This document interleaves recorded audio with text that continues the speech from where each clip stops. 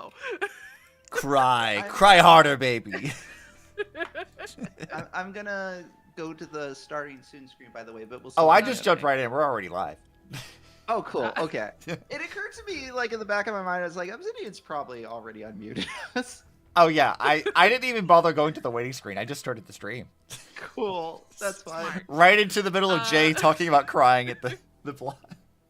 So Of course. Well, yeah, well, People should know I have feelings. yeah, of yeah. course. Jay has feelings, guys. Breaking news. Oh shit! Breaking news. Oh, the hey, author actually- has feelings.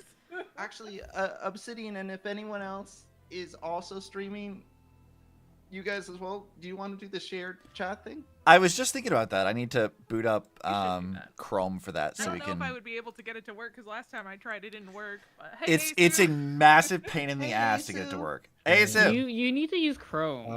Chromium I device. just came in to say the that Hoyo is a horrible company, and I'm just not a fan. And wait, are we live? Oh my god! We're live. Oh, Hoyo's Eisu, great. Our sponsorship. Oh no, your sponsorship. We're so much sponsoring, so you fun can't say to that. play games from the Mihoyo verse. Oh yeah, Eisu, it's not like I've lost 2 of my Genshin characters already, and I've refused to make a 3rd account to start all over, especially in the second one I spent a lot of money on it. No, Oh, that'd be no. ridiculous. Why would I hate Hoyo? I'd never. What? No. No. Someone remind me that I. I need to actually check to see if my Genshin account is still like up because I haven't touched it since It before might not Natlin. be. Based off of what happened to me, it probably isn't unless you By the last way- year made sure your birthday was correct.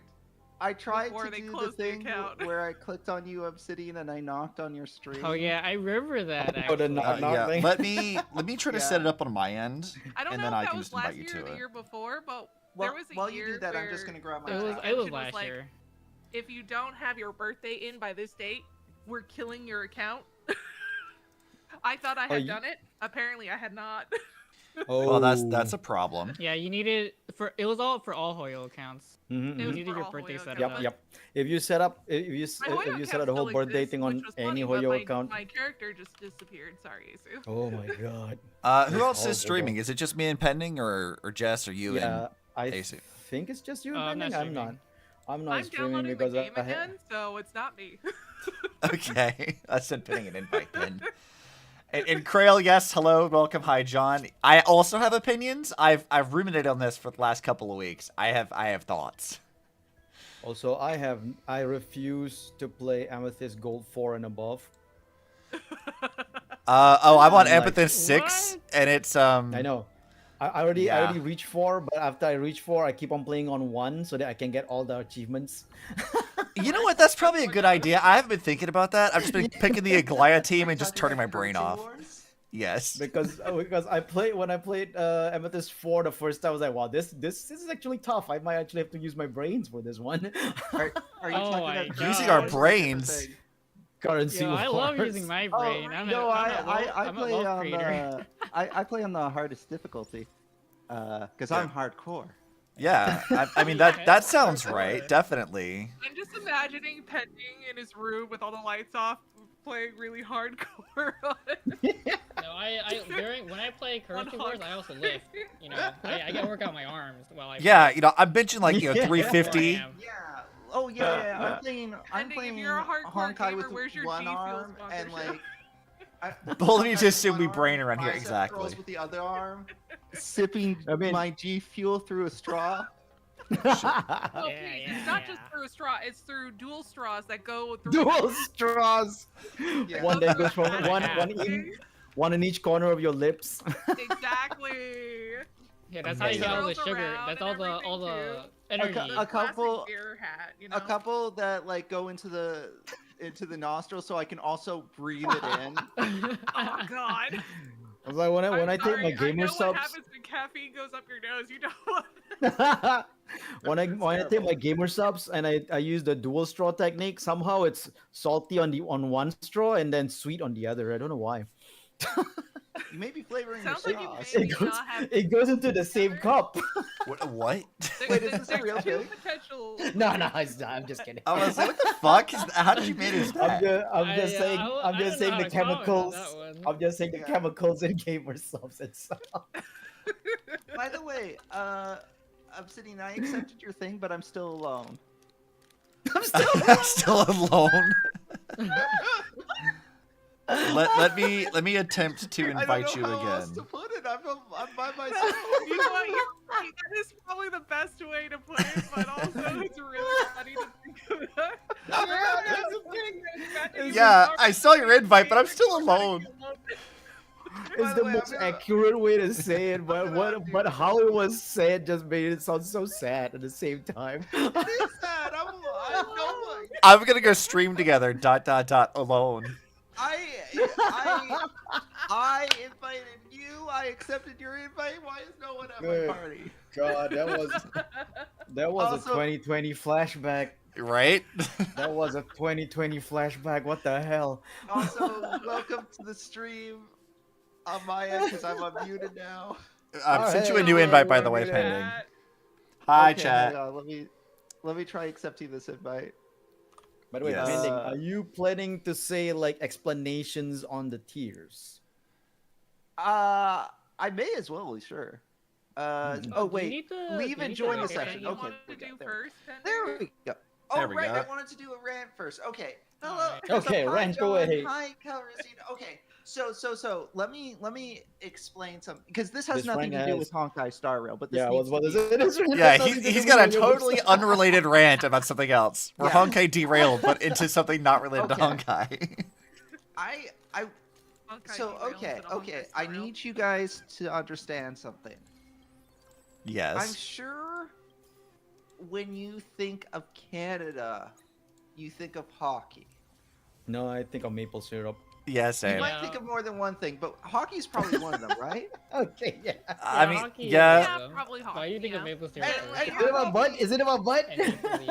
You're probably no. Although Okay, Oh, no. Although, no. It's now just I'm about the remembering thing that you told again. me in DM. it's related to that, Jay. Yeah. Okay. Oh, no. Okay. So you guys might not appreciate how much Canada is into hockey.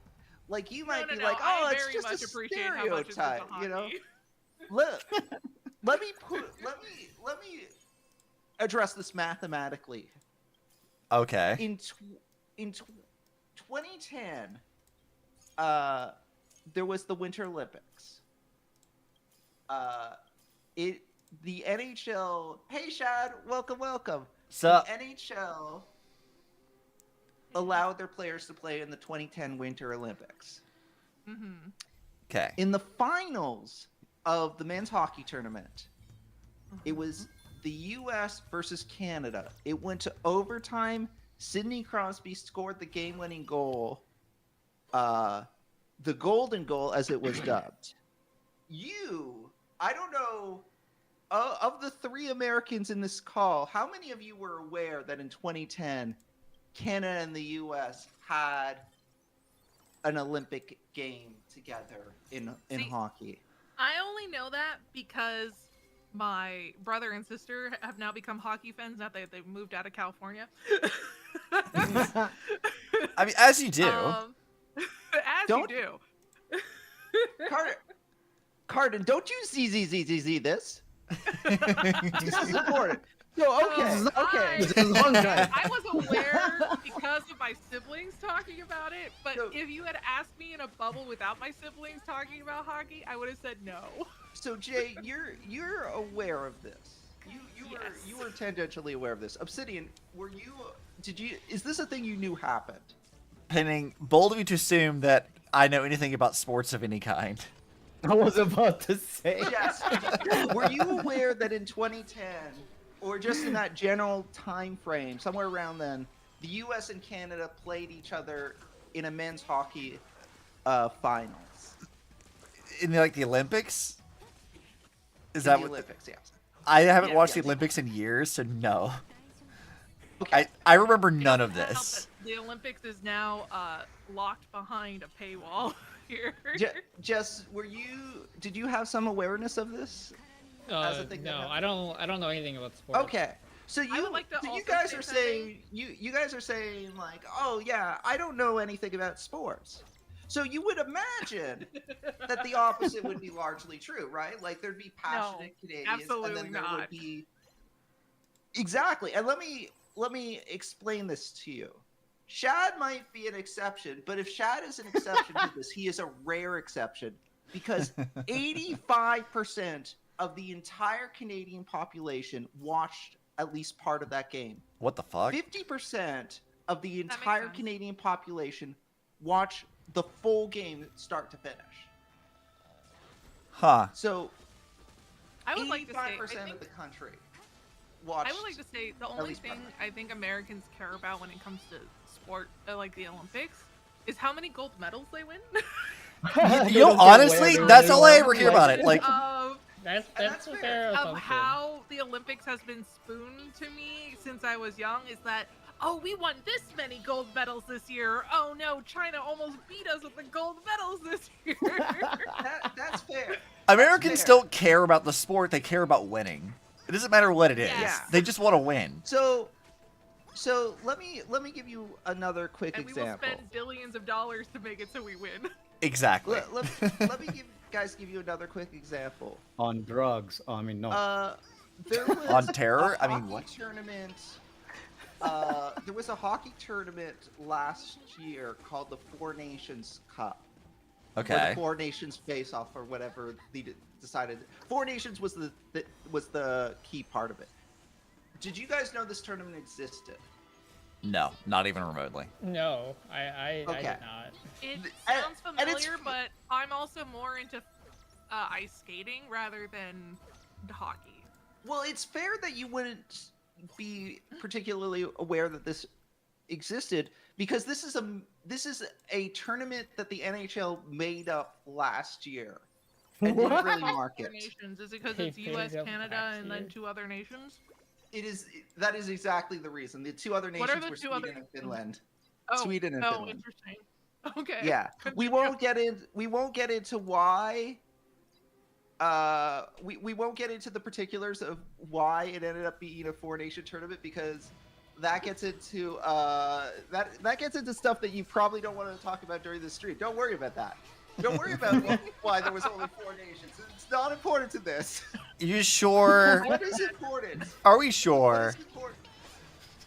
What is important is that when Canada and the U.S. faced off in the finals of that one, Canada won again in overtime, by the way, just so you know. Okay. When Go Canada, I and the guess. U.S.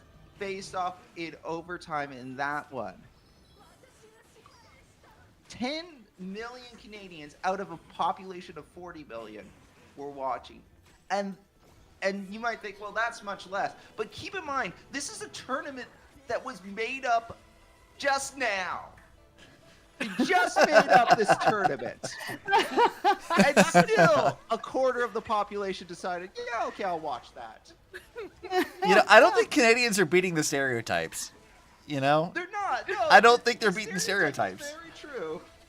Canadians I don't think they really hate the stereotype that much. I was about This to is say, probably I was true. about to say, I don't think they mind being stereotyped that way even, except for Shad. But then Shad's hardly Canadian. Yeah, Shad's never even had a bagel.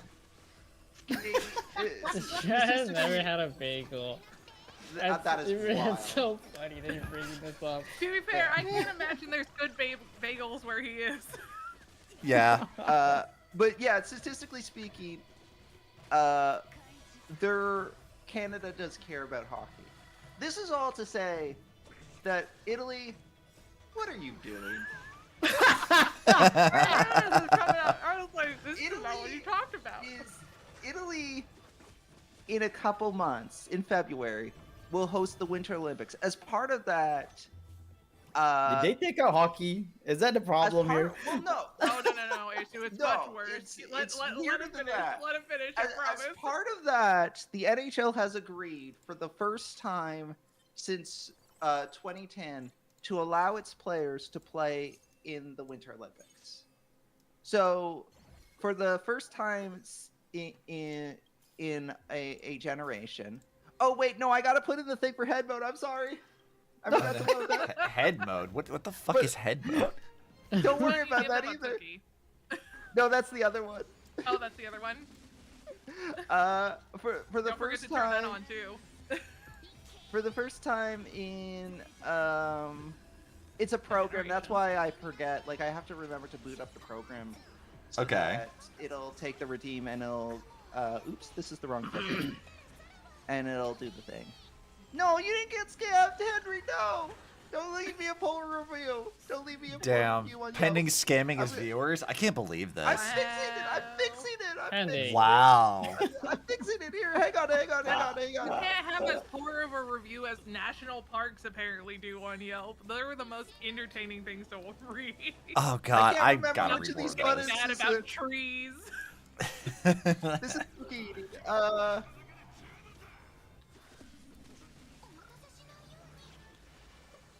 Okay, I don't know how to do it. I'm waiting in anticipation. Can I can't believe you've done this. So that people know why you're mad at Italy for the hockey. Oh thing, why right, don't you okay, explain why? okay. So Italy, in 2 months roughly, is supposed to host the biggest tournament in Canada in like 14 years. Why is Italy hosting a tournament in Canada? Olympics. Because they won Oh. the Olympics. Okay, They won okay. the Winter Olympics. It's the biggest tournament for Canada, but it's being played in Italy. Okay, see, I was very confused. I'm like, why is Italy like Yeah. going to Canada to host a thing? What? No, they're not. They're not really here. Although Other way maybe they around. should, because the problem is, 2 months away, they have not finished the Olympic arena for hockey. They haven't finished their hockey rink. That's a Not problem. only did they not finish their hockey rink, but they got the dimensions wrong. It's the wrong size, Oh my god. and they can't fix that That's actually now. insane. They can't fix that now. They built the hockey rink the wrong size. So if it does get finished in time, it's just gonna have to be played on the wrong size. That is a struggle. As soon as Okay, Penny I said got this a is about hockey, I was question. I like, got a- oh, this is about the Italians. Yes, ask your question. Is it that bad if it's played on the wrong side? It's Yes. Admittedly, it's not like the worst thing in the world, but it's still why. But why? though? It's not like a horrendous thing, but why? Why that?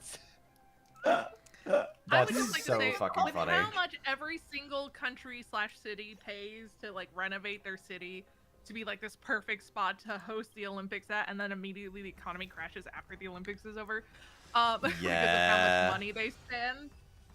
The fact that Italy couldn't remember to spend the time and the money because of the fact that they're going to be spending so much money on everything else to ensure that at least the dimensions of the hockey rink are correct is pretty bad. Like that's at least a couple $1 billion that Italy. You know what Fucked the up. problem is, as I understand it? What's the problem? They built this arena for like concerts and stuff, and they're just like kind of adding the hockey part as an afterthought, because I guess their thinking is we're going to use it for hockey for this, and then it's never going to be used for hockey again. I mean, I can But- sort of see the logic there of like, again, if you know that Yeah. like all the Olympic They've areas gotten- are like Olympics bad. gotten in trouble for that stuff now, but- Yeah. Yeah. It's like if you know that like But, like, renovating a who- town for the Olympics is not going to do well for the economy, and you're like, okay, well, like I want to like try to be more practical about it and like make it useful. I can sort of see why they wouldn't prioritize doing that, but also like you're still hosting the event, so Yeah, build the try to get rink it the right. size. And it's too late. It can't be fixed now. It can't be fixed. It's just gonna be the wrong size. Ooh, Doing I wheelchair got- Aglaya, I you're got right, another John, I am question. doing wheelchair Aglaya. Yeah, Okay, go ask ahead. the I got another question. question. I got another question. Yeah, ask Yes. the question. Did they build it the wrong size because they were counting in centimeters? Actually, Because they're using the you're different. partially right, I think. Oh Oh my But god. let me be clear. Be clear. It is the wrong size. It doesn't matter if you're using metric or imperial. It is the wrong size. That being said, they probably rounded it to the nearest meter, That's what I was And that's- thinking. but it's the wrong size regardless. That's got it. so Right. funny. Size. It's not. I mean, 'Cause it's like 'cause they it's made not it to an exactly. even number of meters, Yeah, but yeah. it's the wrong size. Yep, yep. Like it's not exactly like as if they took the number in inches and then changed it to meters or anything like that. Yeah. But it's Yeah. more like they took they calculated it wrongly using the metric system, rounding it down to the instead of like the foot, the square foot. You know? Yeah. And, Oh, and no. and also, just as an aside, it's the wrong size in the sense that it's too small. Yep, I know So that's how I That's even figured. worse If because it was That's- too yeah, that's big, even worse. if it was too big, then they could adapt. Then they Yep. could have just like, okay, let's just square off this part and only play in this part. But it's too small, so there's nothing that can be done about that. So You know- basically, they have to adapt in the sense of like restricting themselves and You not just gotta have and to kind of roll with the fact that the ring Yeah. is a little small. So So what you're worried and- about, and Pending? Just What? as an aside, there Mhm. is like a standard NHL size rink, and there's a standard European size rink. This is Okay. neither of those. They didn't do neither of those. Yeah, it's not like they built it to European specifications instead of NHL specifications. That would have been understandable. Like that would have been understandable. They were supposed to build to NHL specifications, but if they built to the European specifications, at least the logic there would have been understood. They didn't do either. It's not to any specifications. They shifted it wrong.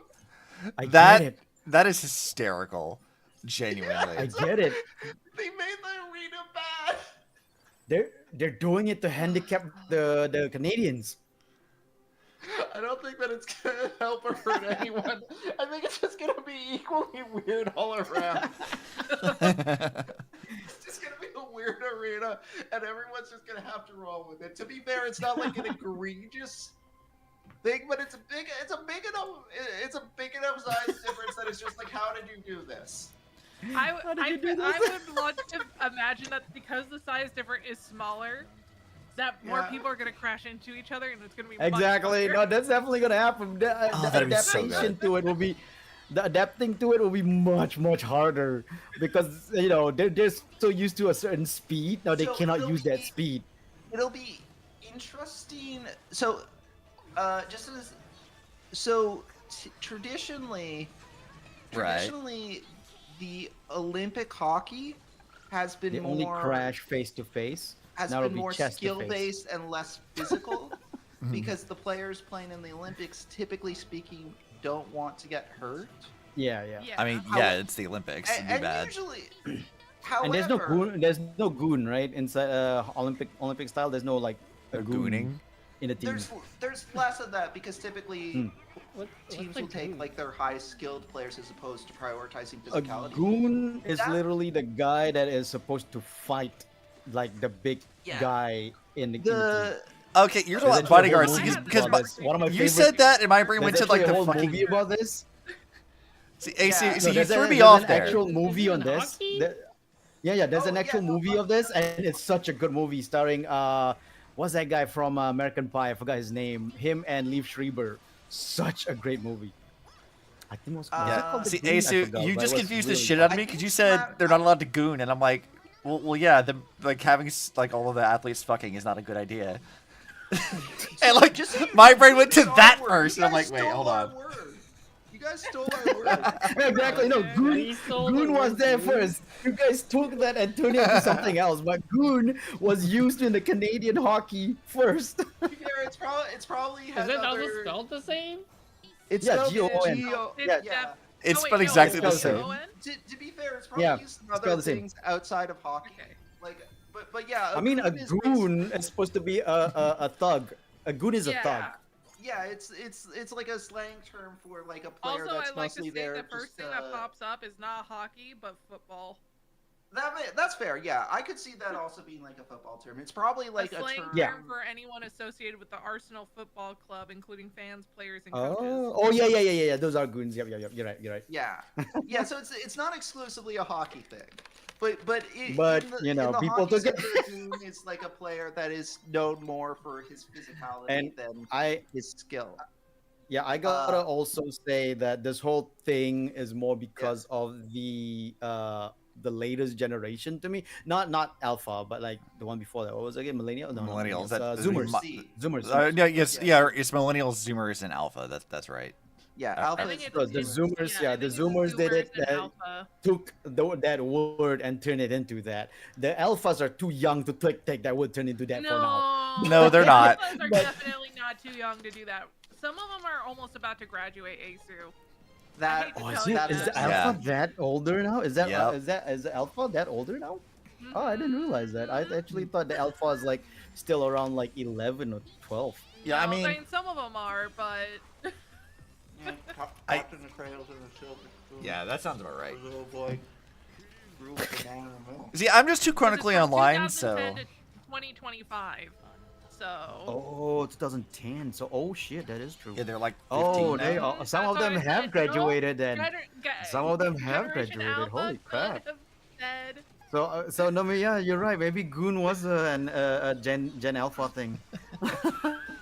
But So But you know anybody in this VC right now using the word Goon, you guys are way too ingrained with like the latest generation. That's Stat it. back, I'm stat too back. chronically online, so like but you know, I'm sorry. you know what, I know the term, I use it in that context, like, wow. Community. you know what So, yeah, has if you- no, like you know what if you has use no it in that Goon, context, you though? need to step back. yeah, you know, I talked about this with Penny the other day. I was like, you know, maybe I do spend a little bit too much because Penny. I didn't tell you guys about this. Penny DM'd me the other day, and I'm just gonna read this to you, Penny, if you're okay with that, because this was an extremely funny DM from my perspective. You know what it was, right? The thing you asked me. Oh yeah, I remember. Yeah. So November 30th, Penny DMs me at like 5 p.m. He's like, "How do you keep up with memes? It's just a matter of being on Yeah. TikTok." And so I'm Wait, like, is that pending? Is that like a byproduct of our conversation about meme? It's a bit of that, yeah. Like I'm trying to. We've also, I mean, Pending has also had this conversation. I think we talked about like dictionary.com talking about Generation Alpha and Z vocab terms because they had like an article on it.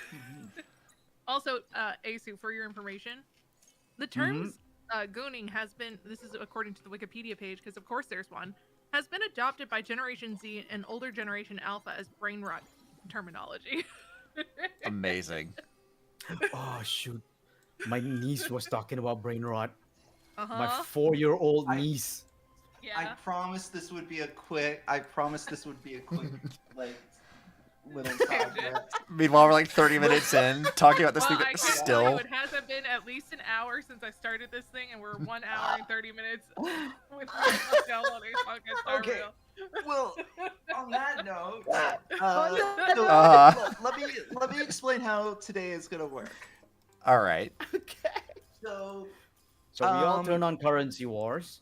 I mean, that's, Yes. that's I'm already there. I'm already in it. So. so I have okay, to get so, to that part of the story first, Ace. So Okay. this is in addition to our weekly hockey chat. We are going to be talking about and ranking the in a tier list the patches from Amphoreus 3.x of Honkai Star Rail. Me and Obsidian are each making our own tier list, so you can check either stream to see what we end up ranking them as. Jess, Jay, and Eisu, I don't know. Jess, I'm pretty sure you made this tier list already. Eisu, I don't know if you are making a tier list as well. I'm I made not, this- I made but this I video. am here to observe and try to like give my opinions. Yeah, I have And some Jay- I can give opinions some to share. explanation to certain questions, but outside of that, I know nothing. I do know Yeah. spoilers, but I know nothing. Yeah, like I have, Yeah, I have Jay things to hasn't talk about played because this. of I talked to Rena about I it. got It was to, like, to Yeah. Final Land. I don't know what it's called right So, now. But you're in Obsidian Space has Vegas? opinions. No, before Obs- Space Vegas. Obsidian has opinions. However, Yes. I have a lot of we are opinions. going to make an attempt to talk about this one patch at a time. Yeah, see, that's gonna be Uh, hard for me because those are from my side of the things will remember that like I steamrolled through a lot of Amphoreus in like So a I am month. going to attempt to help you, Eisu. I'm Okay. going to attempt to help you by explaining what happened in each patch, roughly. Yes. So- Krail, to when answer your when he question, we're gonna said go patch Eisu- by patch and then overall. Sorry, is what we're doing. Obsidian. When he said Asu, he meant Opsy. Yeah, Yeah, I meant Obsidian. because you know, Ace and I are so exactly similar. We look so alike. Exactly. It's so it's easy to confuse us. I understand. My red hair is pretty much very stark. Yeah, So- don't worry about my superhero mask. It's totally fine. Yeah, go forward. Hold on. I minimized everything. Oops. So we'll start this with 3.0, and let's break down the patches one by one. Yeah. So I'll start with 3.0, and I'll give like a brief summary of what happens in 3.0. And if I'm forgetting any major points, please jump in and tell me. Basically, what happened is the train needs gas. Oh yeah, okay. I'll send you a link to the tier list as well. Yeah, you'll have to rename the train needs- categories though, because we had to do that. Yeah, I renamed the categories, but this is the tier list. The train needs gas. Black Swan's like, hey, you know what the best gas station in the world is? Amphoreus. And Welta's bets. And then we go to Amphoreus. And We got tricked. we're like, okay, so we can't land on Amphoreus because of reasons. But what we can do is we can detach one of the train cars and just kind of let it, and that'll sort itself out probably. Yeah, sure. So we're like, okay, let's do that. Don Hong, March, Trailblazer, let's Kalis or Stell, depending on what you pick. Let's go do that. March is like, I don't feel well. You go instead of me, and here's my camera. Take lots of pictures. And we're like, okay, hey, usually there's 3 of us, and now we're down to 2. Welt, you want to come with? Welt's like, no. Why, Welt? Don't you want to come with? Welt's like, I can't come with. It's like, don't you want to contribute to the story, Welt? No, Welt's like, not today. no, I can never have relevance to HSR. That's not why I'm here. And we're like, why are you here, Welt? And Welt's like, I have no earthly idea. I'm here to Aura Welt is, Farm and talk about Welt is like- nothing. Listen. I don't have a son or a wife here, so let me just wallow in self-pity. I don't look at some Well, wolf like- and see my adopted Well, daughter like, from you my remember old planet. when I tapped my staff on your head and knocked you out at the very beginning of the game, and we're like, yeah, that was kind of cool. And he's like, I'm glad you enjoyed that. That's the only thing I will ever do in this entire Ever game. do Yeah. ever. I'll talk to a May variant about Kevin one time, and that'll be it. Yeah, no, that's a true highlight for me. We're not going to animate that or anything, though. No. No, it'll be fine. It'll be fine. It'll be fine. The Welt May pseudo reunion scene doesn't need a budget behind it. It's whatever. It's Not fine. important. Fine, don't worry about it. We need to dedicate more time to Sunday speeches, anyways. Sunday gets to talk about birds again. Speaking of Sunday, we're like, hey, Sunday, you wanted to join the Express. Is there any chance you want to come down here? And Sunday's like, no. And we're like, why? And Sunday's like, reasons. And we're like, cool. Black Swan, you're the one that wanted to come here. Do you want to come with? No. Why? I don't remember. That's cool. Okay. Oh, the best part is when you ask Himeko, do you wanna? And then Walt just stop you. Don't ask her. Well, Don't you dare ask her. Well, grabs you by the shoulder, like Vietnam flashbacks in his eyes. It's like, you are not taking Himiko anywhere. It's like she is not allowed okay. to die. She goes Oh nowhere. my god. Do not try. I will end you. You see this gravity staff I have? Well, it's just like, don't force me to do anything, boy. I'm gonna laugh so fucking hard if one day they reveal that that's actually Walt's motivation. He's just like, I'm here to protect him because she's not allowed to die. End of story. Actually, that is people saying that is the reason why he's in this universe. He's protecting Himeko. I mean, the manga does sort of suggest that. Like the one that was from Impact Yeah. Third that was meant to connect him, and it's maybe possibly been retconned, but we don't know. It semi-suggests that. It's like there is some precedent for it. But Exactly. like, No, that's where people are talking about it from.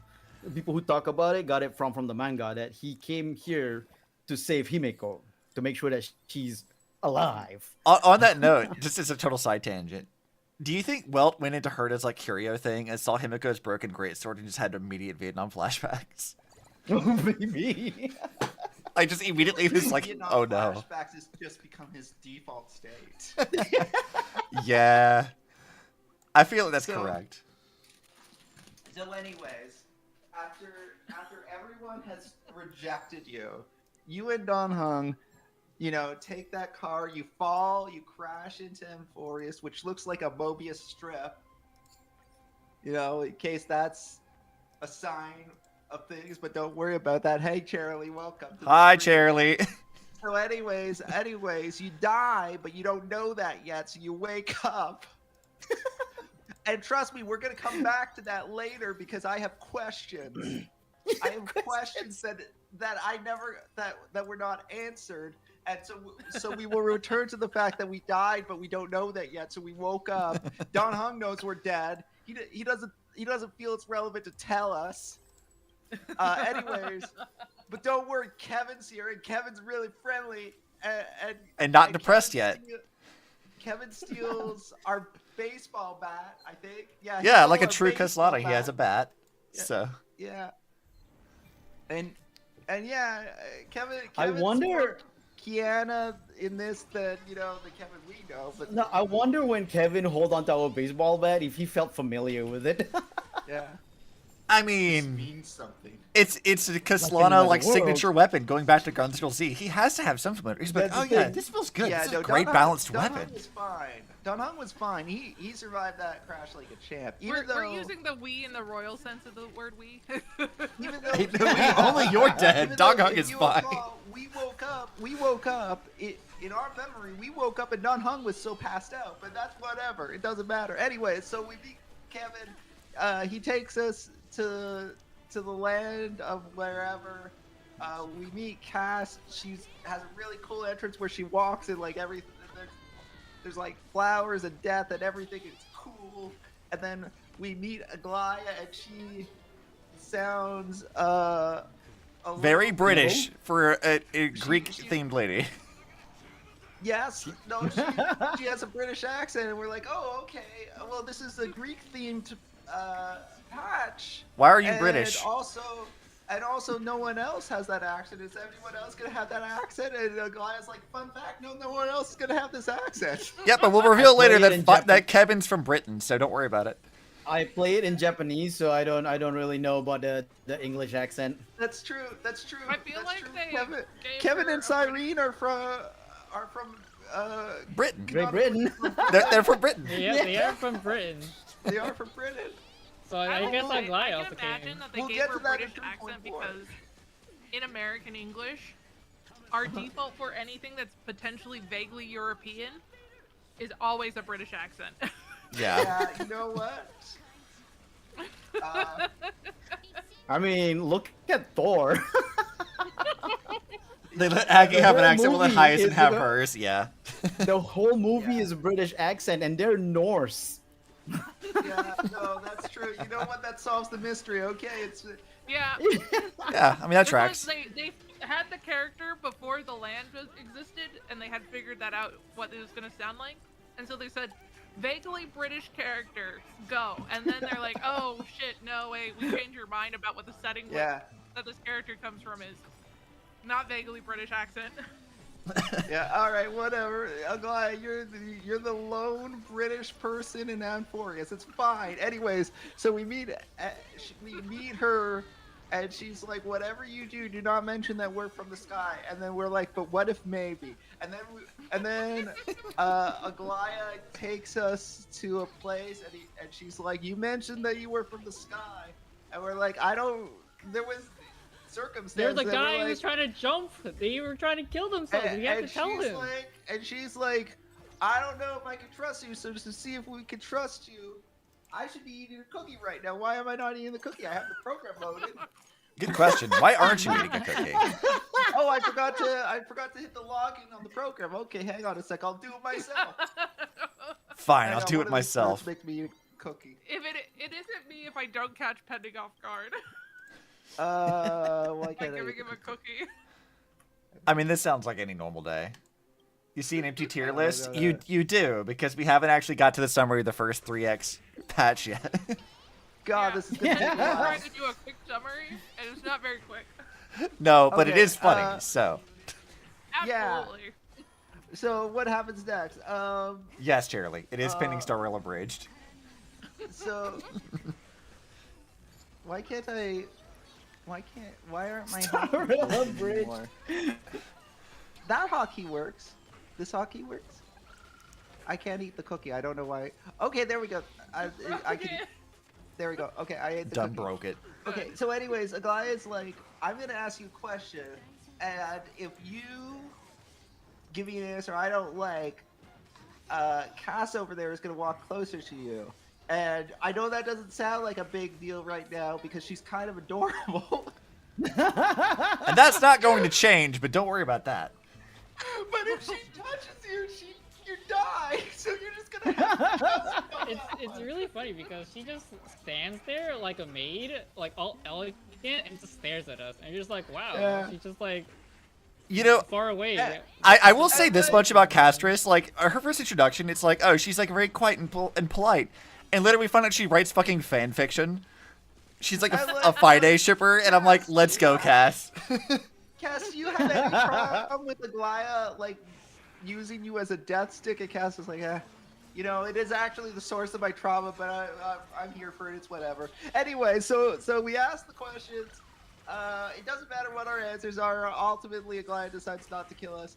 Also, we find out that Aglaya then wants our help, and it's like, wow, you just tried to kill us, and now you're asking for our help. But anyways, there's Titans, and to speed things along, there's a Titan of Strife. We do stuff. We go into the past. There's a lot of puzzles. So many puzzles. So many puzzles. And bugs. A lot of weird bugs that give emojis. Kevin and Mayday have many scenes together. They look longingly into each other's eyes. They have a suspicious bath scene. Well, That that's comes a later. little We're getting later. it. That's a little later. Haven't reached the You're bath spoiling scene. right there. Oh, sorry.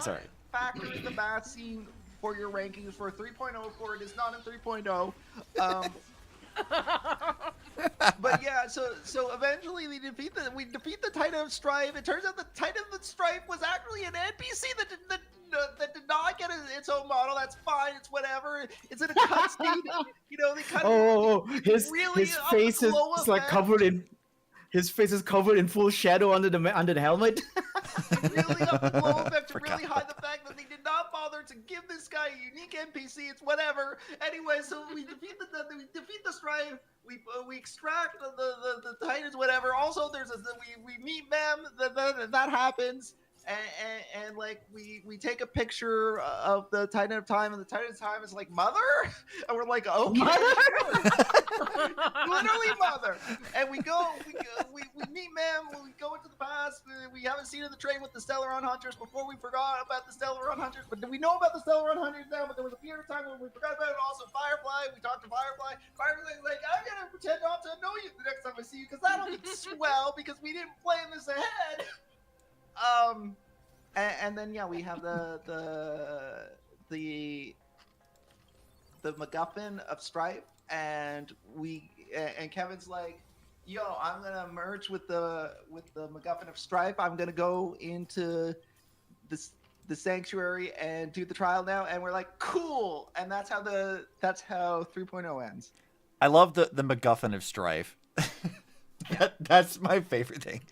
Cherry, Honestly, listen I to Phoenix making me forgot. anxious. Yes, correct. I straight up forgot what it was called, and I realized as I was talking that it doesn't matter what it was called. Correct. So, anyways, I will say, and Eisu, you may recall this. Like, Same Grail. you may recall this because I was thinking back to like what I felt about these patches at the time.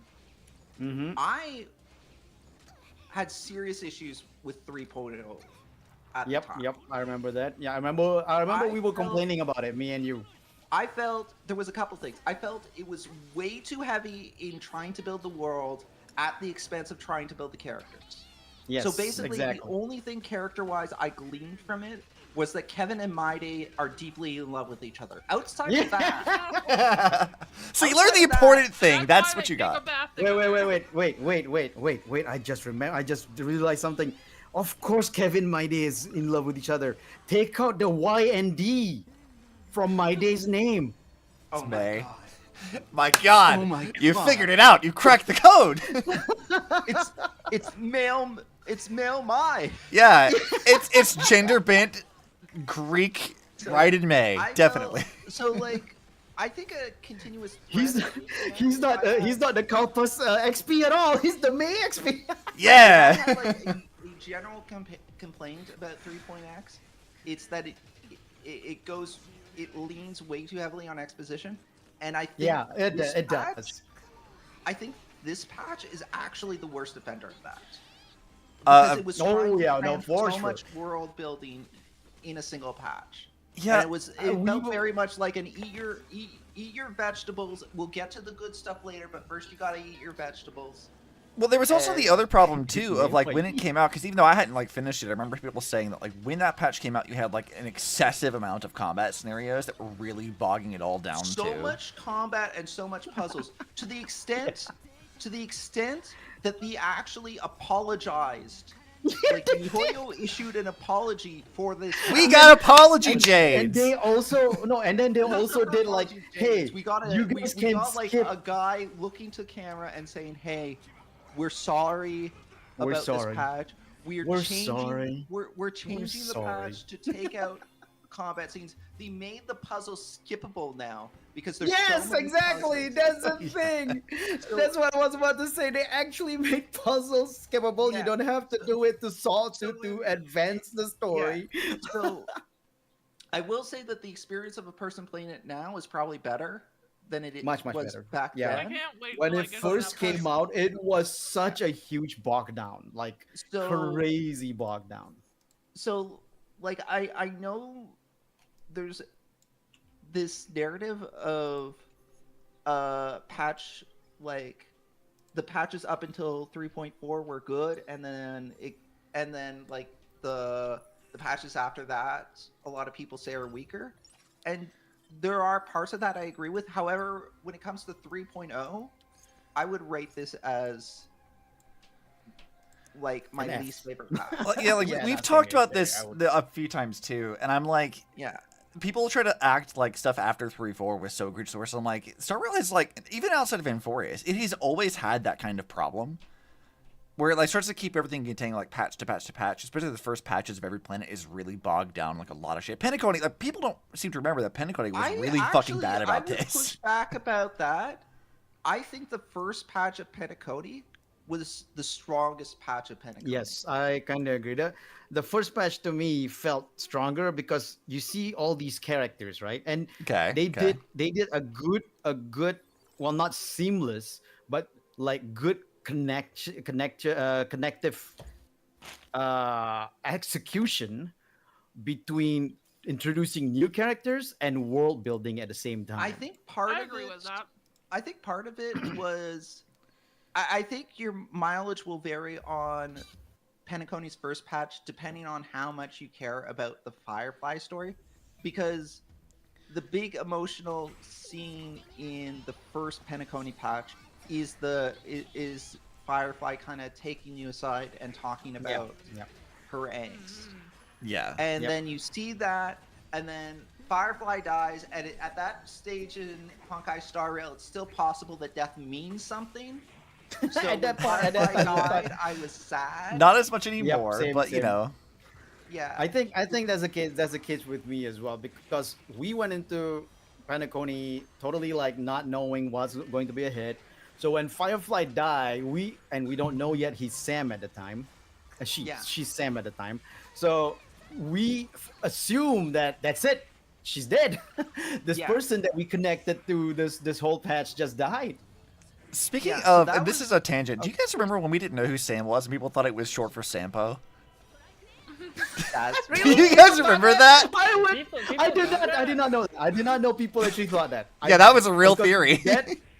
That idea remember that never theory. crossed my mind because that's too silly for Sam to be Sampo. It's so funny. Because the first time you see Sam is in that Stellaron Hunter trailer, the Kafka one, and they were like curbing that what do you call that rebellion, whatever thingy, I forgot what it was. Mhm. And he was way too badass to be Sam. Well, I think that theory started before we even had a design for him, because like we knew Sam's name like before we saw the actual like, we robot did. body. Yeah, that's true, And that's so people were like, "Oh, it must That's be true, short for that's Sampo," and I'm like, "Is it? Are we sure this guy?" I actually never knew that. I would like The to say that Yapela Rebellion. Sampo's Thank you. character, Thank you, Crow. My first impression of it was that they were gonna play it like a mischievous, silly but not actually silly guy. And then he they turned out to be and just then- and silly. then he really was just a silly guy, and I was like, okay, See, that works. I'm telling you, And if I'm you right on remember- it. if you- Sampo is aha. I'm a Sampo aha truther. No, This is what it is. Jay, if you actually watch if you actually know the Honkai Impact collab with Honkai Star Rail, Sampo is even sillier than that. Oh, dude, he's Oh, straight I up. You figured. beat his ass, and he's like laying down just face saying- down, ass up, and he has a fucking cowboy hat. I was playing It's so it funny. with Sampo for the first time. So I And think most of the beginning Pentacolony stuff, I was like, man, this is interesting. Are they gonna make this gonna be more a developed character, and he's not just gonna be silly because he acts like he's mischievous and he's not actually silly. He's And then- actually silly. No, he's just actually silly. Just very silly. He's just a silly little guy. I love him. A lot of people really hate him. I have loved him from literally like the beta. I'm like, I love this him, I love punchable him. little shit. I love him you so guys much. like him? enjoy- That's crazy. I I'm in the enjoy opposite moments spectrum. with I hate him. his ass. I hate him so much. I hate how he Here's talks. the I thing. hate how I hate everything about Here's him. the thing: why I like Sampo. I enjoyed watching him. I don't want to be near him. Like, I'm of the opinion that Sampo is such an obnoxious little shit, and I want to punch him, and I love that. I'm like, I love to hate this guy. by the way, No, I I've like seen that too. I'm okay with the current iteration. I'm just saying, my first impression of Sampo is that he was not a mischievous, silly fuckhead. like he was just hiding behind it, but he's actually like a strong character kind of thing. Yeah. Yeah. So what I put Sampo's character is like, you know, Dr. Cox from Scrubs, that really hard ass doctor that people love so much as a character, that was like a fan favorite because he's actually like he's a hard ass, but he has like this good heart kind of thing, always helping out like the little people kind of guy, right? And I keep telling people, yes, I love to watch Dr. Cox, but I would hate to be his friend. Mhm. All right, Because he's Krail. not the kind of guy I want to be around with because of that I think that's attitude entirely of his. fair. That's fair. Yeah. Krail, I'm you make a thinking, good point, what, but my what stance with rating did this. you give Three Oh, I Kingdoms, haven't put by a the way? ranking on it yet. Oh, Because okay. I was gonna What- talk about this what thing are with you- Krill first. I'll come back and loop to that because I have some opinions about this, somewhat different from your guys. Yeah. So Krill says Oh, he'd rather Sampo Sampo be an Emanator Emanator Revelation, not Sparkle, because he palled around with her in Impact Third. He wants everyone to underestimate him because he thinks Sparkle is important. I think I'm two ways with this. Either I want Sampo to be revealed to be the Eon Evolution himself, because that'd be really funny.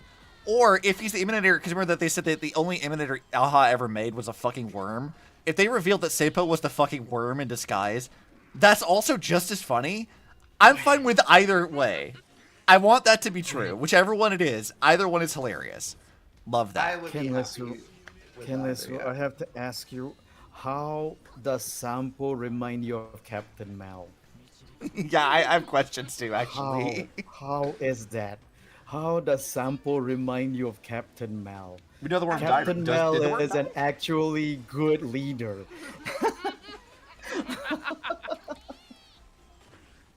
But anyways, back to how I would rate this. So when I got into 3.0, they had already done all the like fixing for it. Like they had removed like the skippable puzzle stuff. They had already reduced the amount of combat encounters, and I had Acheron to like power through whatever combat stuff was there. Oh, just as an aside, I had Acheron too. That was not enough. Okay. In the original, that was not enough. Good to know. So like That was for Acheron me, was the only way to make it. bearable. Was the only way to.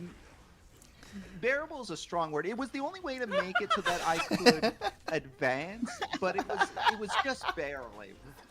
Yeah. It was so much. So oh shoot! I remember you didn't get Kafka yet at the time when you got Acheron. Oh, is that what it was? I had Kafka. No, I thought you got Kafka later on. I got Kafka right before I got Black Swan. Oh right. It's fall back one. Oh right, I have Black Swan, and I completely forgot about that. But no, Oops. it wasn't a question of difficulty. It was a question of amount. It was just amount. Okay. I guess like for me, like I had Acheron. There weren't as many combat encounters. You could skip the puzzles, so like a lot of that was like really a non-issue for me. So I got to focus a lot more on the actual plot itself, and it to me it just felt much of like the same things. I was very excited for Amphoreus going in because I already knew that Amphoreus is rooted on the Elysian Realm arc from Impact Third, which is my favorite arc from Impact Third. Like it's my favorite characters. I love that. I was so excited. I was like psycho. Basically, I was going to like all the trailers looking for little things that like correlated into the story. So I had this like mindset going in of like I want to see how this like relates to like Honkai stuff. How it relates to especially. Yeah. And like every stream that I did subsequently after that was talking about that in a lot of ways. So like reveals of like saying Mem being Cyrene later on. I caught that like instantly because I was like, "Oh, she talks like Ellie." Me too. Like, I should also, I figured it out as well. That does remind me, when I started Amphoreus was before I had tried HI3. Right. yeah, that is So, true. like, You when started people that were after the talking fact. When people were talking about how excited they were for Kevin, my only like thoughts on that was Kevin's a silly name for a villain. You know, but that's kind of the point, I though. was Like, who's Kevin? so in Kevin's Impact kind of a Third, bland Kevin. name. The reason why it's silly is his name is Kevin Castellana. He was just like a normal ass dude who joined the army because his girlfriend joined the army as like a scientist, and then ended up becoming the last survivor of his fucking era, the tragic hero where everyone he knew and loved died or forgot him. And then when you meet him in the current era in Impact Third's timeline, he's not even really like a bad guy necessarily. He's just doing his mission still. Yeah, he has like his idea, Well, especially against the Honkai, and basically like just trying to achieve it.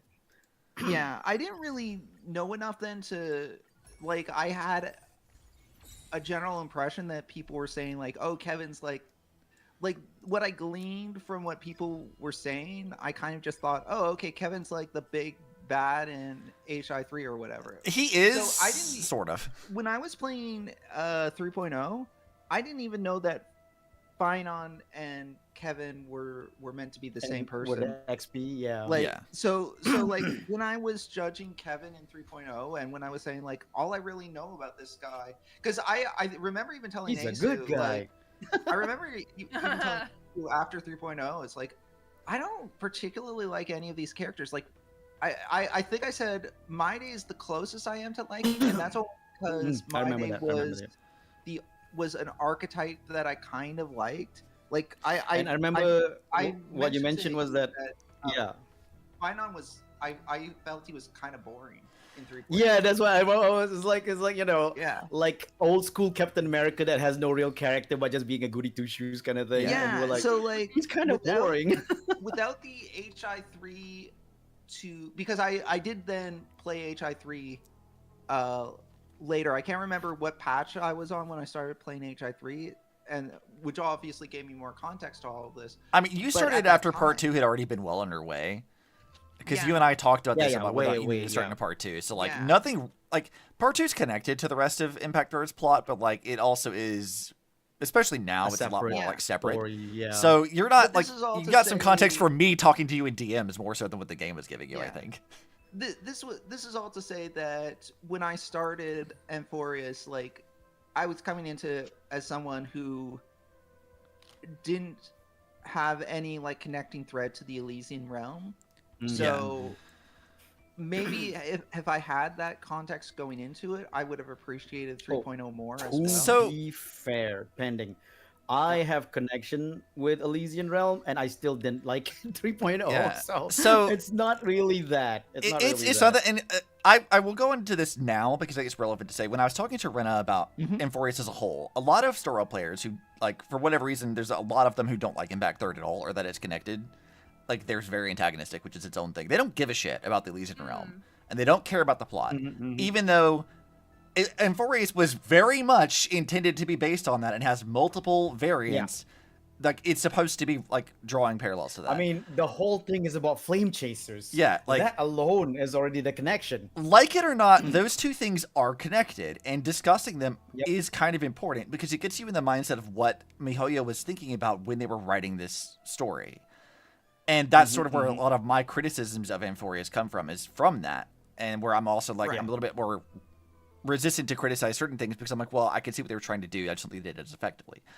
That yeah, being that's what I was said, thinking. when I That's what I was went into thinking. 3.0 and I had this background of like, I have all of Impact Third's lore, like Elysian Realm being my favorite fucking thing ever. I was like, okay, I'm ready. I'm ready to see.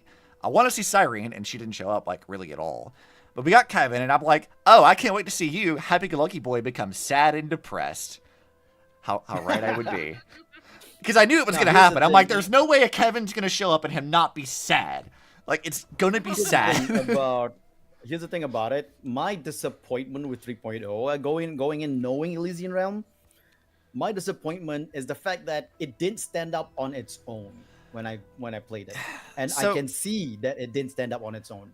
Yeah, and Like, that's sort I of wanted like... to connect. I That's wanted to kind of my connect, own criticism, but too. I also wanted, I wanted to connect. Of course, as a fan of both games, I wanted to connect, but I also wanted to stand up on its own without needing that connection to bring it up, you know? Yeah. And I felt like 3.0 didn't get to do that. Later on, it did. I But would say 3.0 it's itself sort didn't of... get to do that. Because like I have very complicated feelings about Amphoreus, and this is gonna be probably something we should say for the end, but I'll mention into it now. So like, Amphoreus and the Elysian Realm are doing sort of like two separate things. So for those of you who did not come from Impact Third, who don't know anything about this, when Impact Third launched, we had a couple of big mysteries in the game's plot, being that like we didn't know anything about the previous era, this like previous cycle of like we knew there was a civilization, we knew that some stuff had happened, we knew about 8 heroes, including Kevin and Fukla, who had gone to the moon to fight the final Hersher, and most of them died. Like we knew that, but we didn't know much of anything else. So then you get the Elysian Realm gets released, and like, hey, by the way, this is a whole side story that fleshes out our main antagonist and also answers a lot of these mysteries that you've had for a long time. And then as you get into it, they talk about the 13th Hersher, which was a mystery that dated back even to the game that preceded Impact Third, which was Guns Girl Z. And that was a big fucking deal. Like this was a really, really important thing of like, this is a 2-game long mystery that we've not had, that we've been asking about since the game launched, and now we're finally getting answers for it, on top of having these endearing and fun characters. So it's like sort of filling in the thing while also like fleshing out, like we had May get her own character arc to actually be like not codependent, which was a big important thing for her character. So there was like a few different things that it needed to do that fit into the broader context of the overarching narrative. Amphoreus has to be self-contained by what it actually is, and it can't do that. So it has to give you all this background and lore. And for me, what I thought would be interesting was like, okay, cool, we're gonna see this Flame Chase journey thing, but from the perspective of somebody actually as part of the team. And we'll see that tragedy unfold, which we sort of do. Yeah. But I feel like what ends up happening is that, like, Star Rail, like, overall has the same problem that Hoyo has had with Genshin as well, which is that every patch has to be kind of self-contained.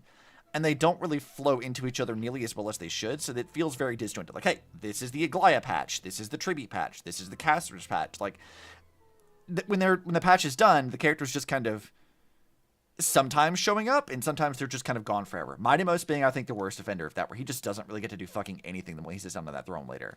And I'm like, you know, What? Amphoreus has a do you really mean big they problem don't of do like anything? not being able to like stand on its own in a lot of ways, and they try to connect it at the very end in 3.7 to like the broader universe, but I still felt like it felt a little it's Are you fine. playing the same game I do? What was it? Mighty totally got to do something. What are you What? talking about? Hanging out Why they in got to sit? the He got Yeah. to sit while everybody's still walking. Yeah, Krill, you all said that too. Like when we start the Elysian Realm thing as well. Like the other part with Elysian Realm is that we knew going into that arc that like that it was a tragedy, that we knew that everyone was going to die, and we were going to learn about their sacrifice and what that meant. Amphoreus doesn't really have that. So, like, when you go into Amphoreus, you don't That's the really problem. know that they're all going to die. Yeah. Unless you came from exactly. Impact 3rd, in which case you're like, yeah, those Then you motherfuckers know- are going to then you die. forget- then- yeah, exactly. If you came from Impact, you're probably like, yeah, I better not get too attached. Nope, still got attached anyway. So, like, when I started in 3.0, like, I was a lot of anticipation for it, and I was a little bit let down that it didn't connect to, like, Impact 3rd as much as I would have liked. That being said, like, characters like Aglaya that when I came into it were very controversial. People didn't like her, like, morally gray writing and stuff. I was like, Aglaya's fun. What the fuck are you guys talking about? Like, I like her. She's cool. And then Mighty Bus, I was like, he's, something. He exists. Okay. He's fine. So Oh, talking about Aglaya, everybody's like, because she was so suspicious and seems to have like an agenda and all that. But I was like, no, I know MiHoYo. This is not the case. There's something behind her. So I went into it knowing how MiHoYo writes their stuff. So Yeah. I knew that Aglaya's not gonna be a total villain. I was gonna say, because I saw Yeah, Aglaya and I saw, like, characters from Impact 3rd, like Aponia, who's, like, morally gray as well. And I'm like, okay, I see what you're trying to do. Yeah, exactly. That being said, since Aglaya was, like, a big focus for this patch, I feel like they didn't communicate some stuff very well about her. Like, I didn't know she was blind for, like, half of Amphoreus. Oh no. And I was like, I only wait, now learned that. like, I heard people making, like, the Wait, like, did we cast... not learn that? Wait, Yeah, no, I Yeah, never knew. I didn't know she was actually blind. wait, it was mentioned though, like in Like, one of the moments in the Later story. on, when they have, like, the Just assassins people. because something is mentioned, if it isn't acted upon, no one's gonna know. Yeah, like, I don't No, think I they mean, like, communicated I that very mean- well. It wasn't 3.0 that I remember reading, seeing, but it was mentioned that she can't. It wasn't said outright she was blind, but the fact that she can't see due to like her connection to the golden weave now, so she can't really see Yeah. everything, but she sees everything through threads. I missed that entirely. Humanity. It literally wasn't until way later when they had, like, the assassin subplot thing, and Yeah. like she's about to die, when I was like, wait, like, they keep talking about her being blind. Like, is she actually blind? And my chat had to tell me, yeah, she's actually blind. And I'm like, I didn't know that. So Yeah, I her might have vision. wrote that off sounds as like them that she meaning had it the figuratively. Gestola problem. Okay. yeah, But yeah, her vision is only through the golden threads that she weaves. That's all she can see. Okay. I think I would That's rank. That's still a lot of vision. So with issues like that, and like the fact there was just so many characters and other stuff, I think it's not the worst patch. I'm thinking maybe like a C+ or a B-. That's kind of where I'm at with it. Because they'd already removed a lot of the shitty stuff by the time I'd No. gotten to it. So my experience with it was like somewhere middle of the road. It's fine. My biggest problem with this patch is just that I wish they did more in terms of like just words, because you have a game, you have a characters that has animations, to do more within that to show us like Yeah. motions, not just like illustrations only either. Yeah, and see, this is like an issue that like That's people a- like want to act like this is like a unique thing to like Way say back that Ceredra she- later, but like Oh no, it's definitely it's not. this is not unique. Like this is a problem they've had across all of their games, Genshin and Impact 3rd as well. Yes. Because Impact 3rd had a really big problem with this at the end of Part 1, where they were just dumping exposition on you, and I'm like, oh That's the yo, thing. fucking That's the show me stuff, animate it. Yeah, exactly. No, that's the thing. The problem is whenever they do exposition, this happens. And then with 3.0 being just exposition filled because of world building, it is like the majority of it, and it's just too much. It is too much. Yeah, I think you know what? I think I'll put 3.0 as a C+. I think that feels fair. This is about like where I think it needs to be. Yeah, that's fair. I rated it lower. I have Because potentially spending has some- no mercy. well, I think it's also a product of when I played it and what my Yeah, I feelings think were so. at I the think so. time. Because- Like, Oh I my think- god, yeah, that's true. But when we played it, it was even more bogged down than it is now like Yeah. because they've improved so much on it. watching Yui play it, I feel like it was better then, but I feel like I feel like for this list, I want to try to grade them based on how I felt about those patches at the time. At the time, Yeah. yeah. Which I think is a perfectly valid way to do that. Yeah, I think there's also validity to grading them in retrospect too. But for the purposes of my list, I thought it would be more interesting I mean, to the way I justify see that it, standard. the way I see it, your list should be how you felt when you play it, Yeah. not what Yeah, you see now that's true. of what the other people do. Kind of thing. And Cardin, I very much agree with the head tilt arm wave. Like God, if they could even just add like a handful of additional gestures that every character gets. Like This you is can kind of why It's kind of so why I egregious. appreciate Zenless so much, because Zenless has like a little bit more variety. You know, and Zenless Impact is 30 has been amazing. improving too. Like Impact 30 and Zenless Yeah. both have done a pretty good job. Like this last patch with like Yeah. Honkai was like really fucking silly, and they had a bunch of like really goofy animated things that they didn't need to do. And I'm like, you know what? I'm glad you guys did this. I appreciate that. Like their I presentations am improved a bit. I'm hoping that 4.0 is a step up from 3.0 in terms of presentation. Mm, Only yeah. time will tell. I'm not Also, optimistic. Can I say that the way they do crossed hands, because they don't want to cross the hands, so you have like one arm under the other, Yeah. still Right. looks dumb to me. They can't individually animate every character to avoid the clippy Eisu. No, but that's the thing. Yeah, well, but that's the thing though. They did Yeah, that I in agree, Grail. Zenless. Everybody I know. crosses hands properly. It's so Yeah. good. Zenless Zenless is also has unique walk cycles for each character. Exactly. not just they have Each character unique has models a- for a every police- character.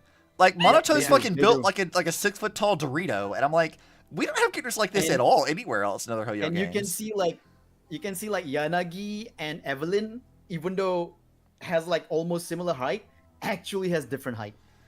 Yeah, I really like how Zenless handles like, because I was doing this thing for like my art and stuff where I was going over like the character like silhouettes and like going over their like body form stuff. Their anatomy varies wildly between characters, Yes. and I'm they like, do. that's It's so amazing. good because I get really annoyed with like looking at like Genshin's the worst offender of this with like the NPC faces. The body type thing, Yeah, the same body type where thing. all the characters, like all the NPCs, look like clones of each other. The actual playable characters are like, What's wrong with we my use the NPC base one. clones?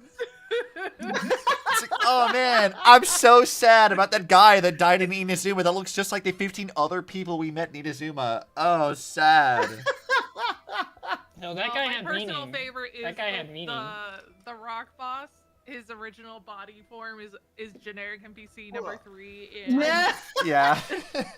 I made the joke during 3.0, but I was actually kind of Really? bothered by the fact that the Strife Titan, like in his Yeah, the human form.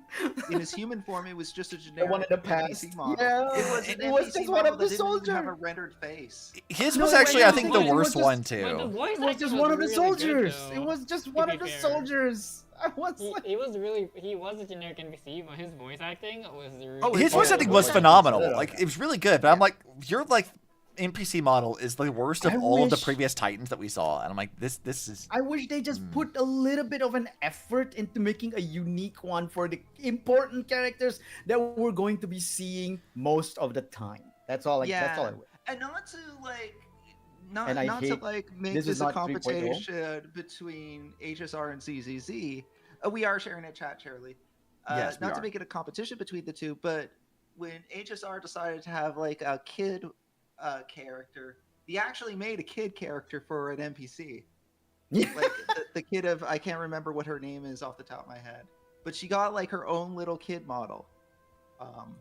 Oh. And, I'm like- trying to remember. I'm trying to remember the name. Yeah. God, what's her name? She was the banner character. Which one? Triby? Yeah.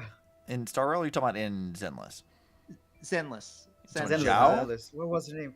Lucia. That's the name. Oh, Lucia, yeah, because she also shows Yes. up in the Yeah. boss for that too. Yeah, as like child. Yep. Oh, yeah. Yeah, You know, they- it's they- not I was just like, that I was trying to because figure it out.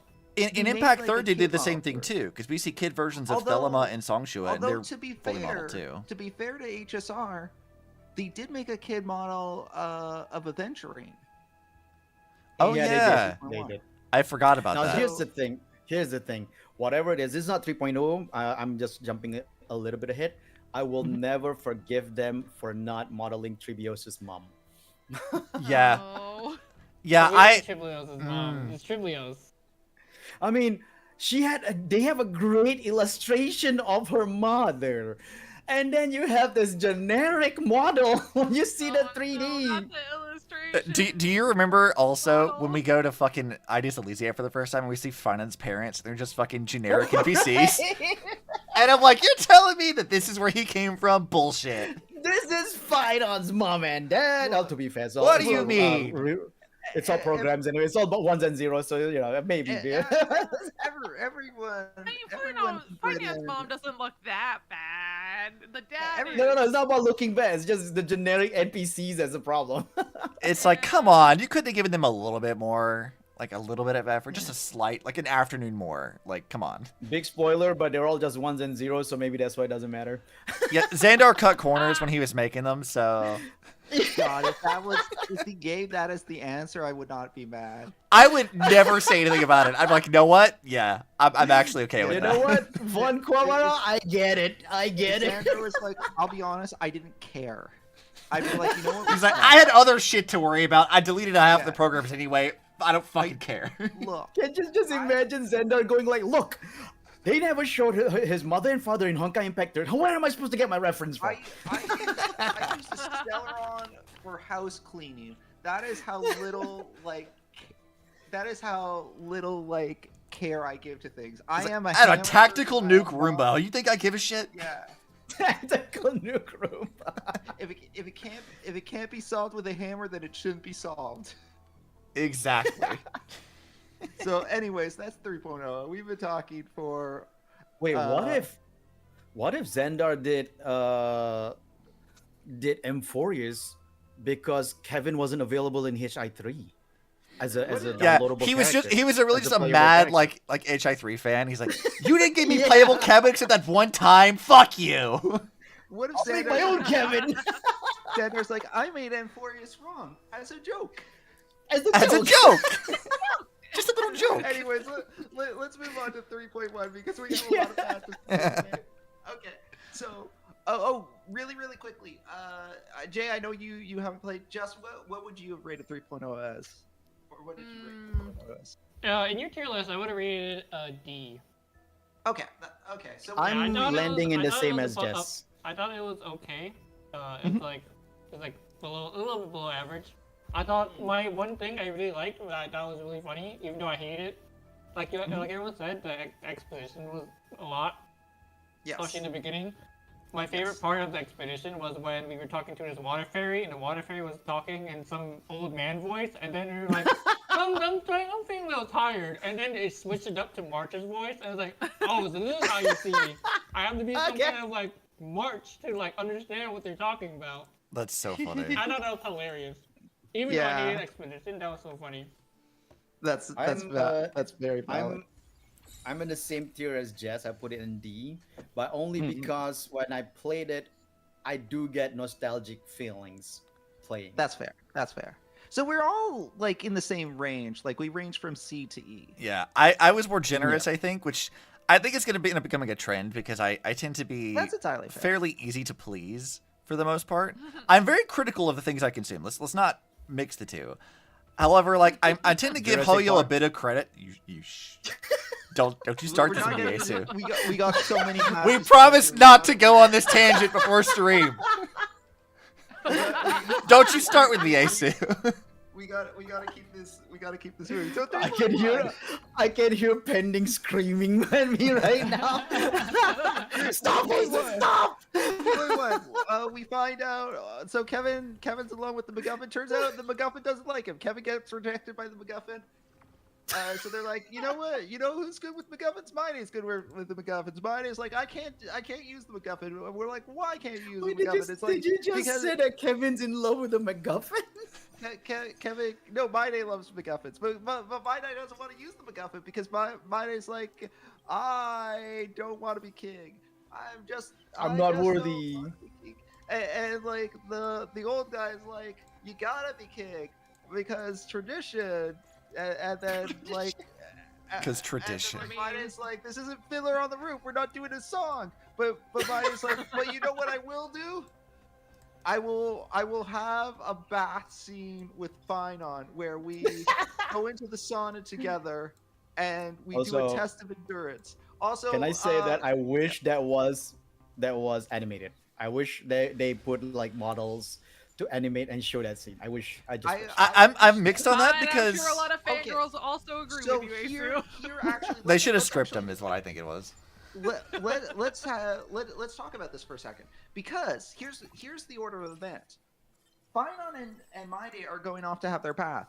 We are not there for that. What we are doing instead is we are seeing a scene with Tribby, Hyacine, and Aglaya. Now the Tribby, Hyacine, and Aglaya scene, where they're just kind of hanging out in the other path, that got a drawn CG for it.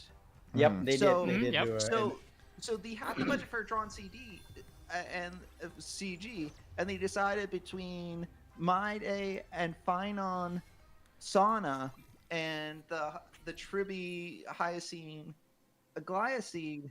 Let's do that one. So they chose wrong. Let's be clear about They that. chose Yeah. wrong. Objectively- You Or, I mean, they could have chose poorly. both. In the first place. Yeah, they Uh, could no, have I both, was I thinking think. both. I was They thinking could have both. both.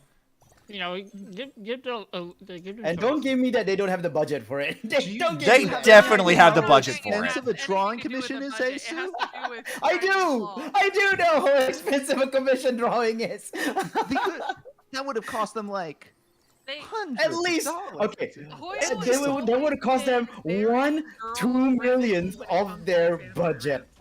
2 millionth, I guarantee you, Yeah. of the money they get from the last patch. It Yeah. doesn't matter how many fangirls will pay for their banners. It will always have girl fan service. Partially because of the fact that, generally speaking, Oh no! girl I don't fan mind service. girls. I Like- don't mind girl fan service. I just want both. I just want both. Oh, The- I know. I want both too, but I'm just saying. I understand why they did that because they know They know it's what their a audience fan is. Service issue also won't get them in trouble with China. Yeah, the other thing too is like Hoyo as a company, and this is something I think I don't remember if this came out when I was doing Amphoreus or not, but like there's two things that you need to know about Hoyo as a company. Hoyo loves women and Hoyo loves lesbians, Yes. and they put him in Absolutely. fucking That everything. is very true. Like there is very few straight characters in Impact Third's cast, and that's not just like a me reading too much into it or whatever. That is literally like the only reason they're not overtly just said as much is because of censorship in China. Like. And they've Yeah. given up on that recently because it's even more overt in recent patches. Like it's So Hoyo loves that shit. While there isn't any lesbianism in the Hyacine, Aglaya, and Tribby scene, I will say, even though they chose wrong with which to CG, that is not to say that that scene has no merit, because that scene does establish that the powers of Tribios, every time they open that gate, they lose a little bit of themselves. And I can't remember her name, Boko Tribby. Boko Tribby. The one that refers to herself as Boko. Yeah, Boku. You mean Boku? Boku Yeah, Tribby. Boku. Yeah. I have no Boku idea Tribby. because I play English. I That think could it's be Trinon. Trinon? Trinon is the one that does that. Trinon, Tomboy, Trinon, yeah. Tomboy Trinon. Tribby, Tomboy Tribby. Yeah, Tomboy Tribby is the best way to say it. Oh, Yeah. There we go. and Tomboy Tomboy Tribby.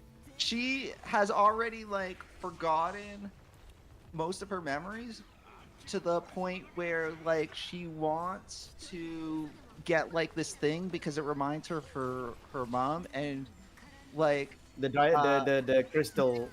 yeah, she thinks the crystal is her mother's crystal. The others are like, it's not the same crystal, and she's like, why won't you believe me? And then she runs off, and like she keeps forgetting like basic things, and she's trying to mask it, but every time she has to open a gate, a little bit more of herself fades, and so anyways, the thing to do now is to have her open a gate. So we're like, hey, let's we need to go to the school area, and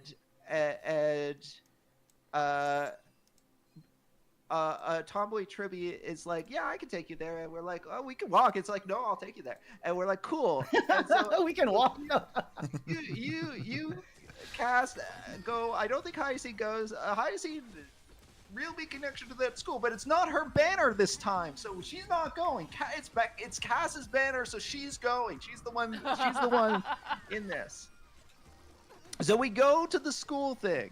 We go to the Uh-huh. school thing, and meanwhile, Maide is also like, oh man, you know, I don't know what to do. And old man is like tradition, and Maide's like, but future, yo. And Maide has like flashbacks about his past, the tragedy killed to dad or whatever. It doesn't matter. Anyways, so old man is like, I don't know that I trust things anymore. I am gonna, you know what's gonna make this all better? I'm gonna go yell at a child. So he goes, yells at a child. How is that resolved? I can't remember. It didn't matter to the plot. Anyways, so let's not worry about that right now. So while old man yells at a child, This is we all are at- accurate to the word. Yeah, absolutely. we are Yeah, in same, John. I hate school these area. TV things, What too. is in school area? What things do we do in the school area?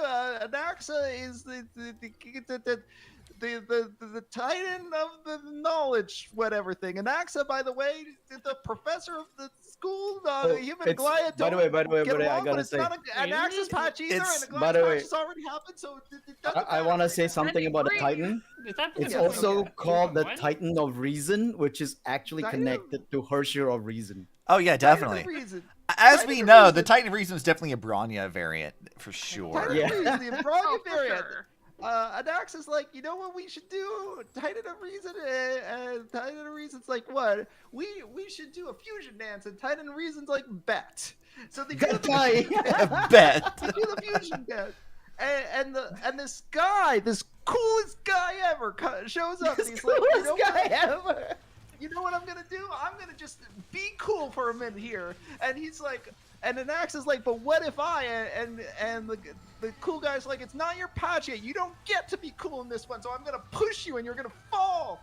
And then I'm gonna push Cass because it's not. It is her patch, but wait, no, it's not her patch. It's not her patch yet either. It's Isn't this the Tribby's Tribby patch? It's The Tribby's 3B patch. You're right. It's Yeah, the the Tribby patch. patch It's is not. Mighty and Tribby. Wait, wasn't 3B patch in That's right, 3.0? that's why Mighty's getting the No, flashback. we're- That's I right. thought- are we doing 3.0 or different one? We should be We're on 3.1 3.1 now, Cass- right? Cass is Right. 3.0. I don't know, but isn't Cass 3B is patch 3.0 is No, Tribby. No, 3.0 was Aglaya and Herda. Yeah. Oh, yeah, that's right, yeah. Yeah. So, I forgot about the we're- Herda. We're in Tribby and Mighty, which is why they're the ones that have strife right now. So, anyways. Yeah, that's so, true. So Cass is like, I'm gonna try to be cool, but I can't fully be cool yet because it's not my patch. But boy, look at me summon this site. Isn't that cool? And the flame chaser guy is yeah, that's cool. But you know what's even cooler? And the flame chaser guy pushes Cass, and we catch Cass, and we don't die because reasons. And Cass is like, Because could you be? reasons.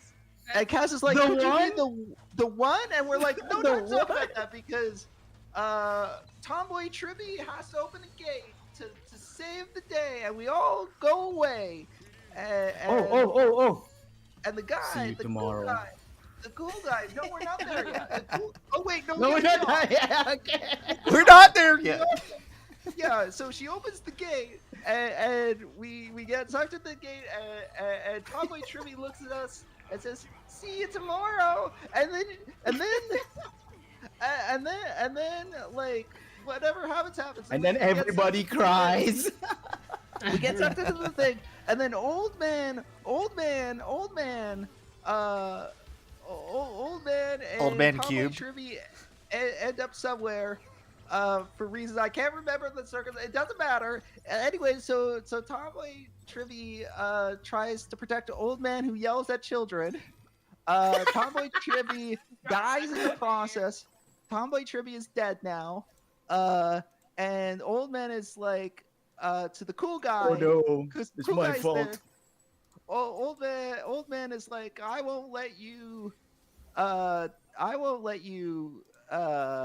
take dead kid, and the cool guy is like, I don't care, man. First off, it's cute that you think you get a say in what's gonna happen, but also I don't care about empty shells, so it's whatever to me.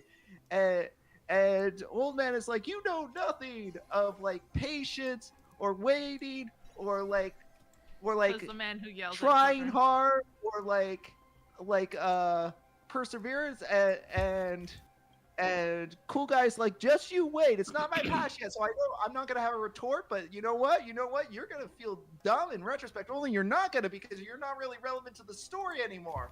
So I'm gonna just yeet out here. And old man's like, well, I've contributed my part of the story. And Made's like, well, you know what? Somewhere along the way, I made my decision. I'm gonna take the MacGuffin and become the MacGuffin of whatever Strife, and then also Naxa is now in the main city. It doesn't what he does next. You're gonna have to wait till his patch for that part. Anyways, and then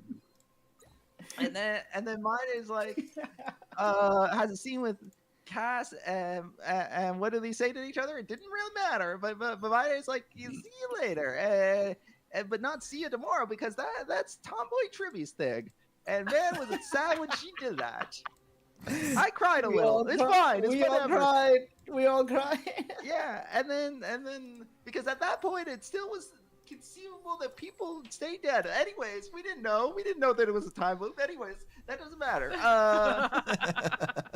That doesn't matter. Anyways, so mine is like, you know what I'm gonna do now? I'm gonna sit here and I'm gonna stare at you until you pull on my banner. And so he's sits there and he's pulling his banner. And he's They like, say "Look he's at still me." sitting there to this day. Yeah, I didn't pull on his banner. He ascended to Titan her to sit on that to sit. Yeah. I am gonna sit on this cool chair just like the old man wanted me to. No one's here, by the way. Titan of It's Strife or fine. like It Titan doesn't of matter. Sitting? He just sits there. I'm gonna hold back the black tide. What does it Menacingly. mean to hold back the black tide? It doesn't matter what it means to hold back the black tide. I'm just gonna sit here. That's what it means to hold back the black tide. So I sit here, and here I sit, and also, Tomboy Trivia is dead, and Cass bought that thing, and Cass gives the thing to the still living Trivia, and Tomboy Trivia is a doll now. Don't worry about that. It doesn't matter. And see you tomorrow. See you tomorrow. Anyways, what did you think of this match? It sounds like it had some emotionally impactful scenes in it. Honestly, You know, this was a really cool patch. I like like this patch a lot. I really like this patch. This is because when we went into Trivios's life, especially, there was this patch, right? Yeah, it was. Just Yeah, it was Yeah. Tribby's Yeah, thing. yeah, and it then was- was this where we fought I- Nikador and won? That was what that was? No, that was. Yeah, that the Nicodor one. Oh, was it 3.0? I thought it was 3.1. No, 3.0 Just- we 3.0 fought was Nicodor Nicodor. twice. Oh, Well, okay. Yeah, Nicodor we twice we, in we, 3.1. we fight Nicodor twice in 3.0. Nicodor's dead by now. Nicodor was the Strife guy, right? Yes. Yeah, we had to get the Yeah. Strife. We had to get the core flame of Strife, and then give Yeah. it to Mighty in 3.1. Oh, yeah, that's 3.1's right. That's main right. Battle. Right. 3.1's main battle was the Flame Reaver. was Flame Reaver. Oh, Right, right. right. Yeah, because he shows up at the. Yeah, he I shows know. up, Yeah. and that's how we do the When I talked tomorrow about the part. See You Tomorrow scene and the That was and the when cool he guy. pushes The cool guy was the past Flame him, Cool Reaver. guy, Yeah. cool guy is Flame Reaver. that was that was Yeah, the yep. scene I was, No. I forgot that he was a boss. yeah. Yeah, After knowing the story, I forgot he was a boss. yeah, kind of forgot Man, about I that. The mean, boss has after got more knowing who he Africa's is, it's just that after knowing who he is, I just forgot that he's an actual boss in the game. You know what's amazing? He's a boss here. And looking ahead a little bit at 3.4, he's like the mid boss, man. Yeah. Oh man, I'm so excited to talk about Comparison, 3.4. But anyways, 3.1. I would say this is like B plus A minus for me because I don't have any. For me, I the think my only winning- complaint is I remember thinking at the time, you know what, the Mine story, as much as I was joking about it, I thought it was actually fairly nuanced. I Yes. don't think it was as strong as it could have been. But I thought it was good. I don't really I have like- any complaints about this patch. It's just I that have there's a- patches I like more than this one. I have a soft spot for that kind of storytelling. The My Day storytelling of like, finding your place that you didn't think you were worthy of, kind of thing. And especially when it comes to like, I want to be strong, I want to protect, kind of guy, right? Which is My Day. So I have a really soft spot for that. That's why the My Day storytelling was something that I really really liked.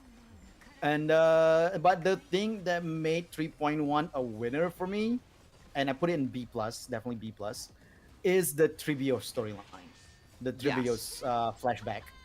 Mm-hmm. That one was just strong. That one was just super strong, which is why I'm sad that they didn't model her mother. Like I didn't really talk about that part just because it was a bit I was already talking about other things, but yeah, I liked the Trivio's backstory. The Trivia in general had a pretty strong story, Mm-hmm. And I think Tribby is probably not my favorite of the Flame Chasers, but she's certainly up there. Yeah, me, yeah, at for least. sure. She's definitely in the top tier of like the backstory, Flame Yeah. Chaser's backstory for me. So yeah, I mean, for me, it's just a question of whether B plus or A minus, because yeah, I don't really have any complaints about it. What about you, Jess and Obsidian? What did you guys feel about this patch? So you guys may not like this, but I don't really care about Tribby. That's entirely fair. I went into the patch with like, do I really have to play as the child? And I was like not very interested in Yes, it you like have to. at all. And I admit that like they did okay with it. I think it was fine. I think some of it was a little clunky, and like them not modeling her adult form was definitely a choice. I'm like, Yeah. That's Really? actually so sad. like that feels like that should have shown up. Like that feels like something that you should have put in. Like that needed to kind of be there, and you didn't Yeah, do that. for sure. It feels really weird that wasn't there, and I'm like, that's really strange. But if they do that, then people will want her adult form on a banner instead of her Everyone child wanted her form. adult form. Okay. Oh yeah, no, there was a lot of People were asking for it, you like, a lot know. of complaints about that. Yeah. Yeah, people were asking for it during that time, even without them doing that. They were asking for that banner. Because You have no idea how attractive she was as an adult. Well, games budget is limited. The marketing budget. We still no have a limit. chance. We still have So- a Yeah, chance. there's So, like, there's the leaks for, trailers- like, We still have a Amphoreus chance for to that. Come back to Have- Amphoreus, so there's a chance. Propeller The for trailers have Frankenstein. a much higher budget than Okay. than the game itself. So the trailers would like have like adult trivia and stuff because the trailers, you know, that's Yeah, the trailer that's what they also put has money like 6 or 7 more Mhm. tribbies also. Yes. Yeah. Yes. Like They're like I a just beginning. I felt Here's the like thing. I wasn't that invested in her plot. Like, and I was surprised with like that it was decent, but I just ultimately was like, like it's fine. And Mindamos Yeah, is that's another one of fair. those that I felt the same way too. I'm like, Oh. so like you went and sat on a throne. That was what we were building to. Like that's No, That's what this was. Obsidian. It's totally understandable. It's totally understandable. You just have no heart. It's fine. yeah. I'm just a heartless asshole. That's what it I is understand. for sure. We should have known. Obsidian That's never all. had a heart. Yeah. More Never was obsidian. there. See you guys tomorrow. Bye. Stream ended. See, Stream even when over, Pending said guys. see you tomorrow, your reaction was just to say see you guys tomorrow, not understanding the connotation behind Pending see you tomorrow. You have no heart when it comes to Trivi. Yeah. See. Yeah. Sorry. So Yui was playing 3.0 and Yui was like, I don't know if I like trivia, and I'm like, oh, maybe you'll like trivia more tomorrow.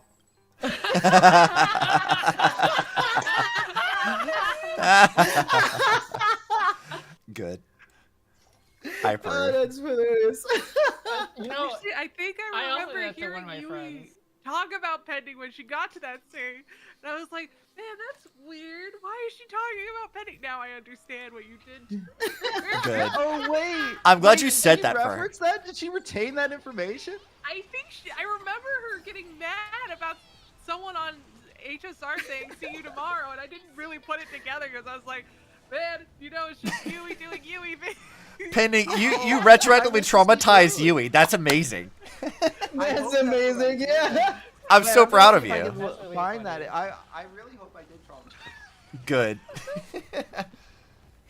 That's hilarious, though. I did something similar to one of my friends who was streaming. They were at the 3.1 and it was late at night, so I just said see you tomorrow and give a winky face. And then I got a really angry message the next day. He's like, you son of a bitch.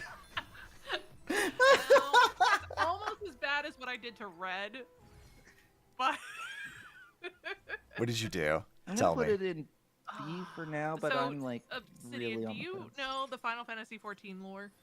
Not in any way whatsoever. So there is this character called, and I might be spoiling it for people. In Heaven's Word, which this game that expansion came out 10 years ago. I'm sorry, I'm spoiling it. Oh my There's gosh, a character yeah, I'm called not Heaven's there Word yet. is Harshfun Dies. amazing. I'm not there yet. Sag. Jess, you already are aware of it. I can't do anything for you. Because you were on Red Stream for at least part of your life. So, my resurrection macro in that game is Yeah. a smile better suits a hero, which is the words that Harshafon says as he dies.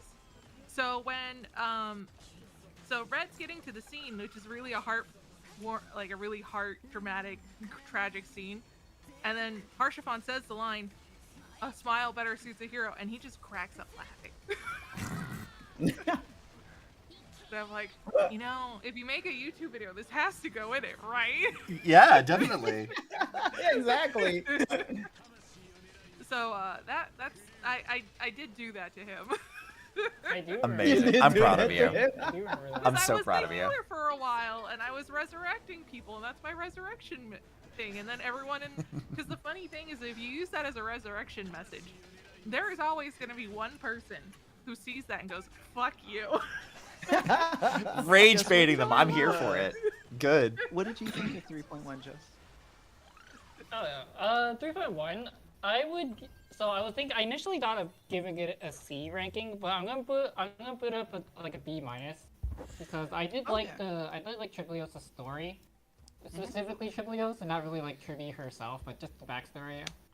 I did like the little flashbacks.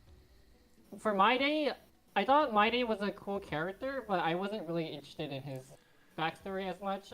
His message was pretty on par to what I was kind of expecting from Yeah. Yeah. He's very generic. before. He's Yeah, very he's- generic in that sense. Yeah, there wasn't any surprises like he it is was with through the Trivios. I was kind of surprised with some of like Trivi's story and what they had to do with Trivi. And Yeah. the See Tomorrow part really like caught me off guard in a way because I wasn't expecting another guest so soon kind of thing.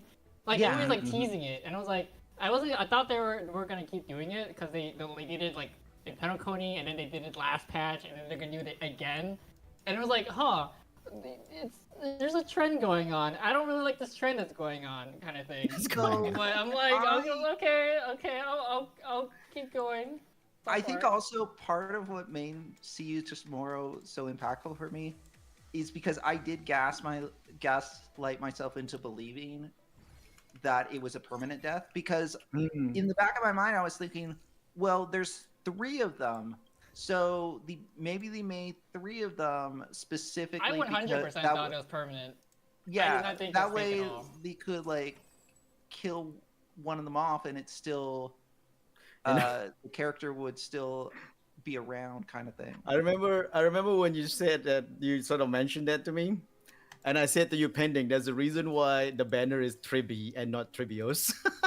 Yeah. Yeah, it's so sweet. It's so sad. So, okay, so that was 3.1. Are you guys okay moving on to 3.2?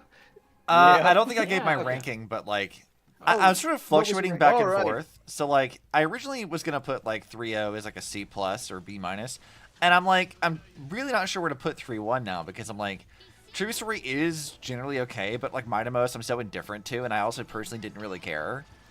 I agree with You that. should put So- it lower because you didn't have an It emotional kinda Yeah. does connection with the sound character. like I'm thinking I'm gonna put 3.1 3.0 works up for you. to a B minus and 3.1 to a C plus, because they're very close in That's my fair. mind. But I just Yeah. like, Oh, I just don't really care feel about like- them. Now, I feel like the reason why I'm actually also like 3.1 is better for me is because me and Bending especially, we went into this after the first initial 3.0 release storytelling style. And 3.1 is just such a much better storytelling style than Oh yeah, I could 3.0. totally see that Like, for they sure. improved so much. Yeah. 3.1 was a bit of a breath of fresh air after 3.0's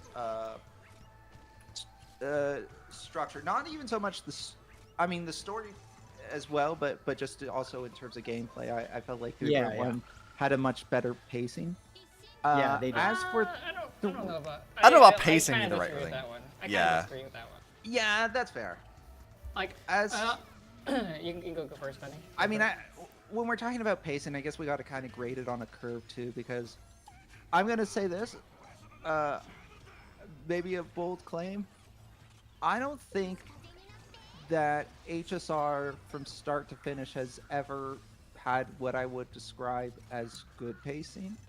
Oh yeah, for No. sure. Yeah, I would agree with that. I would like to say The I pacing have is barely you played have the to be game, and I pretty totally subjective, agree it does actually. not have good pacing. Yeah. Yeah, I its mean, spacing it is kind of a mess. You have the pacing is like you have to make your own pacing kind of thing too. That is true as well. Like pacing Yeah. in some ways is a product of like how much you're playing the game and stuff, and how many breaks you take and stuff as well. Except for any part of So, any Hoyo game. pacing Yeah, Krail, you're is right. kind of in the eye of the I don't know. beholder. As Genshin's relatively okay with its pacing. It's I not the would greatest, hard but it's disagree okay. that most everything up to Fontaine can't was pretty really- fucking bad with its pacing. I Fontaine can't was a really big step in the judge, right direction, but Genshin, because I haven't played it in forever. But anyways, 3.2 because we still have a lot to I do. think Samira's been pretty good. So here's my problem with 3.2. Not in terms of ranking it. Can you guys remind me which banners is 3.2? I believe it's an AXA. Who was the other one? Castris, I think, right? Castris and an Nexa. Yeah. You know, it was gotta get Castor's gotta get first. that, paid. Okay. Paid Yes, It was you're right. Castris first, then is an Nexa. God, a global lot happened in this Catham, one. Let's go. Okay, you're right. This was the anniversary banner. So let me tell you about what happened in the anniversary banner. First off, Anaxa. Global passive. Oh no, that okay. He's in the city now. He's in the city now, and Aglaya doesn't like Anaxa, but Finon likes Anaxa, and Hyacine likes Anaxa, and Anaxa doesn't really care either way. So And Anaxa isn't like an AXA. And Anaxa's indifferent about Anaxa. So Anaxa's like, I don't really care about what Aglaya's doing. I want to solve a mystery, and the mystery I want to solve is like what happens to Who made the flame us? chasers. Who made us? Yeah, well, Why I are want we here? to learn about what happened What to is the the flame truth? chasers, and like, boy, does what Anaxa find out not actually matter. But for about a hot minute there, it seemed like what Anaxa was going to learn would matter. Anyways, so Anaxa talks to this guy that looks a little bit like a robot. Does he matter? Of course he doesn't matter. It doesn't matter. Don't worry about the guy. Don't worry about it at all. He's not relevant to the plot, really. He doesn't Neither lie. person. What do you mean? Anyways. Yeah, it's whatever. He doesn't. He's in it. Ignore the He was fact. just- Ignore just the a fact that they butler, made a that's model all. for him when they didn't even make a model for a Titan. It doesn't matter. Anyways, Yeah. so That guy's just so a butler. That's all. It's just a butler. Naxa talks to the guy that seriously doesn't matter. Anyways, so Naxa then goes to the Titan world to learn mysteries, but let's forget about that for a moment because a lot happens in this patch.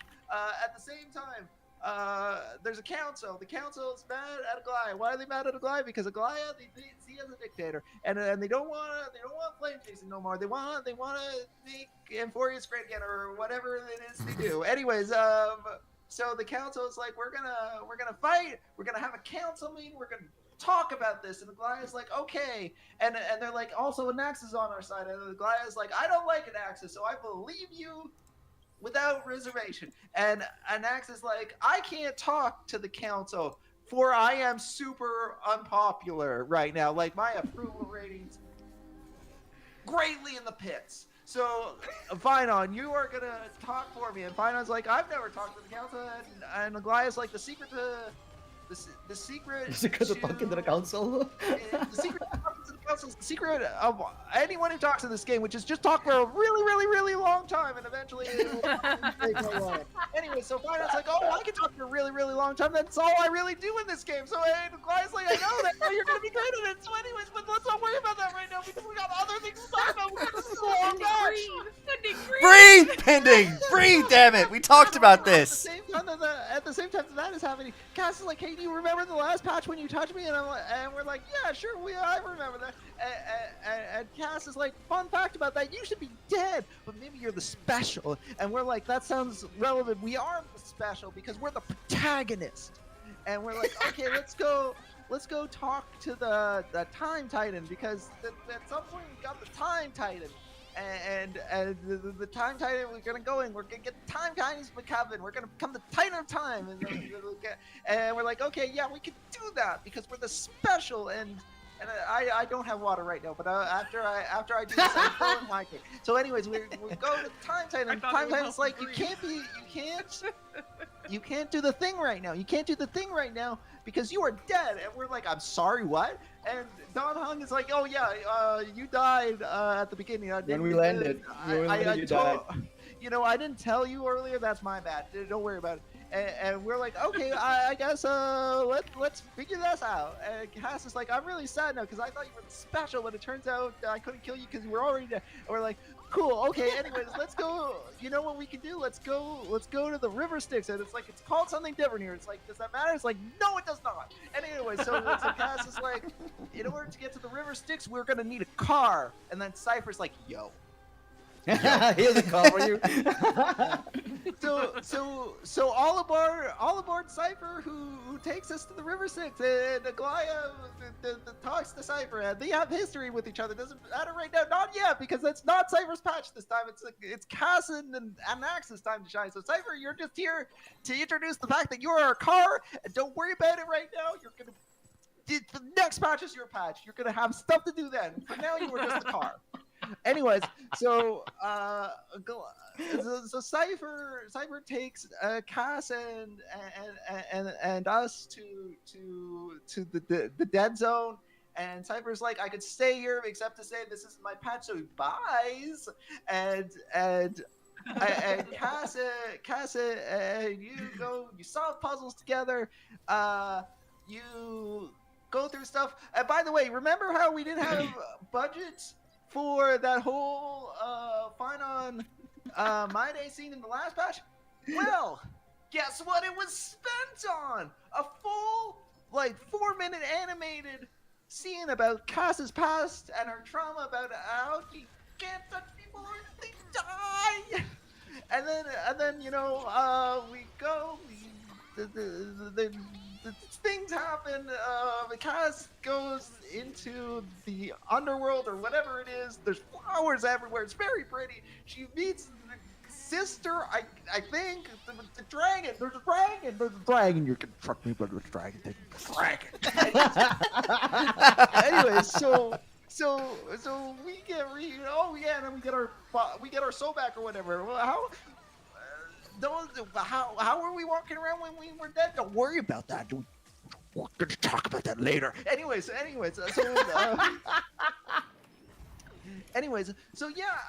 all that happened. While that was happening, Max is like, hey, by the way, I solved the mystery. Did you know that the current Titans were the old flame chasers? Eventually they go mad and become Titans and get corrupt and stuff, and then a new set of flame chasers have to do them. So we're stuck in a loop. We're stuck in a loop.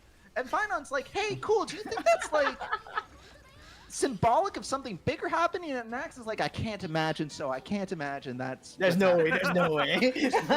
No. This is the biggest loop of them all. There's no way there's any bigger loop than this. And then this guy that looks a little bit like a robot with a hole in himself is like, yeah, no, that would be silly. Don't worry about that. And imagine like an Axa going. I don't know your name, random robot dude, but man, do I trust you. Like, I can imagine an Axa going, there's no way there's a bigger loop than this loop. If there's a bigger loop, there's like a sky full of stars or something. There's no way. Yeah. Don't be silly. To the council meeting. So Finon. Oh yeah. Castrus is in the underworld forever until. All right. But don't worry about that either. It doesn't really matter that she's stuck in the underworld. Trust me, it won't matter. None of this will matter. Anyways, we're going to the council meeting, which also, guess what? That won't matter in the end either. But for now, it feels like it matters. And Finon, using his powers of exposition speech mode, gives a rousing speech, and Anax is like, I'm going to switch sides and agree with the flame chasers. And old lady's like, really? I'm gonna lose this? And Anax is like, you have a generic NPC model. I don't know why you thought any of this was gonna work out for you. You're going to be in a couple more patches, lady, that they didn't bother to spend budget on, but you're never going to matter in any Who way doesn't that have a matters. real name either? She only Yeah, has a code name. It's like a title she inherited. God, Yeah. don't worry about her. She is padding. Anyways, so yeah, the flame chase will carry on. Cass is stuck in the underworld or whatever. Cypher's the car. And Axa dies. I forgot to mention that he dies. He emerged with the Titan of Reason that causes him to die, but not before he solved the mystery. But anyways, dead now. He's totally dead. Every patch, people are dying. Anyways, it doesn't matter. I'm beginning to suspect it won't matter because then this many people die. No, there's gonna be a reset or something, right? Anyways, it doesn't matter. Anyways, so yeah, that's patch. What do you think? Yeah, perfect summary, honestly. I totally retained all of that. I think you did. I think you did a good job. That's a good job. Anyways, I really like this patch. I would say out of the patches we've hit thus far, this was definitely my favorite one. Out of the ones up to this point, because like for me, what this was like was I had heard people were really pissy about Castrus because they said, "Oh, well, she's just like Firefly. She's just supposed to be Trailblazer's canon girlfriend. It's so useless and bad and stupid and weird and gross." And I'm like, I got that stuff from Twitter, and I got actually to the patch. And I'm like, what the fuck do you mean? It was a little annoying.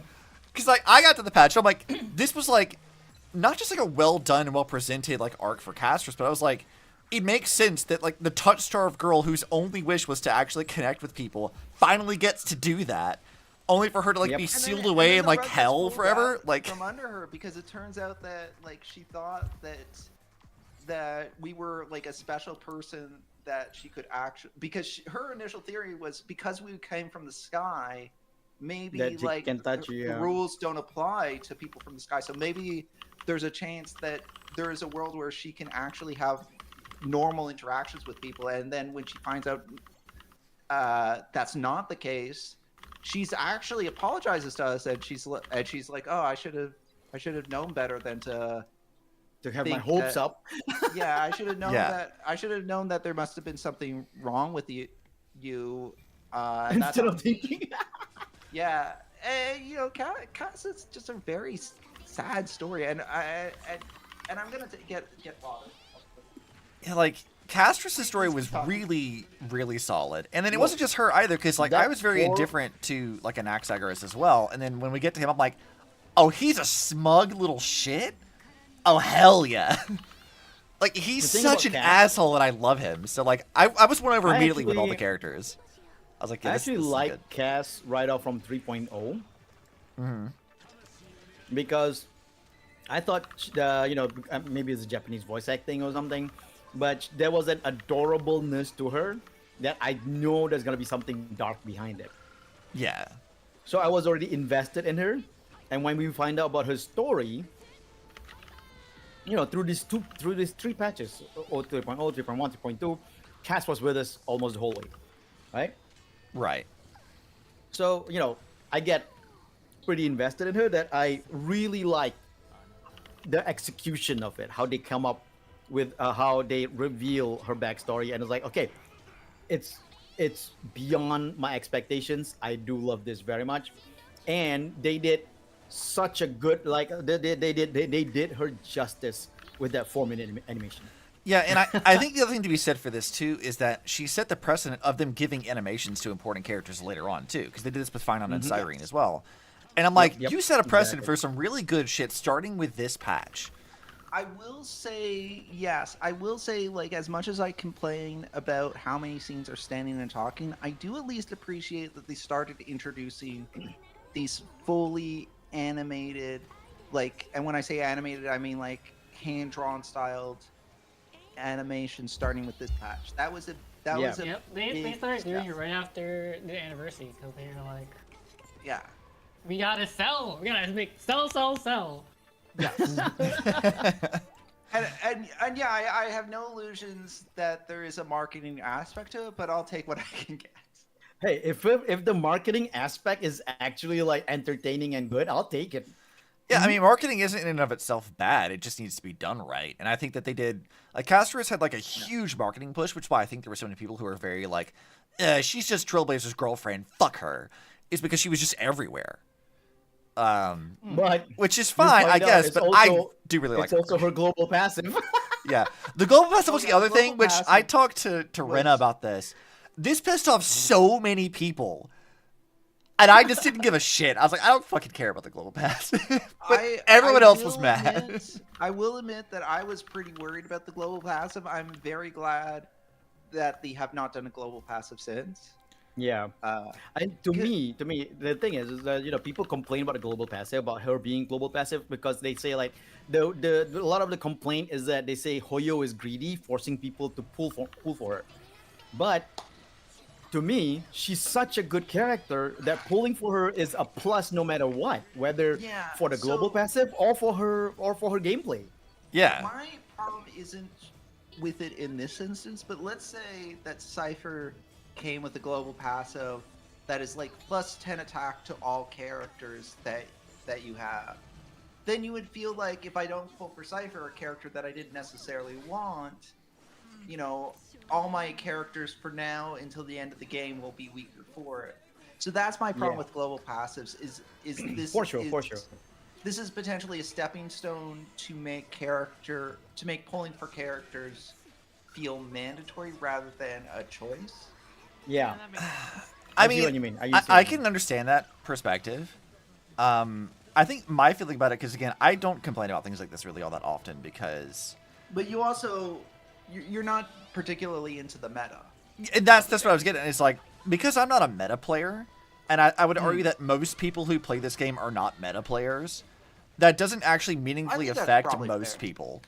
Like, most people, it's It not going most- to matter at all. So, like, Yeah. it does suck for people who are, like, really trying to be competitive in the in-game, but there's no directly competitive thing in Star Rail for that really to matter. It's not like how, like, Impact Third has, like, the Memorial Arena or So, whatever, you're competing directly for push back scores. But, I'll like, push back against that because while it is true that there is no PvP mode, to clear the endgame stuff is a pretty Yeah. high ceiling. yeah, and So- there is Yep. that, which is like it's in-game content to some extent, but I mean more so there's not like a directly competitive aspect, so you're not getting an unfair advantage of other players. It's just negatively impacting the in-game stuff, which, as we would learn through later patches, they really just kind of fucked in-game stuff to cater only to whales anyway. So I think maybe it was at the Yeah. beginning of like catering to whales and not to everyone else. But as far as Yeah. me being a more casual player, I don't really care personally. Yeah, Carden, I agree with that. Like I was worried about it setting a precedent. So far, they haven't, despite the fact that Cash obviously sold regardless. But so far, they haven't introduced another character with a global passive. I don't know if that's because they just never planned for one, or because there was backlash against it and they decided it It's wasn't probably worth it. because of their backlash. I think the backlash. Yeah, I think I it's the will backlash. say Yeah, because that they would there have was added. They would have definitely added more. there was early leaks that suggested that Finon was supposed to be the next character to get a global passive after cast, and given that Finon didn't, it could have just been that the leak was wrong to begin with, or it could have been that they decided to reverse policy. I wouldn't Yeah. be surprised if it was because of the backlash of the global passive on Cypher. I think in matters of kit design, I think it's very plausible because, well, like certain things they make foreign events, the kits are done. The kits are being tweaked up until like a week before release. Like Yeah. Dahlia's kit just finalized like a day or two ago. So it's not inconceivable that fan reaction can influence power scaling to that extent. I feel like yes, but also they can't meaningfully change a whole lot last minute because of backlash. A lot of people, and this is going to be a common thing for a lot later too, is people I think, seem to think that story Hoyo like stuff, I would they, agree with kid stuff. Kid stuff. I think they because we Kid do stuff, know that yes. Kid stuff, yeah. And with the exception of what we know of leaks coming from future patches, a lot of what Hoyo does for all of their games, they have it planned out upwards of 6 months to a year in advance. So outside of tweaking the kits for better balancing or maybe like removing a thing, they're not really meaningfully responding to immediate criticism within like a patch or two. It will be 2, 3, 4 patches down the line before that stuff is really more actually changed in response to that critique. for example, like if for whatever reason in 3.2, if the reception to Cypher was vitriolic, it's not as if they wouldn't have Cypher in patch 3.3 because they're already committed to it at that point. But like if in the beta, like there's a lot of problems with Cypher's kit, you can do changes in that regard. Like they can potentially change the balancing of Cypher, and they do change the balancing of characters because the beta cycle goes through usually 5 different versions. Yep. And characters are updated. Like when I say that Dahlia's kit got locked a day or two ago, that's because version 5 of the beta was recently rolled out. And typically speaking, that's when the character's kit is finalized. Yeah, which I mean, again, the changing the kit stuff is fine, but like they're not gonna like rework entire kit just to push things out just to cater to people who are bitchy. They don't do that. They've never been able to do that. It's all planned way much further in advance. This becomes a thing much later on. Possible exception of what's happening now. Yeah, and that's extenuating circumstances well beyond the norm. It's because of extraordinary things. What's happening now? I say as if I don't know. As if you don't know, and it would immediately get us in trouble. Nothing, child. What's happening Nothing's now? Yeah. What do you mean? Everything's sunshine and rainbows. There's nothing wrong at all. Nothing's happening. Okay, but literally, someone tell me in like the DMs or Wait. something. Wait, Oh, are you saying there's no war in Bar Sing Se? yeah. Don't worry, Jayking. I'll DM it to you. Yeah, Thank you. definitely Is there no war in nothing. Bar Sing Se? There's no war in Ba Sing Se. Obviously. There is no war in Boston today. Don't worry about it, chat. Yeah, I do think that, like, as far as the patch at this point, this was really strong. Anaxa won me over. I did not think I was going to like him. And then we got to him, and I'm like, this smug son of a bitch. I'm here for it. I'm absolutely here for it. He is cool, though. He is very cool. He's so funny. I think this... I'm debating if I want to rank this because of what I'm going to say for the next patches or not. Is either this going to be like an S- or an A+. It's somewhere in that range. This is really, really good patch. Like, it's very strong comparatively. I definitely put this one on an A for me. Yeah, it's definitely A. I don't know if it's going to be an S rank or not. Like, I'm floating about it. But... Yeah, I'm thinking like A- though. A-. Everyone's pretty crazy. I because, understand. My opinion on this one wasn't. It was good as well, but unlike Obsidian, I dislike Anaxa. I think he was a big dickhead for how arrogant he was. And I was like, wow, this guy is like preaching. I know he's a professor, and he's like, you need teacher flashbacks. Jess, don't, Jess. He's projecting to himself down there. You shut up. I was like, Nobody man, asked all you. The characters are. I like all these other characters. This guy, this is the first character I did not like as much. So it was a bit of a downer. I did find it was interesting about when they went through the backstory of how the Titans were. Yeah. But I was also how they were expositing about it was also really boring. So I can't give it points for that. So that's why it's on A- for me, because I am indifferent about Anaxa. Okay. I am staunchly a huge Castoris supporter, but Anaxa to me just seems as I'm not saying he's a bad character. I'm not saying that, but I am indifferent to him because I've seen characters like him. I mean, that's totally fair. Hoyo game, even in a Hoyo game. Yeah. I'm I would not agree with that, indifferent actually. Anaxa. I just don't like him. In fact, I see him flat- in a Hoyo game that's just like 5 patches before this one called Dr. Ratio. Yeah. Well, see, I didn't like Ratio as much, except for Ratio interacting with Aventurine. Like Ratio is only fun when he's with Aventurine, because the two of them interacting is That's true. hilarious. But Ratio by That's true. himself is the worst. Aventurine was really good. Yeah. That is true. Maybe. Do you know what? I do like Anaxa when he's with Aglaya. I like them together. Yeah, they're like lot. bitchy, like ex-husband thing is like kind of great. Yes. I like it when That's they're true. together. And when I saw Anaxa by himself, I'm like, all right, get him out of my screen, dude. This guy's annoying. I don't know, like, I very much sit in the mindset of like, I like characters who are assholes because they're really funny. Like, it's just, you are such a hateable prick. And I'm like, you didn't need to be this much of a jackass about it. But I'm like watching an actor be like, I'm going to be this big dramatic queen about revealing my things, just shitting on everybody who's like in the, like, what is it? The stage? The stage thing. Yeah, like the... I think it was crazy. Yeah, It yeah. was The crazy. I'm big like- trial thing. What a fucking legend to be like, you know what? Fuck all of Yeah. you. I don't give a shit. This is the truth of the world, and now I'm gonna go die. Fuck off. And I'm like, And okay. and that's my thing as well. That's my thing as well. I don't hate him because of that. I don't have any, preference for him, but I also do not hate him like Jess does.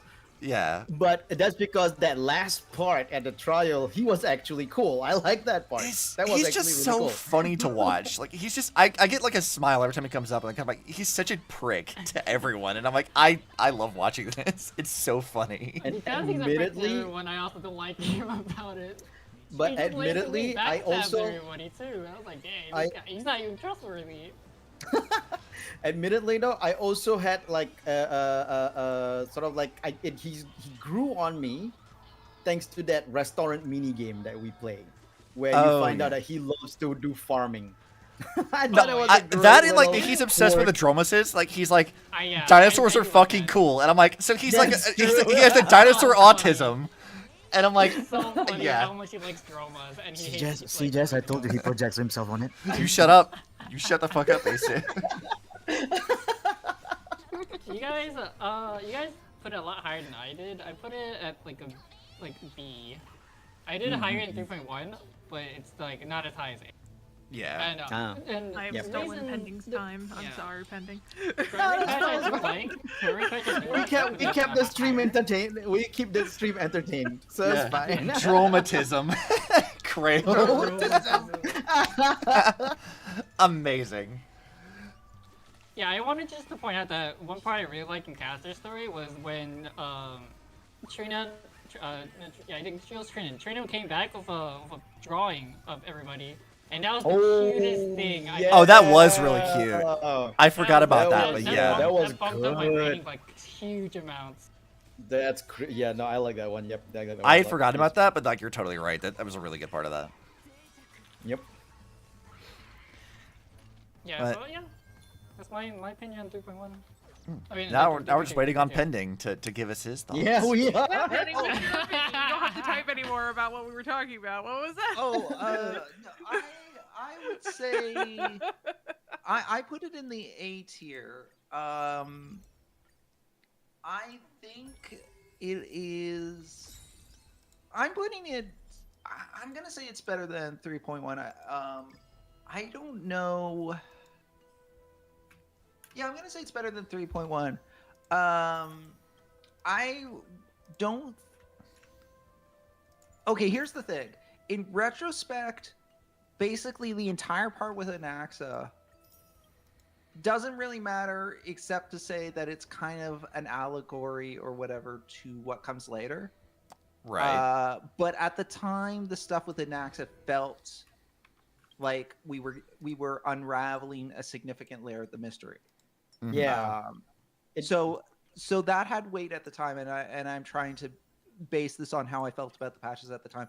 And Cast was a really strong character arc for me. So when you combine those two, I had very positive feelings about 3.2 at the time. I would say probably if I was grading this based on my feelings now, I might penalize Put it it a little down? bit because of what I know now. Yeah. The Anaxa stuff feels less relevant, and on top of that, from what I know now, I want to say the pending death because my character's name is pending, but the Trailblazer's death, I don't understand that, and we're gonna get back to that later because I was talking with it to Jess, and talking with it to Jess, I don't understand. And Obsidian, maybe you can help me with that later, because there's. So this was I like need. So for me, Yeah, this let's was talk about about. this later, now. later. Yeah, then we get to that Yeah, later let's talk when about we get to this right that now. to that. I was just saying, like, particular this okay, was yeah. I think this was maybe the patch, or maybe it was the patch right after this is where I actually started playing Amphoreus from the very beginning. So this is about where I was at. So I was kind of steamrolling through it. I don't know how much Yeah. I can actually give you meaningfully of this because I was powering through this shit in like a month. So Okay, that's fair. Well, I'll talk about my problems with the fact that the Trailblazer was dead later. But first, did everyone say what they wanted to say about 3.2 before I start marathoning 3.3? did you give your rating of? We of pretty it? much, yeah. I rated it 8. Okay. I mean, so, we pretty much talked like a whole bunch of it just now. When you were like typing with Jay, so Cool. we Yeah, gave you like know, a just pretty keeping me up on my topic. opinion. No worries. No worries. So so yeah, I mean, if you are curious of our opinion, don't forget to just subscribe to Pending's YouTube channel when this gets on the gets edited and uploaded. or I do that mine. with Oh, 'cause every he's gonna stream. totally do that along with Every he's doing stream. also Sidesgate and editing and posting it on YouTube. Asu's chilly pending and forgetting that I'm also on YouTube right now. Oh yeah, you're yeah, that's it. Thanks, Asu. Really appreciate that, man. If you could subscribe to Obsidian, we at least know he does it on YouTube. Yeah, it's thanks. Thanks. literally- Like, Sorry. comment, subscribe to Pending. Don't worry about my channel. It doesn't exist. It's not real. Sorry, Obsidian, I didn't subscribe to yours. That's why. I see. Thanks for He that. doesn't much care for your content. Don't much care for his content. He talks too much about Jurassic Park. It's like, ugh, Michael Crichton in Jurassic Park again. You know, the funny So part you about know- that, I don't think it's even been on my channel like at all. So Like, in any you meaningful know what else way. has dinosaurs 3.3? Where are the dinosaurs? It doesn't matter. Don't worry about that. I don't care. Anyway, so let's talk about 3.3. It's the patch of Cypher and who else was it? one? Who was the other one? Oh god. It couldn't have just been Cypher, right? No, it wasn't. No, no, no, it's was not it the Cypher. Fate patch? No. No, 3.4. No. Fate patch is that 3.4. Yeah. Yeah. Who was it? Who was it with Cypher? And don't you worry, I'm going to be summarizing the Fate part of that patch as well. Cypher, no, Cypher. That's crazy. Swiping. Fuck. Because I remember I skipped the second person. Cypher was the first one. I wanted Cypher because Cat Girl, but Oh, was it Hyacinth? Hyacinth. oh, it was Oh, Hyacinth. yeah. Yeah, Yes. that's Okay, right. Yeah, no, Oh, that's why right. am That I makes like blanking so hard? That's so crazy. Yeah, no, that makes sense. Now the Hyacinth part of the story has come back to me. Thank you for that. Okay, so that's how I remember. That's how I remember what was in which patch based on which banners were there. No. Anyways, so we had the thing. Cass is now in whatever, but back to the River Styx. Turns out that Cypher and Bardos, whatever his name is, doesn't matter. They're doing stuff, and Cypher's like, "Don't worry about me being greedy, because Aglaya said, or someone said that I have this that like greed is gonna be the thing that kills me." But as long as I steal and then give it to other people, then I can't very well be greedy, right? So nothing's gonna kill me. Anyways, so let's go ahead and have a flashback about Aglaya. And also, Aglaya, you're kind of you're kind of talking. You're through hushing my how you vibe. die. You're hushing Yeah. my vibe here, But anyways, it doesn't matter right now. Don't worry about Cypher's thing. It wasn't super relevant. Anyways, so we gotta go to the sky, and Aglaya and sky. Hyacinth. No, sorry, Hyacinth, us, Don Hung probably. I don't remember. We're all Yeah, gonna Don go was to the there. Don was there. yeah, we're all gonna go to the sky. Don Hung's like, I got teleportation powers now, or whatever. It's like, really? Yeah, I don't. Where's Maybe. the Yeah, I don't know. power I of don't. Water.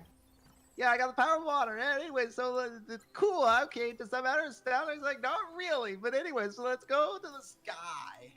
Let's go to the sky. So we go to the sky to see the Sky Titan. Turns out there was a history of like the history of the sky is different than what we thought it was. Doesn't matter. It doesn't matter. Why does it matter? We're wait till 3.4.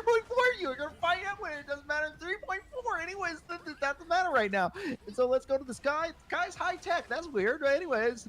I thought we were kind of like Greek Roman stuff. Why is this all high tech? I don't know. Why are Don't we in worry Star about Trek? that. Don't worry about that. Maybe is that foreshadowing? Is that foreshadowing? We're gonna find out if it's foreshadowing. Anyways, but not yet. Not yet. We're gonna go deal with the Sky Titan, because if we can deal with the Sky Titan, you know, we're gonna be able to leave.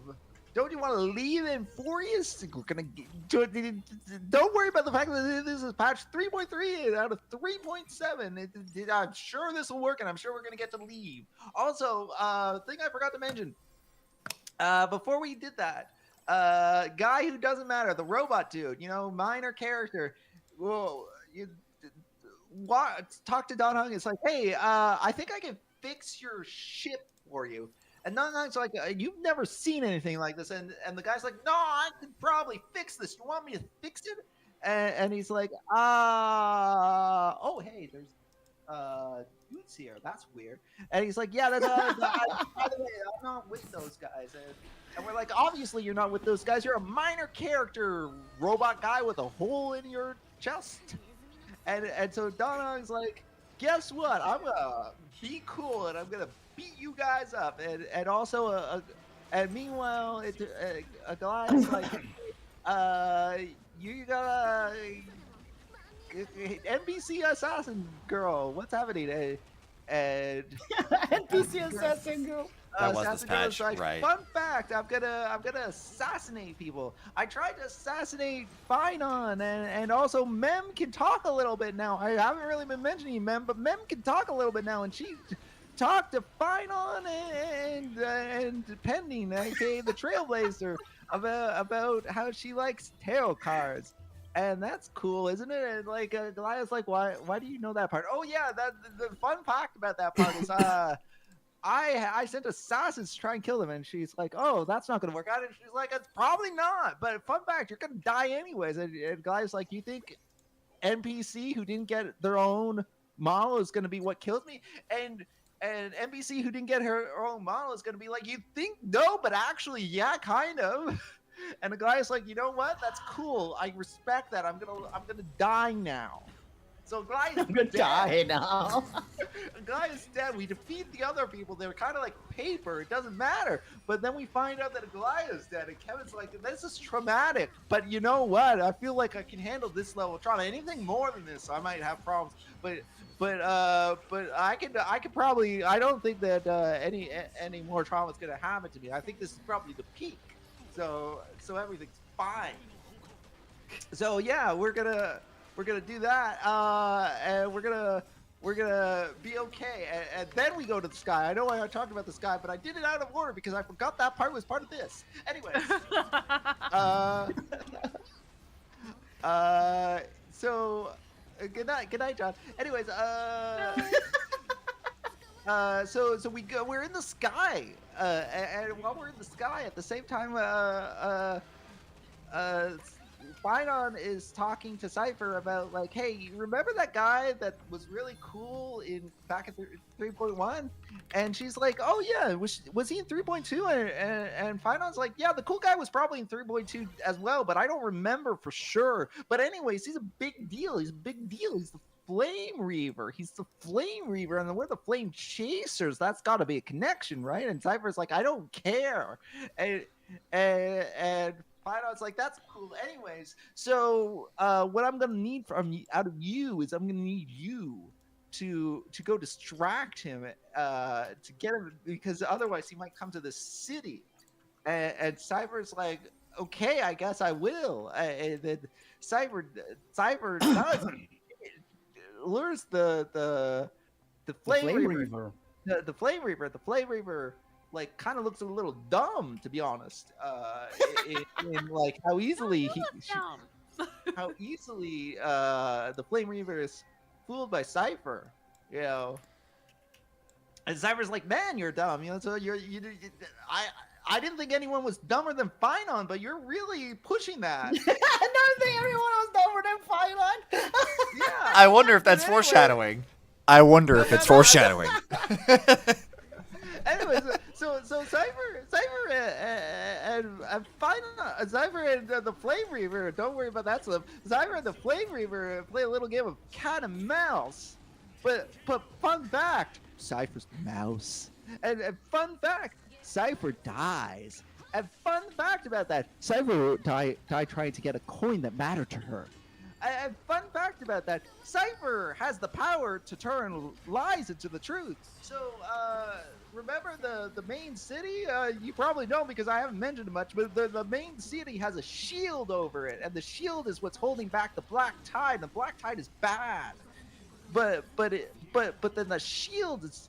The thing about that shield is it should Okay. died 1,000 So- years ago, but Cypher told everyone that nah, it's gonna last forever, and because Cypher can turn a lie into the truth, everyone believed her. But now that Cypher's dead, her power has no effect anymore. So the black tide is consuming the city. Meanwhile, we were in the sky.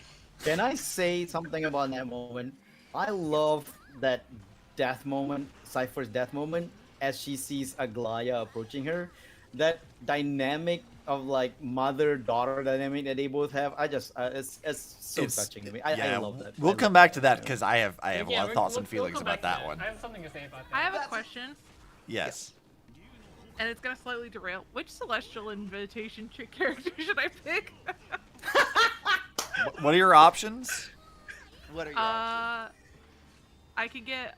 I'll show you. Let me just screenshot this. Okay, cool. I don't remember their names that well. No, that's fair. We didn't have the celestial invitation thing back in our days, so. Back in our day, we didn't get that. This thing. You can get one standard banner character. I would say probably Bronya. Yeah, Brawny is still very useful Mm, depending mm, on like what teams you've got. Yeah. So Yeah, I Bronya think has so. the ability to action advance a character, which Yeah, is had pretty I heard powerful. one here, it would definitely be Bronya. That's the Yeah. girl. Just to confirm, that's the girl with the purple rocks for earrings, right? yeah, the one with the Yeah. The drills gray-haired for girls, hair. gray-haired. Yeah, Yeah, gray hair girl purple drills for rocks hair. earrings. Yeah. Do not get the girl. Do not get the little girl with the purple hair. That is very different. She will not help That's a you. dragon. Oh wait, and now I'm She really will not confused. help you. It's added more to the screen. Oh god. no. Oh no. Did you? I Did you don't get- know what's did you- going on. Oh, Hello. this is different. Okay, no. Okay, so you when you lose your 50-50, you Uh-huh. will get one of 7 characters, but there are 10 options.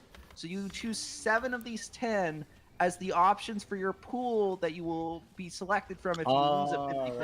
right. Okay, well I definitely don't want Bailu. You don't want Bailu. Yeah, you Bailu's probably not don't very want helpful. Yangqing. You probably don't want Japard. So take those 3 out. I Yeah. would Like if you recommend. don't have a Japard, Venturine, I- Japard can work in a pinch, but like you definitely don't want I don't Bailu. think She's I have No, a useless. they give you Venturine. free. You don't need Japard or even Adventuring because they give you Don Hung for free now. Oh yeah, Yeah. I Oh, forgot. actually, I don't know the- for certain the if they better still Japard. give you your free Don Hung, but if they still give you your free Don Hung, then your free Don Hung is good. Hi guys, I haven't played this game in a while, so I'm just just doing things that everyone else has already done. Yeah, no worries. Anyway, so we come back from the sky and we find out that the black tide has taken over the city. And Finon's like, wow, this is a lot of trauma that I'm dealing with right now. But you know what? I think I thought a gliadine was my limit. I feel like I can handle this too. Anyways, so we're gonna help. We got the sky MacGuffin. We got enough MacGuffins now. So what we're gonna do is we're gonna send you back home. So you want to go home, right? Also, Tribby is probably dead. Don't worry about that. That happened off screen. It doesn't matter. It doesn't matter. Anyway, so Tribby, just go ahead. Hyacinth's back in the sky. Go to the temple of MacGuffin, and everything will be fine. And anyways, so we are off, and then Finon goes to the place of greatness, and he's there, and he's like, and then the character that doesn't matter, the robot with the hole in his chest, he's like, hey, and Final's like, hey, minor character, what are you thinking? And he's like, did you like the second Matrix movie? And Final's like, no one did. And he's like, cool, this is gonna resemble that a little bit, just a little. Don't worry too much about that. Anyways, we've been here, you and me, many times before, and you always make the same choice. And Final's like, everyone I know is kind of dead, and he's like, yeah, no, that's cool, right? And he's like, no, that's cool, right? No, and he's like, And he's like, anyways, you always make the same choice, but this time will be different because this time there's the other factor that is Trinity. And I mean, don't worry about that. Anyways, hey, girl, welcome. And girl walks in and is like, don't worry. This will be a love story like no other. You think so too, right? Right. Hard cut to credits. The funny part is it does actually go straight to credits after that too. Can I say about that ending? Yes. In my mind, even though we look at it in a lot of people like, I didn't think that was a linear ending. I think that ending was actually the first time Phynon and Cyrene came down and confronted Lygus at the Vortex. I would agree with that because the next patch basically confirms it. Yeah. I will But go ahead and voice that one of my ending- criticisms of this patch right now because it applies to two don't things. think This is the first patch where the English dub pissed me the fuck No. off. So pending. The reason why I think that's the case was because of Cyrene's appearance. Because Cyrene So is supposed to not appear anymore after the first cycle. I'll have to rewatch it again, but I think Lygus explicitly says that Phynon has been there many times before. Granted, Lygus I know. could be lying. No. That part with Lygus was the current one, but then midway of that we shifted to Yeah, the first because time. the next patch confirms that Phynon hanging has out with it. Cyrene was the first cycle. That was what was happening in the yeah, original because- before she sacrificed because herself. Cyrene never. Yeah, appears Krail knows again what I'm after getting that. at. So, this patch specifically has one very obnoxious issue that forced me to change the dub language. Because Cyrene. if I have to hear them pronounce it Cyrene and Celiose, I will fucking kill someone. It is Cyrene and Celios! God damn you! Can I say that is the actual that is close that is the American pronunciation of the Greek name That Cyrene? it pisses me off so much. I fucking reject this immediately. Like I was so like I even now I hate listening to it because it's so awful. Like of all the things you could choose, Cyrene makes the most sense because it sounds like Serenity. It sounds like Siren. It fits with her character. It works. Why the fuck would you use the weird other why?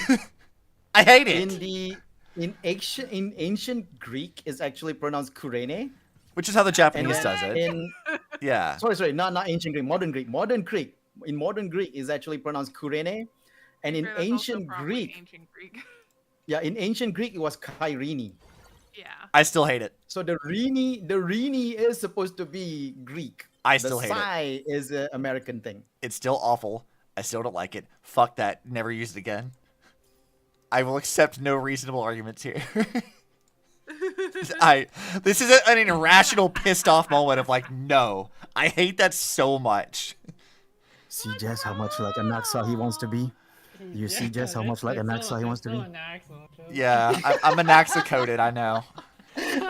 I'm gonna say like, here's the thing, like when I was like doing 3.1 and 3.2, like when I was rating them just now, I was like, man, I'm rating these like, and I feel like I like 3.3 more, but actually now that I'm remembering what was in 3.3. Really, the only part of 3.3 I particularly like is the ending. Yeah. I didn't like the Hyacinth story or the parts in the sky. Like, I didn't really care that much about the backstory of the Sky People. I thought it was kind of interesting that they got their history a little bit wrong, but it wasn't like a big deal to me. The problem with the Sky People thing is that there wasn't really anything sprinkled throughout before to give us like a hint of this whole thing. So it felt like a bit added on instead of like planned out. Yeah. This is and the other thing was I don't feel like I didn't feel like a particular connection to Cypher either. Like I thought Cypher was fine, but I didn't care about her that much. So As a car, she's fine. She's a good car. Don't get me wrong. She's a fine she's car. a good car. She's It's a a fine car. automobile. but yeah, thinking back on it, like I liked the boss music in this patch. Yeah, I Poor liked Boy's a the banger of a ending song. this patch, but everything leading up to the ending it was kind of meh to me. So I think for me, this patch was actually a C. I think like a C plus. This patch So- made me excited about 3.4, but I don't think that this patch in particular was like a patch that I liked a lot. I feel a bit conflicted about this patch because I did like Cypher a lot. Like this is sort of the patch where I started back into Star Rail specifically for Cypher. Her English is fucking amazing. Is one of the best like voice castings they've had in any of all of Star Rail. Cypher's English voice is fucking amazing. She's one of the best ones. I will agree with that. It's kind of funny because this was actually a patch. This was so. For context, for 3.0 through 3.3, I did all these patches in Japanese because this was during the time. The when- voice actors guild thing. Oh Yeah, yeah, so- that was when that was happening. So a lot of key characters like Don Hung at this time didn't have an English voice yet. Kimiko didn't have an English voice. The Trailblazer didn't have an English voice. So there was enough characters that would have been otherwise muted that I was playing in Japanese for the first 4 patches. And then after this, I switched back to English because the English voices were back. Yeah, I But agree with that Krill. being said, Cypher's I English have VA sounds like a English theater kid. The entire time. I played through English the entire time. I have my own opinions on everything. Yeah, like Especially voice acting. Especially the voice acting. Yeah, I think Cypher was pretty good. I liked her story a lot. I think it's one of my favorites of Amphoreus in general. Hyacinth, however, I don't have a lot of like attachment to Hyacinth as a character even now. The Sky People thing does feel very tacked on, and I think this is a common problem with a lot of Amphoreus, that like they take a lot of these like plot threads that probably should have been relevant throughout the entirety of At the least- Amphoreus story, and they didn't really do At it least at all. clue it out. Yeah, Yeah. at least clue it out throughout. This you know? because when we get to 3.7 we talk about Cyrene, but like there's a lot of like lore things that should have been present through a lot of Amphoreus' story through every single patch. They just didn't do, and they kind of tacked it into like one patch, which feels kind of bad for pacing. And I think Hyacinth and the Sky People thing is one of those. It's just like, the boss fight really satisfying, really cool cutscene. Poi Poi is a fucking banger of a song, but like That's such a good song. it's so That's a good. great song. But like Yeah. that half of the patch, I was not nearly as invested in as the first half with Cypher. Like, so I don't know. Solid A, like maybe like an A minus B plus is about where I'm at with this, because again, Cypher's was so good, but then Hyacinth was just like, That's fair. Yeah, I'm going lower than you. But I think for me, the difference was like Cypher didn't prop it up for me as much as it did for you. yeah. I will say that the cat and mouse thing, I kind of joked about it. I actually didn't like that part because it made the Soul Reaver feel like less of a threat. The fact that she kept tricking him. So, and the fact that she kind of died via a mistake in a way. Like, I get that she needed to distract him and she was basically there to buy time. So to some extent it was set up to be a sacrifice. That said, it felt less, the stakes felt less weighty in there because of how easily she seemed to be foiling him, to the point where it felt like, and especially what we learned in 3.4, it makes even less sense to me. So it's an even worse Controller, please. thing in retrospect to me. But at the time, it felt like it was really discrediting him as a. You see, I sort of took it the opposite direction, because I'm a bit confused on why you think the play cat and mouse was kind of discrediting the Flame Weaver, because the Flame Weaver, even though that was happening, he always caught up with her. It didn't Yeah, matter what trick she did. But he he was just still seemed like overpowered. a mindless brute. Like he seemed simple-minded. Like The way that I interpreted that for And it me almost was felt not like that he was she- like simple-minded and actually being tricked. It was like he was toying with her. Because the way I looked at this was like he's gone through this as we would learn in 3-4 like 300 million times. He knows all of Yeah. Cypher's tricks. He knows what she's going to do. She's not actually tricking 33 him million. at all. 33 million. million. Thank My you. opinion was like the flame wheel was just so strong it didn't even matter to him. He's just like, I can play with you. It doesn't matter to me. I can just walk through and Yeah. teleport behind you. Like I could do this anytime I want. It feels like he was toying with her. It's like a serial killer that's like slowly walking behind like a character. Yeah. Like Yeah. it doesn't come off as like he's incompetent. It just comes off as like she thinks she's in control, but she's not, and then she dies because of that conceit. And I feel like that was how I feel looked like- at that.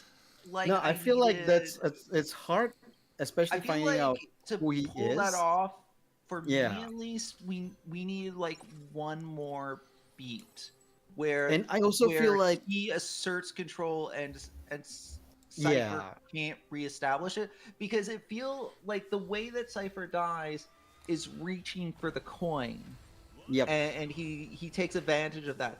If he had knocked Cypher down, If and he had been Cypher playing tried with to her, run away, and like Yeah. he corners her again, like he's just like, we're done with this, and Yeah, like I can't- Cypher I has can't a moment of genuine agree. fear, yeah. then I think that's what switches it to a horror movie villain. Cypher never And really that's- felt to me That's like how I she had feel that though. fear moment. I that's how I feel too. Like it doesn't feel like he's toying with her, because it doesn't show it.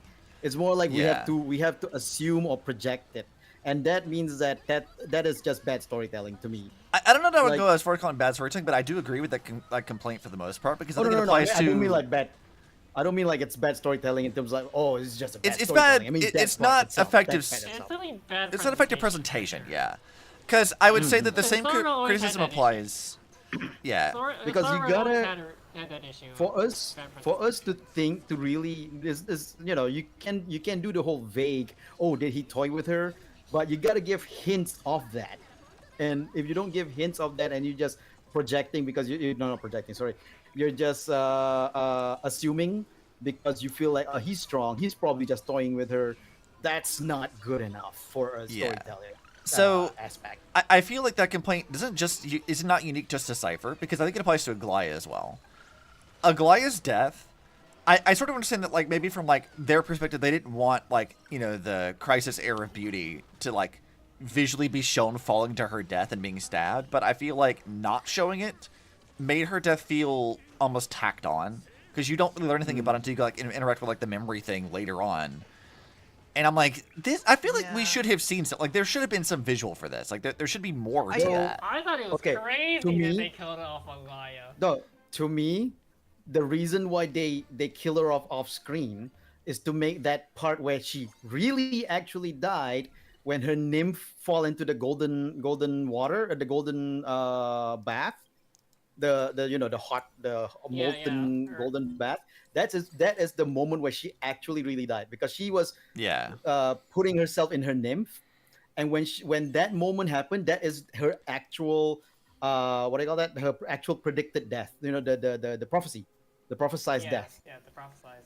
So I think that to me, I'm okay with Aglaya's body death being off screen because for them to show that part to make that part even stronger for me. Oh yeah, Krail mentioned So- a very useful point here where he says that like during the patch they do talk about the Flame Reaver a lot outside of the Cypher scene where they say that he's been spotted and he's just like the implication being he's just standing there just watching.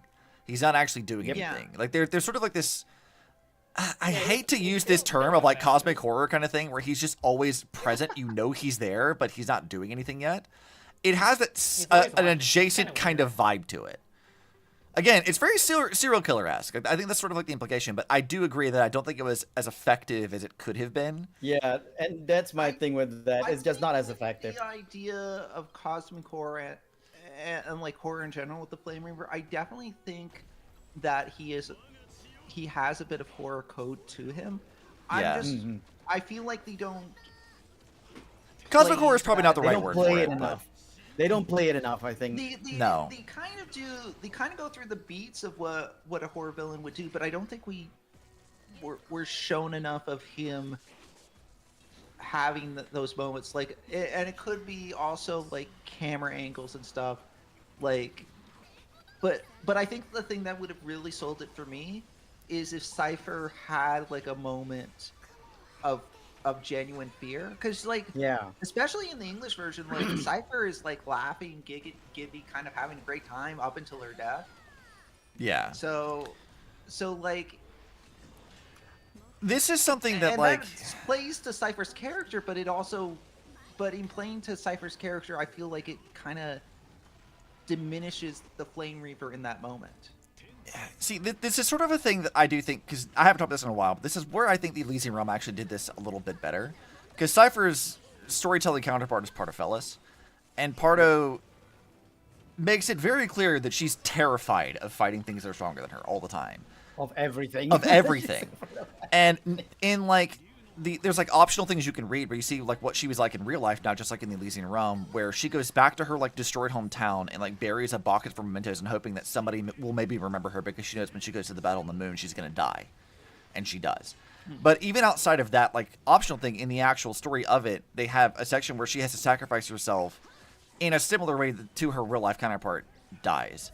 And you see this fear of her and what's going on with that. You have like a whole touching moment of like May holding her, she like disappears and dies off. So like you get to see that fear in Pardo's character that you don't see in Cypher. In Cypher, yeah. I agree with you. This story was told much better with the way they did for Pardo than they did with Cypher. Yeah. So it's and like the best part is that with the Pardo telling, it's mostly just like textual, but it's done so well. Yeah, like it's very, very well done. Like I think a lot of like what the Elysian Realm does so well is like even with just the self-contained arcs that they have, it feels a lot more like interconnected. Yes, there are 13 characters you have to go through and learn about, but some of them you already knew previously. And it feels like there was a plan for the arc and everything kind of flowed in together very like organically. And Star Rail, broadly speaking, does not do that very well. And Cypher is just one of many victims of that exact kind of storytelling problem of just they don't really give her the time she needs to like express more emotions. As much as I liked her story, I don't think it was like as effective as it could have been. I think they should have done they should have done a disparity between how she was in her past versus how she is now. Like, because there is definitely a difference between how she was when she was a child versus when she became a Chrysalis heir and took the mantle of Chicory. Because she acts the same thing, but we all know that. Well, okay, we know later on that that's not how she is actually. But I think that they didn't really present that very well, and that can cause confusion. But, I think I would agree with that. That sounds right. Yep. They had the ability to do it, but they really didn't showcase it as strongly. They didn't pull it off. They didn't pull it off exactly. So I'll put this on D. No, I'm just kidding. I'm gonna put this one on C. I do think that there is something to be said about the idea that there could have been some underlying reluctance there. I have mixed feelings about that because my God, he's done this a million times now. Like at this point, the only thing he should be feeling is monotony. So that's kind of where I'm a little uncertain. But even allowing for that, because my list is supposed to be how I felt at the time, like the retrospective of like what I would kind of infer about his motivations after the fact can't really weigh into the feeling of the patch when it came out. Yeah. So I don't for the specific way I'm grading my tier list, it doesn't affect things. I think it's valid to think of it that way.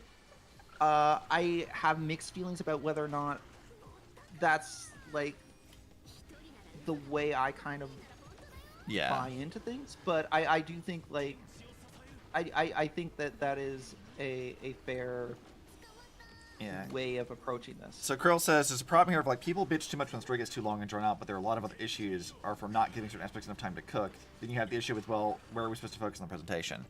My thing So- about that would be, I guess my argument would be that when I asked that I wish there were certain things included, I'm not asking for the story to necessarily be longer, more efficient potentially, but like there are not everything in there I feel like was necessary. Like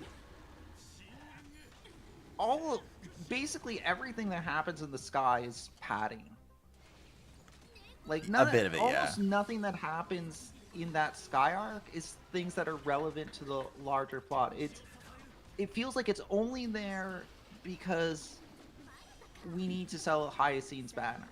Like it doesn't feel like it serves the larger plot, and that's a part of a bigger thing that I have with this is I think when that's, I say that's that kinda the true. story is bloated, I think the underlying problem I have is actually that there's too many characters.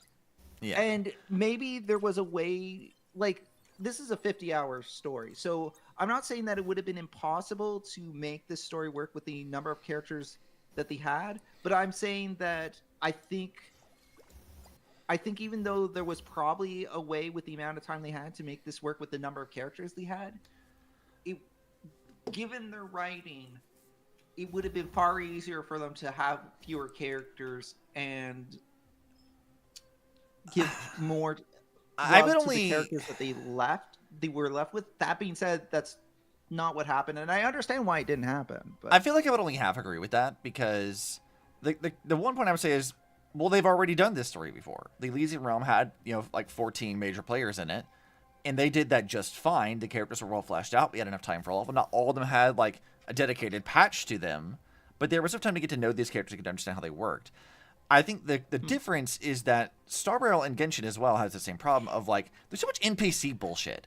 I don't give a shit about the NPCs. I want to see these characters interacting, what their motivations are. And NPCs are supplementary material, not the main focus. They give a lot of extra time to like these bland ass side things that aren't relevant. They're not the playable characters. Why are we talking to Kindness for the 15th fucking time? I'm sick of her. Like, we don't need the NPCs. And there's She so might much be bloat. ballable later. Like, there's so much bloat in the story overall because they're trying to make every patch about a certain couple characters and they're trying to add extra to make it worth having a whole patch dedicated to it. When I don't think that's really necessary at all. Impact Third managed to circumvent this because they had two stories going on at the same time. You had the Elysian Realm stuff going on, and then you had the whole thing with like culminating with like the fight with Otto and wrapping that stuff in Cloister. And so like we had two stories going on with two different things where you could have banners kind of like alternating between the two stories. Whereas like Amphoreus is just dedicated just to the one thing, and they're bloating every patch out just to justify having a patch. And it feels like Amphoreus could have been about half the length if they had just trimmed down a lot of that. I will agree, Cardin, that I don't mind if a patch is 15 hours, but it is a question of quality, right? Like, if it's 15 hours, as long as it's 15 hours of good story, then I'd be happy with it. I think my problem is rather than 15 hours of good story, we're getting 8 hours of story, 2 to 3 of which are good. And that's just to give an example. Like, I'm not saying that every patch is like 75% like stuff that I don't like. It's just like when I say that something feels long or feels poorly paced or feels bloated, it's not that I'm saying that length is inherently too long. It's that for the amount of content that they had, I don't feel like they did a good enough job justifying using their time efficiently, using their time well. That being said, like, I don't mean to be overly negative. Like, there are things that I liked in the patch. It wasn't like all bad, and it's not to say that a patch feeling bloated is inherently a death sentence to the patch as far as enjoyment goes. Like even 3.2, which I graded as an A, I would say that there are parts of that patch that felt bloated, but I feel like the overall feel of that patch resonated through to me in such a way that like my overall feelings were ones of significant enjoyment. And I will also say that I think for me, what I'm noticing, especially with this tier list, as I make this tier list, is how attached I am to the characters is definitely going to weigh on how I feel about the patch. I mean, that's totally fair. So like with 3.2, you could make an argument that a lot of Casters' story, strictly speaking, isn't super relevant to the greater narrative either. But I enjoyed it, and I think part of the reason I enjoyed it is because I enjoyed Cass as a character. I don't feel that connection to Hyacine, so I'm more liable to say, well, why did I even need this kind of thing? So I think there's I think like there's some inherent bias there where if I like a character, I'm less likely to say, well, this was just bloat, right? Hmm. And yeah, Okay. I think Yeah. I think there are things in the main story that could have been side quests. Like one thing that they did was they decided that character story is not side quest content. That's the main story. And for the most part, I do like that. But there are parts of it where I'm like, oh, this could, if you made this not part of the main story and you made this something that we learn about later on its own, then it actually might have made everything a bit more digestible. Like learning the stuff about Hyacine's past or Cass's past for that matter, maybe had you turned that into a character side story, like not side story in the sense that it doesn't get like the same level of love as the main story, but like have like a 4-hour long MSQ, then 4 hours of like character centric side story that's still fully voiced and everything. Kind of like what CCC does, actually. Yeah. Where exactly. CCC has like a shorter MSQ, but then they also have a fully voiced, like fairly high production level, character driven side story that's released alongside the MSQ. So you end up with a relatively similar amount of content, but some of that character stuff that wasn't relevant to the main story is relegated to that. So like the main story, for example, could be all about could really focus on Minato and Lucia and like the mystery of like the town and all that, and then Yudhari, Yidari. Yeah. like she's not like super relevant to the story, but she's still a banner character, so we still have to feature her. So we'll make a dedicated side story to her that you A play whole after event the for her. yeah, and that still had like voice acting and stuff. That still had like comic scenes and all that. So it still got like the MSQ love. It's got just the like, treatment. It's got the right treatment for it. yeah. I think another problem that Star Rail has is, and I might be in the minority on this, Star Rail takes a lot of time to try to establish, a broader world-building thing with Amphoreus. We talk about the Sky Tribes and their history. We talk about Krymnos and its history, and, the Mightymost wrote the one word in the Krymnos language or whatever the fuck, right? We spend a lot of time with these, like, different tribes and things trying to learn about all of it, and it feels like a lot. It's a lot of extra information. So For me, what that feels like is like feeling. if Elisa Realm would try to do the same thing, it's like if you had played the Elisa Realm and they didn't have any knowledge of the previous era or Honkai at all, and they tried to jam every bit of lore about all of Honkai Impact Third's like 8-year history up to that point into a 1-year story would have been the same problem. So here's my question, because I don't have an answer to this. Yeah. When I've been doing these summaries, a joke I've been making is it doesn't matter, and the reason why it doesn't matter is because we find out this is all a simulation. Like, Right. this world is not a real world, but they want us to care about it as if it is. So I guess part of the question is, if they didn't spend all this time trying to do the world building it, because like at the end of the day it's just a simulation anyways, like on the one hand the world building is pointless, on the other hand if they don't do the world building, do we care less? Do we not care about Amphoreus? So that's where I'm conflicted about it, because I think you could probably could have either relegated some to side stories, or just had like just fewer locations where like maybe the city of Akuma itself was just like that was like the last bastion of humanity left or whatever, and you just get focused on just that one part of it.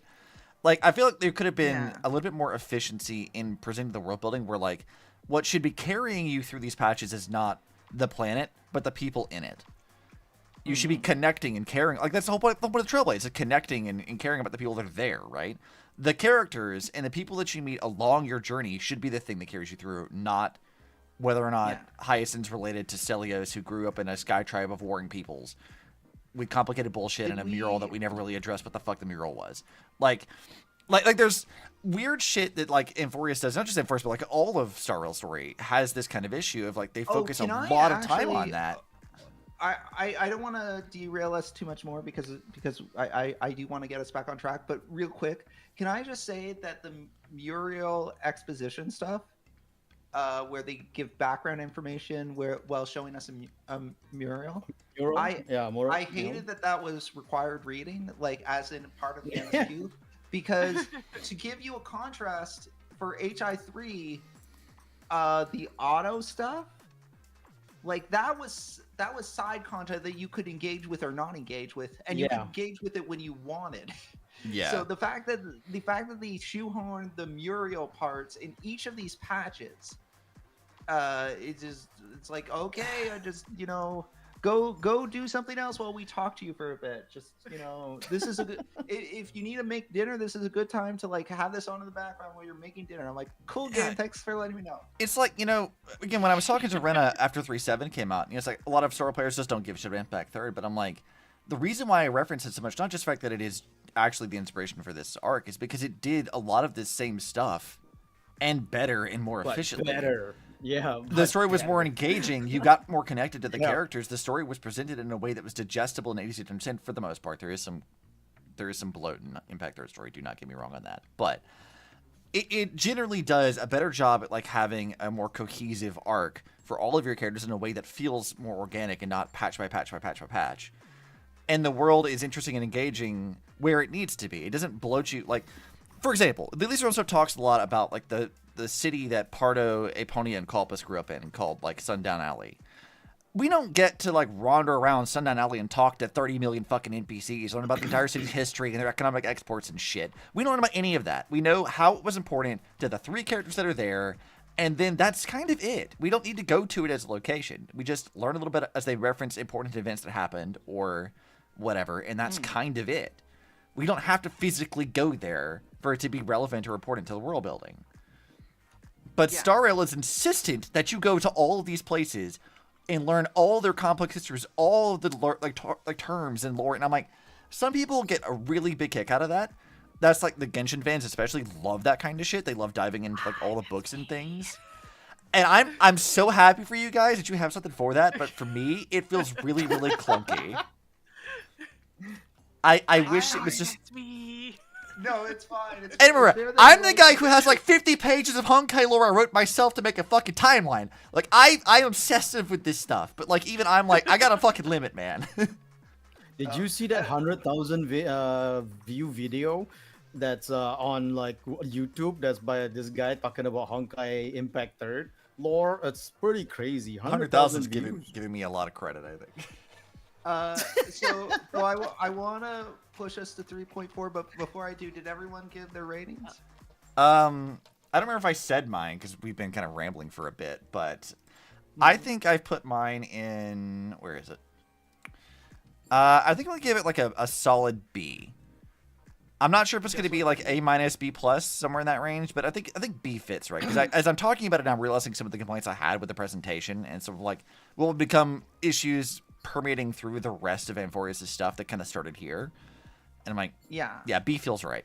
So, Just what did you places?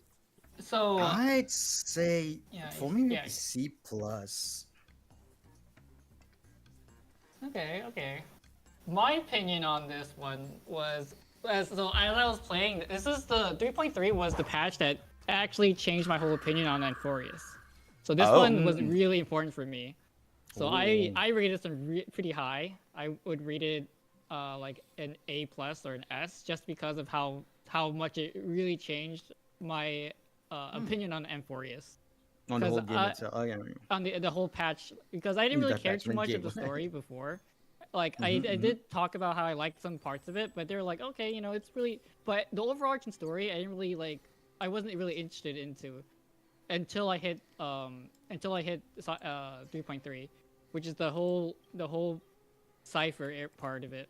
And I could agree with everyone's arguments about Hyacinth's, like, sky people and how it wasn't presented, or it's not very interesting, or it wasn't very, like, you know, like cool to like talk about. But I think it was just fluff for Hyacinth, as everyone said, and I like Hyacinth, so I enjoy that part because I got to learn more about Hyacinth. So it's very subjective in that point where I like Hyacinth. I like knowing about her backstory or where she came from, how she wasn't really a Chrysos heir in a sense, and how she's just a girly from the sky. Like it's kind of funny in that regard. And she just became the chosen one of her people because one person in her ancestor was like, I will volunteer a sacrifice for all the sins of my people. And I'm like, oh, you know, that's cool. I mean, it's not like, Cypher's Arc did the same thing for me. It carried this patch to be higher rated for me just because of how good that was for me for the most part. And I think Cass's arc was similar for me. Like, I think for all of us, like, the backstories that resonated with us are the backstories for the characters we like. I absolutely for sure. Yeah, some key moments that really struck me in 3.3 was the first one was Aglaia dying and Spynon had to step up to the plate. That was really pivotal for me. Another part was pivotal was the whole Cypher's voice acting was really strong. I really enjoyed it. The whole fight in the Skyland, the whole boss fight, the animation was really on peak. And then the ending as well, when Aglaia sacrificed herself in a way, and how everything went back to the prophecy. Like there was two prophecies that happened at that point: Aglaia's death and then Cypher's death. How she died over petty change, and she died in gold. I was like, I was blown away. Like how everything was connecting together. Like it was finally coming together. I was like seeing the light for the first time. I was like, oh my god, my eyes are opened. Well, Krell's put it royal here. For the first time in this whole story, it must be really good or something. Like they're cooking something. I don't know what they're cooking, but they're cooking. Yeah, they're cooking something. It was crazy for me. So Krell says it right here. Of like, says the Cypher's twist was the moment a lot of players started to pay attention again, and I think that is correct. That like this patch, not just with Cypher, but with a lot of it was like people were like, oh, Helya might actually know what they're doing. Yeah, exactly. Like the whole part, like before 3.3, I was like, oh, they're just doing like basic storytelling. I don't know, like what am I supposed to be paying attention to? And then Cypher's part blew my mind. I was like, oh, I actually have to read the story now? I have to actually listen? That's crazy. I gotta pay attention? What just happened the first three patches again? So my thing about that is that I think for me, like the Anaxa investigation was bigger for me than the Cypher stuff. And in addition to that, Cypher's death, because at this point so many of them have died that the deaths no longer mean anything to me, because I'm like, yeah, there's going to be a reset or something. Like this isn't none of these characters, there's no way this many characters are being killed. So my thing from people on Twitter. My thing also about this is that like those parts are great. The Cypher twist is great. The Aglaya dipping into the golden water death, it was very touching. And then the whole Cypher, the whole the Cypher death scene as well, I thought was really nice. But it's just so few things in the overall big story for me. Like it blew my mind, but it's not enough to bring me to like push it up. You know, Yeah. not after But- 3. Not after 3.2. I think I would say like That- this patch is like the pinnacle of like the highs are really high, but the lows are kind of 3.1, low. 3.1, not 3.2. I would say that's a fair assessment. I am gonna Yeah. push us to 3.4 though, just because Yeah, we've been yeah. going for 3 Yeah, hours. Yeah, we got a lot more to go. Okay, so 3.4. 3.4. My game has downloaded. That's how long you guys are taking. Yeah. we have a lot to discuss. So okay? 3.4. Yeah. I can summarize this one Contact. really fast. 3.4. Finon, his life sucks. Oh man, does his life suck? He's stuck. It turns out that minor robot dude, he's actually a major robot dude. This whole thing, this is a simulation. We're in a simulation. Amphoreus is a simulation. How do we die in a simulation? Don't think too hard about that. Anyways, anyways, don't worry about that part. But Finon is like the key. He's the deliverer. He's gonna save us all. He's gonna go and he's going to fix everything in the Flame Chase journey. But oh no, it doesn't work. Okay, well let's try this again. I have a theory, Finon says, and my theory is that this loop, what I'm gonna do is I'm gonna get all of the MacGuffins. I'm gonna put them in my beam, and that's gonna make me stronger. And with that strength, I'm gonna be able to defy fate. And oh no, that doesn't work. Okay, let's try that again. And oh no, that doesn't work. Okay, let's try that again. And oh no, that doesn't work. Okay, let's try that again. And so it goes. And again. And so it goes, and so it goes, and so it goes, and so it goes. Cyrene, it's not Cyrene's patch yet, so we don't get to do too much with her. You know, that whole thing about this is going to be a romantic story like no other. Introducing Cyrene, don't worry about it. She's not really that important to this patch, I guess, because this isn't her patch. And like, this is Finon's patch, so it's going to be important for Finon. But, I mean, Cyrene is there, don't get me wrong. Cyrene is in this patch. She dies. She dies. She dies. And then Vinon's like, I gotta do this alone, I guess. So Finon does this alone. One time it's just him and Little Inca. There's another name for Little Inca. I will not repeat that name. What, The Fat community Fuck? calls it something else. That is the name, yes. So anyways, Eon of Veracity. the World Eater, as it were. So anyways, Finon does this over and over and over again, stuffing himself with more and more and more MacGuffin. Does it get fat? No, but he gets strong. And Maide, remember in 3.0 when Maide warned Finon about the only way to kill him, and I didn't bother mentioning that at the time. Well, he did that, and Finon knows how to kill him. So kill him, he does. He does it a lot of times. He does it. He kills everyone. He kills Sniper. He kills Naxa. He kills them all. He go again and again and again and again because he needs their MacGuffins. He can't live without the MacGuffin, and he needs to keep resetting it over and over and over again. Because if he doesn't keep resetting it over and over and over again, Iron Tomb actualizes, and you don't want Iron Tomb to actualize because that's bad. How bad?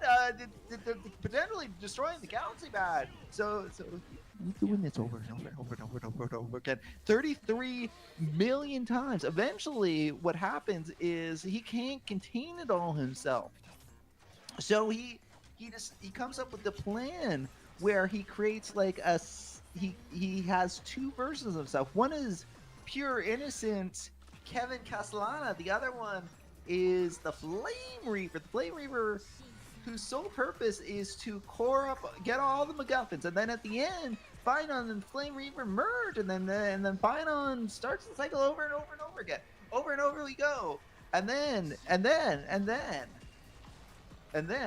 Finon is like, you know what? No, because now the true deliverer, the pending Pendington, the great Pending, then. Pending starting to sound like Bane. the great Pennington has graced his Amphoreus with his presence, and Finance like, now that you're here, like, I don't have to do this anymore. Like, I can finally do what I've wanted to do this whole time. And he has like the world's greatest crash out because he's like, look, I brought you destruction. Now cue the awesome music. And Linus is like, oh, you think that's good music? You haven't seen good music yet. and Kurt is like, hey, did you know that I'm here? And we're like, no, we really haven't talked about you. And Kurt is like, yeah, I hacked into Amphoreus. You know, well, the guy who doesn't do anything, he did one thing. What was the thing he did? He walked into my room. So anyways. How did you get past security? Door was unlocked. The door was unlocked. Son of a bitch! Well, yeah. So So yeah, good. the Herda has come here and talks to the robot, and the Herda's like, you're not just any robot. You're the first genius, Xandar. And Xandar's like, yes, I am Xandar. I was known for dropping sick beats. Allow me to do that right now. So he drops like the best track in this whole thing, and we fight him, and you know the fight isn't so bad. The music's amazing. The fight's not so bad, but Xandar will come back in the end game. Anyways, but don't worry about MOC right now because you're fighting Xandar in story mode, and story mode Xandar is not nearly as bad as MOC Xandar, and MOC Xandar is not nearly as bad as Anomaly Arbitration Xandar. Anomaly Arbitration Xandar sucks.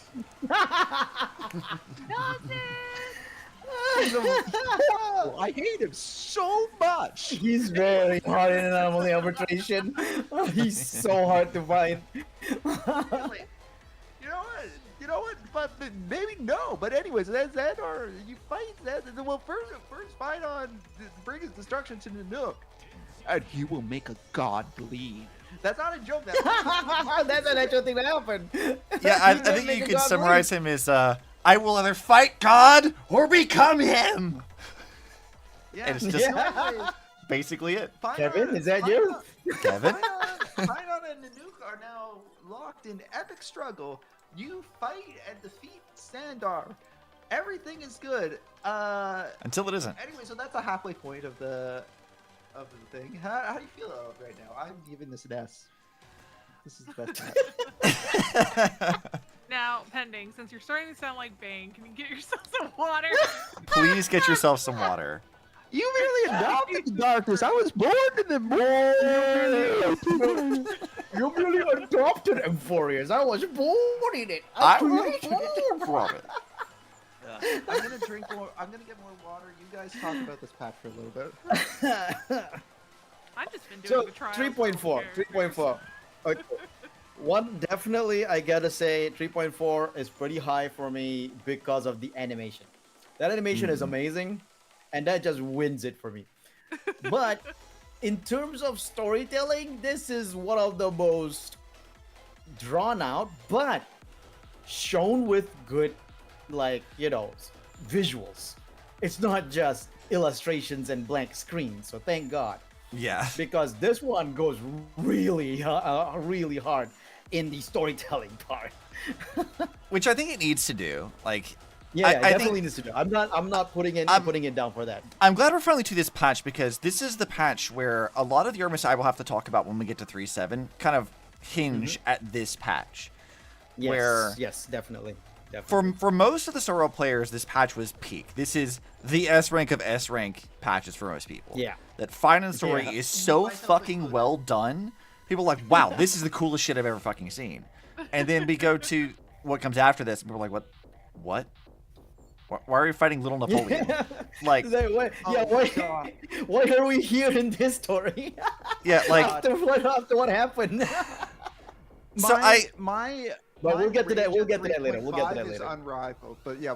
Yeah, we'll get to that later. We'll get to that later. Yeah, like 3-4 is really, really well put together in a lot of ways. Yes. I don't think I have too many complaints about it. It is very long though. I will say, like, we It talk is a long. lot about bloat, and it's not Mhm. that this patch is shorter, but the flow of this patch is so good. Every part of this patch Yes. feels necessary to the story in a way. Yep.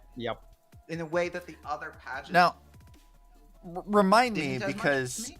I can't remember how much of a role did Cyrene play in this patch, or did they say Almost parts none. of that? Because We, they saved that for like the almost- yeah, Evernight almost patch, none. right? Or No, was it like because was it almost Evernight talked done about a for little this bit? one? Yeah, almost done for this one because basically in I this one, what we think, find you out know- is just the flashback of and Cyrene being part of this Of the first cycle. the one that helped instigate the cycle. Yeah. So one because- thing that I didn't mention that does happen in this patch, Cyrene wise, is this is the patch where Cyrene and March have the interaction at like the Yes. Yeah. At the like beginning, the- yeah. Where they set up Firewall. Evernight and yeah. the fact that both of them are a child of Anasrava, which is its own thing. Yeah, so yeah. they do that. Also, we establish a bit of Finon's backstory, how him and Cyrene kind of grew up together. Cyrene kind of dies in this patch. We establish the idea that Cyrene and Finon are working in tandem with each other because they do have moments in Britain where they're talking about their plans In for how Finon is going to keep doing the loop over and over and over again Yep. to basically Was Finon prevent the Iron only Tooth one on from banner actualizing. for the entirety of 3.4? Huh? Yeah, Uh, Finon Finon was the only the. one- So You, Finon hear The was only Casey, banner you did in hear it, yeah. Casey for a little minute. I had to turn it though. Which I is, don't want to get I copyrighted. think that's really interesting because 3.4 was the only patch that was only Finon. Well, it wasn't that's it wasn't split with any other technically character. not true because this was also the patch of the Fate collab. Yeah. Okay, The- sure. the We're Archer, adding the yeah. side story of Fate Saber. collab. The which Fate is collab also is- a flashback. Yeah, so the fake collab What's is wrong a with the choice. fake collab? The Fate collab was a flashback where they talked about. So, As somebody who has absolutely zero knowledge of Fate at all, I was like, "What is happening?" Let's put it The this way. Fate collab was so butt. I'm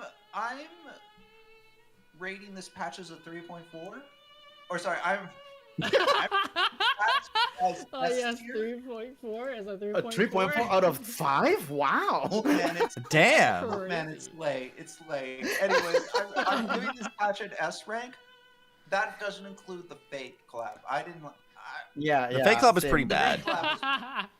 And The if we Fate did collab it would be insane. Is a cash grab. The Fate collab is a cash What's grab. wrong with the fake collab? Fake It is was so so. cool. I think- No, I wish. I like the Fate collab, but not because of what it is, but because it's it has some fun interaction with Saber, Archer, and Lancer. Yeah, the only But reason as I a like the Fate storytelling itself, it's so lame. It's Yeah, so it's- lame. it's not story of good. The Fate collab felt very tacked on. It was. It felt very low budget for the most part, and the one positive thing I'll say about it is I thought the kits that they made for Archer and Saber are fairly Mhm. solid. Like Yeah, they're not yeah, I overpowered, agree. but they fit into things well enough. So I don't have particular complaints with Saber or Archer's kits, but the story was not great. Fake collab. It kind of Yeah. was a fake collab, to be fair. It was a fake fake collab. Yeah. That's the There's thing. like a That's the high whole thing as well. expectations. It turned out it's all just fake. That's the Yeah. whole thing. Can Yep. can it really be called a true Fate collab if Shinji isn't killed? If Shinji isn't No, killed. well, One day the puppy kicker will get killed. I don't we know. killed. Wait, We killed a I mean- like character. I mean, we got Scott, but he Yeah, still didn't die. God. We embarrassed him as much as we would, you know. I was hoping God. that when we found out that Scott is basically the Shinji of this one, I was like, oh, he's gonna die, right? He didn't I die. fucking wish they would kill Scott off. I hate that motherfucker. Yeah. Dude, Scott. If so Scott freaking dies, annoying. if Scott dies and stays dead in the patch, that is the best patch. It's not real fake because Lancer didn't Yeah, die. exactly. It'll be S could be plus tier.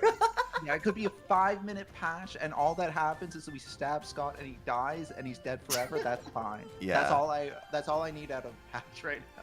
But I need him. I need him to bark like a dog while he dies. Ow, ow. Otherwise, it's not real. That's true. That's Yeah, how you mean, know he's bark, really no, dead. oink and Oink and bark. dog noises. You just It's get not more okay. to Real. pet play. Don't It's worry not about fake it. 'cause I think Lancer it's did crazy die. they made the English No, voice but actors do all Krill- that stuff. It's like, oh, it's the- so funny. It's next level weird. Krill, on that anime episode of like them introducing fake Grand Order for the first time like 11 years ago, Lancer was the last survivor though. So he didn't die. So Lancer, Back to Lancer was there, but evaluating- he's not Lancer in that one though. He's not Lancer in that one. That's inconsistent to what I've seen in the fake games. I can tell you that. Penning Anywho, has gotten much more understanding of Fate as he's played more Fate. so funny. anyway, but yeah, I would say that 3.4 is extremely strong. I put 3.4 in S rank because of Yeah. the Finon story reveal is amazing and it's so well told. Like where was this storytelling the whole Amphoreus before? I think a strength of this patch to something that just touched on before, that he was the only Amphoreus banner character, really helped Focus the make patch. this Yeah. patch. Yeah, Into because just a him story, yeah. every other patch had to bounce between two different characters that they're trying to sell. This time they could dedicate just to Finon, and I think it's stronger for it. I think. I agree. I didn't think about that before, but I agree that is probably why it felt stronger in this one. Yeah. My feelings about this patch are a little bit conflicted because this will become more relevant when we talk about 3.7, but I think if I had to give it a critique is that Cyrene should have had a role in this patch. And not just I this would patch. agree with Cyrene should have that. had a role in every patch, but this patch specifically, she should have had a much more prominent role in it with Finon because She their does stories have a are role in this intertwined. patch. What are you talking about? Well, She does have a role in every patch. She's Mem. Yeah, I mean, fair. when we get to 3.7, I'll talk about Mem, but like, I really feel like Cyrene definitely should have been in this patch, and while I do like what they did with Finon, she should have been here. And I feel like her absence does, retroactively especially, feel not as good for me. I'm like, this should have been something that should have been addressed. That's She fair. should have been around. What Yeah, understandable. what would you say, like, where would you put this in your tier list? 3.4. I put this, I started to put it in S, but I thought about it, I'm like, I feel like A+, because as much as I do like this, the fake That's collab does fair. drag it down a lot. If we ignore the fake collab, I the am Cyrene putting the thing fake is a collab- glaring problem. That I'm putting the needs- fake collab on its own tier. Yeah. I'm putting the fake collab on its own tier. I am not including the fake collab in this, which is maybe me being a bit too generous, just because I really like 3.4 and I don't want it to be tainted by the fake collab. The fake collab. Yeah, and But the fake Krail, collab is a Tainted by the fake Krail, I agree with you about this too. The other thing I would think would say about this patch is that I feel like it was done too early. That I feel like That I- Finon merging with very Iron much Tomb agree and with. fighting Nanook, this should have happened just before the very end of Amphoreus. Yeah, This should no, not have I- happened Yes. midway through. I strongly agree with that, and we're going to talk. I want to talk about that a bit more in 3.5 and 3.6, which I think are the two patches that really suffer by the order of these patches. Yes. But I do agree that what happened in this patch would have been stronger in 3.6. yeah. I agree. think had they pushed this to 3.6, they moved right into Cyrene's patch, and they had set up Cyrene stuff with, like, you know, the Evernight can thing s- earlier. I That would have worked so understand- much better. I understand why they didn't, because they didn't want to address that this was a simulation without doing Finon stuff, because Finon stuff is so heavily linked Yeah. to this being a time loop. It But They don't want us to know it's a computer program yet. yeah, I want to believe that there was a way. I think there could have to been a way to do this rearrange better. things. Yeah, I don't necessarily have the answer, but I do agree that if there is a criticism of this patch, it's that it peaks the story too soon. Yeah. Alternatively, I think a stronger answer to this, rather than say this should have been 3.6, make Amphoreus as a whole end at 3.5. Yeah. Oh yeah. I absolutely agree with this. Yeah, I mean, I have I complicated prefer feelings. 7 though. Yeah. Well, if I 3.7 can't- had I No, can't no, no. completely agree. Like- 3.7 would have been the new 3.5. 3.5 and Yeah, 3.6 yeah. I mean, yeah. don't Bring exist 3.7 to 3.5 basically. Yeah. Yeah. Okay, I can agree with that. yeah, the because problem with 3.7 this needs is to that they happen. needed- But The problem with this is that they needed 4 more characters to complete the Flame Chasers, and they didn't know how to do it properly. That's the main problem. yeah, and it hurts a lot of the pacing. And I think a lot of the stuff when I talked about this with Rena about like how apparently the Redditor community feels about it, a lot of it does stem from the fact that 3.4 was so good, and then nothing could have really followed that like really at all.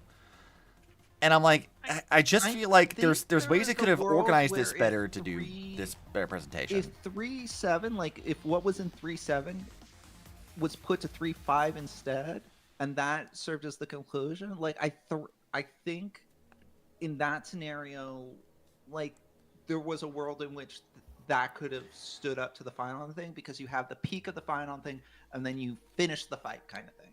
Yeah. You- Like, the and same had they final done what in a I way. said needed to happen, where Cyrene has a larger role in the story, going from I- like having her show up in Finance arc and then having us go into an arc where she's the main focus and we wrap up Amphoreus with it, would have been way more effective, and I think people would have liked Cyrene a lot more had that been the case.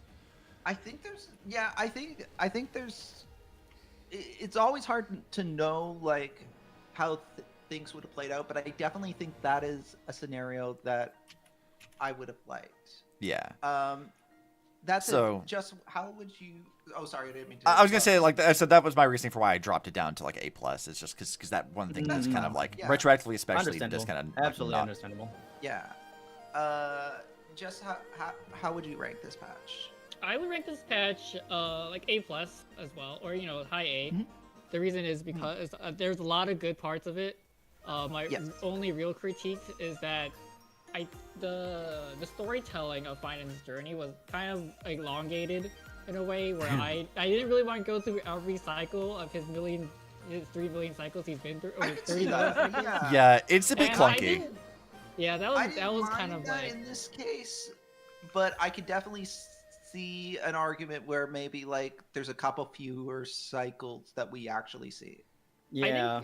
I think a few like I, some of the cycles I think were okay, but I don't think they have to go Yeah. through every like they went through so many. I think there are too I many. guess the reason why I was okay with it is because I feel like it helped build up to the payoff.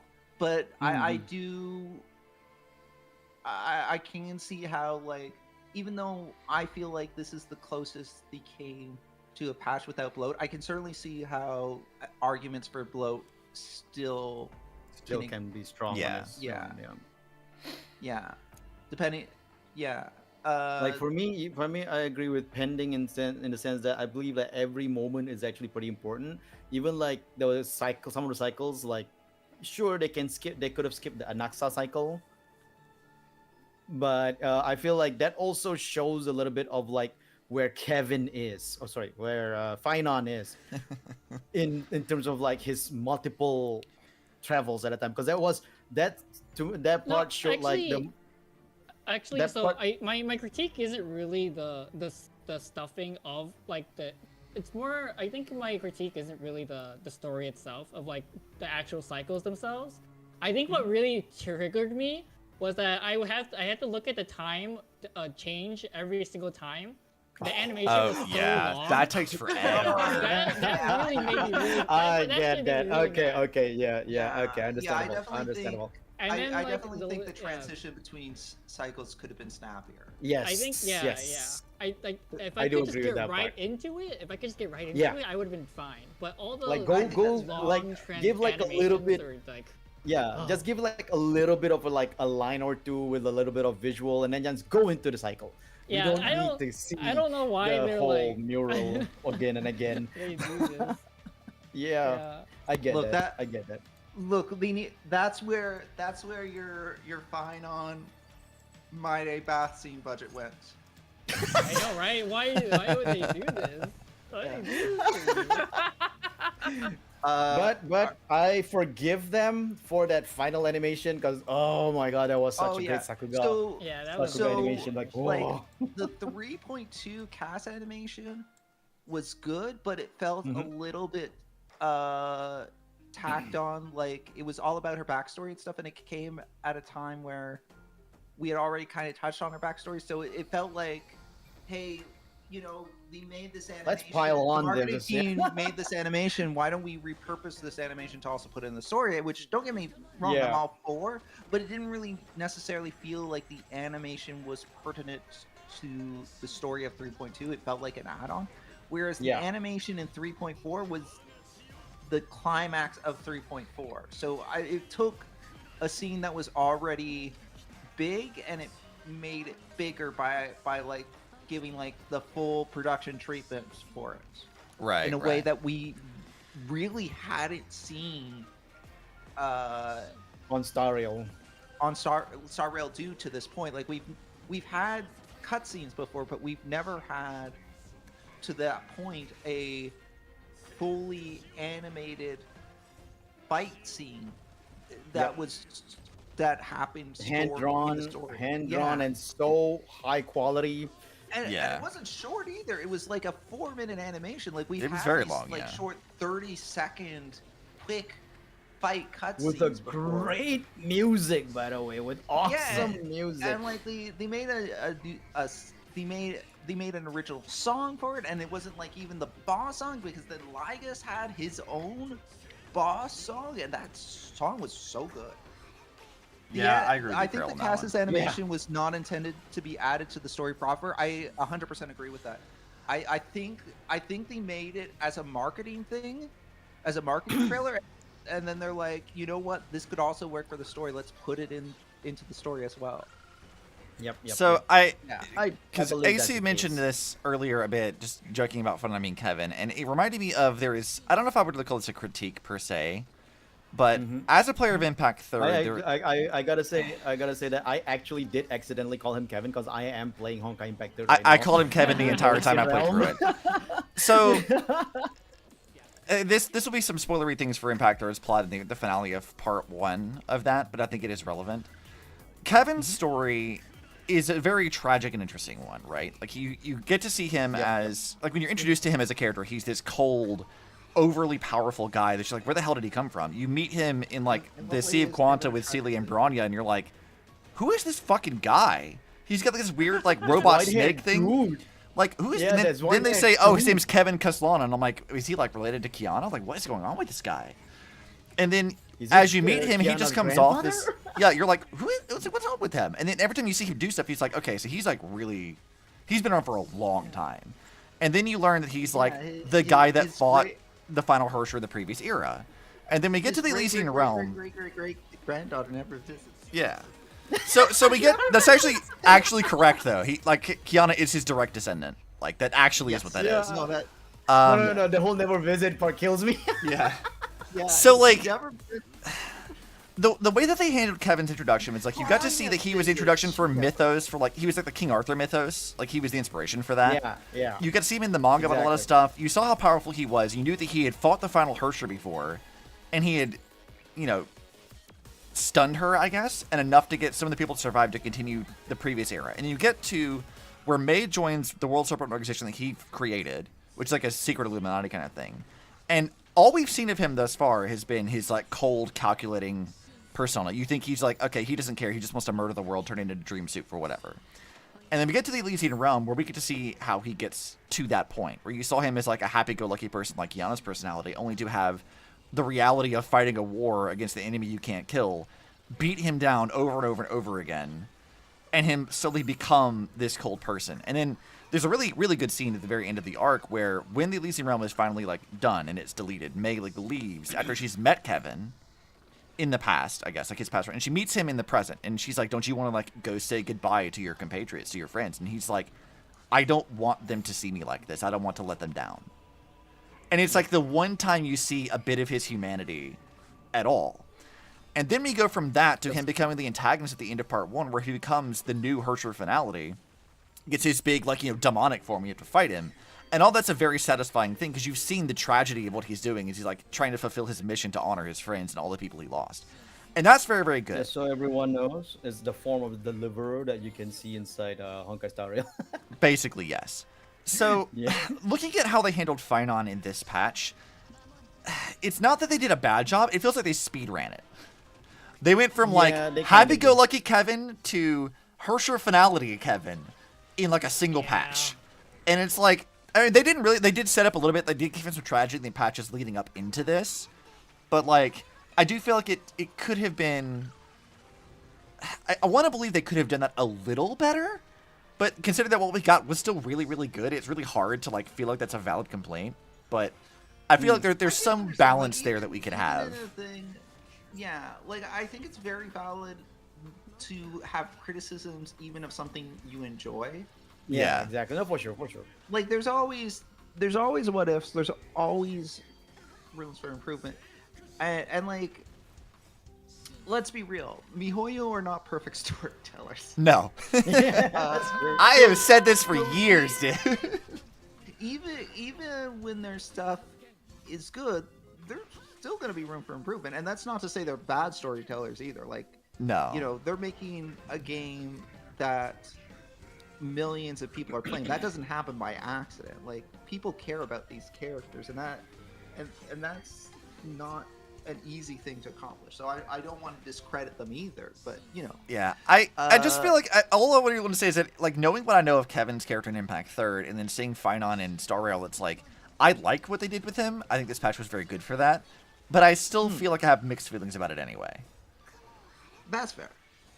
Just a bit. And we'll get to this. It's very apparent with Cyrene when we get to her, because I have a lot of feelings about Cyrene. But, yeah, this is sort of the beginning of that for me personally. It's just like, it wasn't bad, but I have concerns. Anyways, we should probably move on to the next two patches. Yeah. Wait, Okay. wait, hold on. Before that, I just. Oh, you wanna go? You gotta go. No. Okay. Not But my I just side. I just want to know one thing. Just a short thing. Who's Cyrene?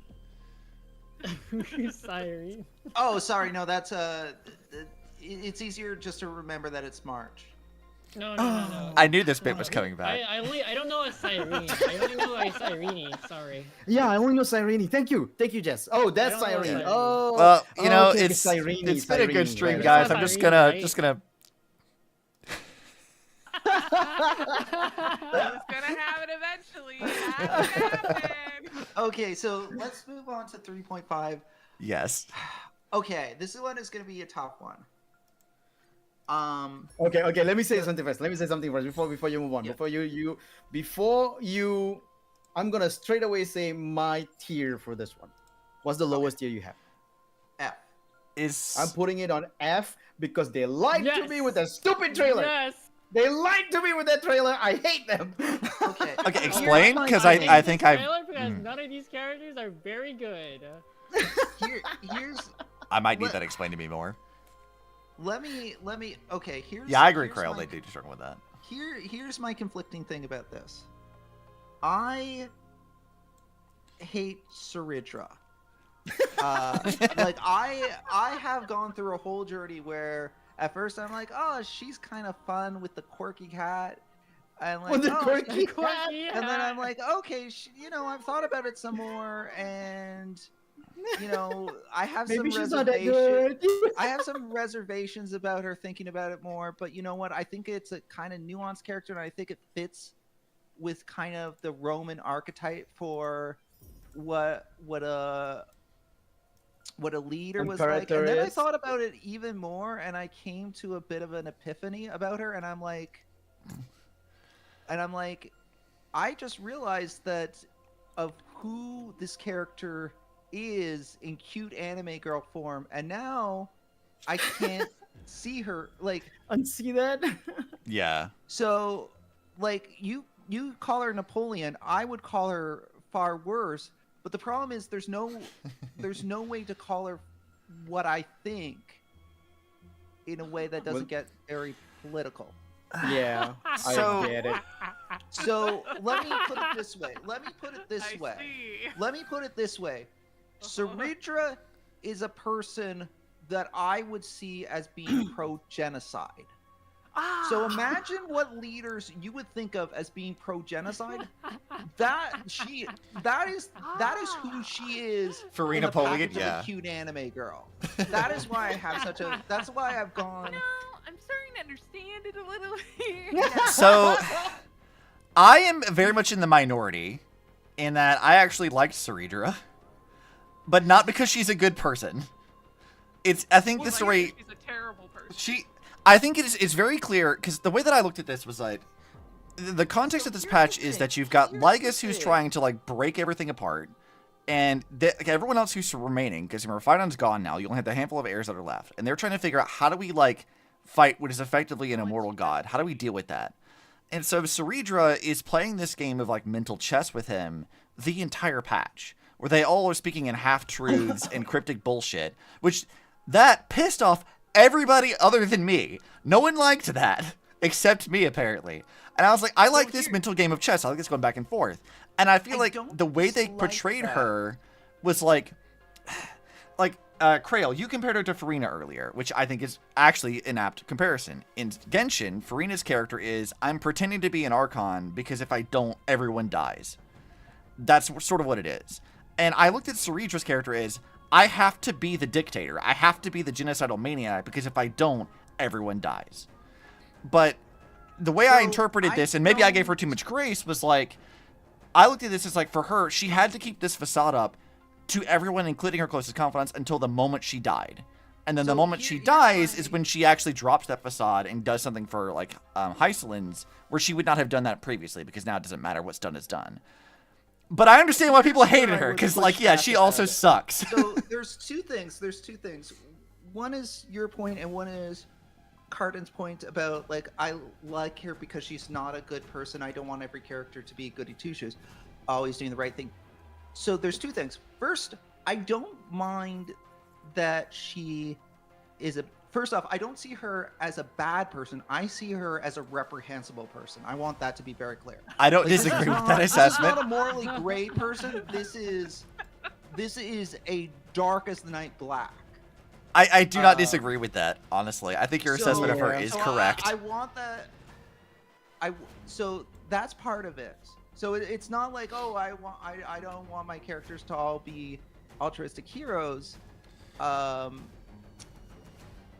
least for me, I see it as a level below that. But in addition to that, part of the issue is like even if she was reprehensible, as a fictional character, I think that there is,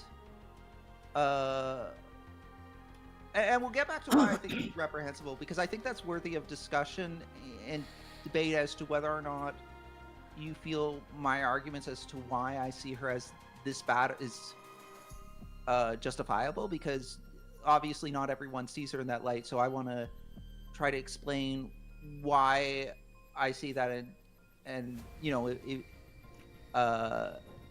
and see if you have a kind of Like, counter to that. Like the maybe only I'm thing I would say misinterpreting, is, or like, maybe I'm being too hard on the 'cause- character, but I'll let you get to it. But, But like, the- you and I have the talked about this biggest thing before, is- so it's complicated. the biggest thing isn't Saridra being bad or even being morally reprehensible.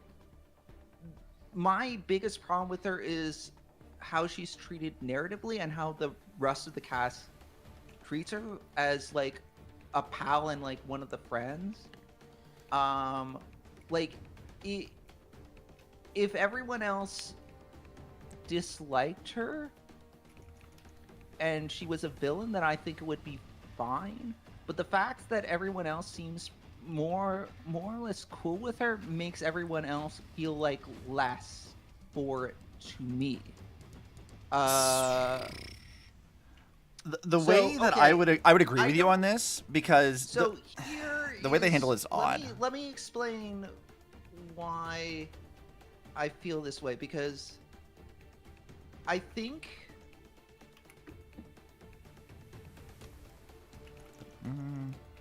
yeah.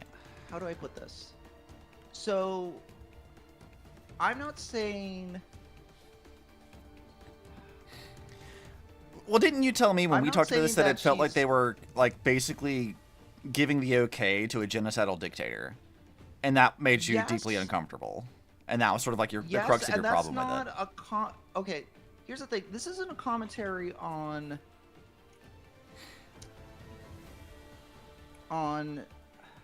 see, I don't know how to do this without talking about politics, and I don't want to. Let me talk about where I'm coming from with Cyrager. So Cyrager is all about expansionism. She's all about war. She's all about conquest. Her ultimate goal is she's a colonialist.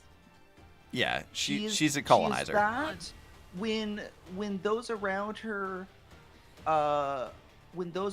suggest that they don't like that, they are presented as being weak, and she treats them harshly. She is okay with sacrificing her people. She's very much in the "some of you may die, but that is a sacrifice I'm willing to make" camp. And because that's how she views her own people, even though we don't see it, I would imagine that she would use any means in her conquest, which would mean that I would imagine she would be rather ruthless in her conquest. So the reason why I would disagree with this is because Hoyo's done this before. And this is where I think that like having God, this again. This is where like brain Alicia would be important, because in the way the like Impact Third handled this is we had a couple of morally great characters, but I'll use Mobius as the example. Mobius is like a biologist, and they make no qualms in telling you that Mobius does human experimentation. She's experimented on children. She is a morally reprehensible person to the point that other people in the Flame Chasers fucking hate her because of it. But, like, when you talk to Alicia about it, Ellie tells you that, like, all the Flame Chasers, even with their flaws, are still, like, working towards saving humanity. That all of them do deeply care about humanity in some way. And even if they are doing these morally questionable things, there's still that, like, grace that Ellie gives them. And you, as the player, are supposed to understand that that's still a motivation behind that is proven true through later on. When it comes to the Flame Chasers and Ceridra, that is still the point. Like, they're still doing that thing here, where they're telling you her goal was never actually conquest outside of Amphoreus. She's telling Lygus because it's part of the facade. And while I do think that like they probably should have had more people hate her. Sure. And maybe it's media literacy on my part, but how I read into it was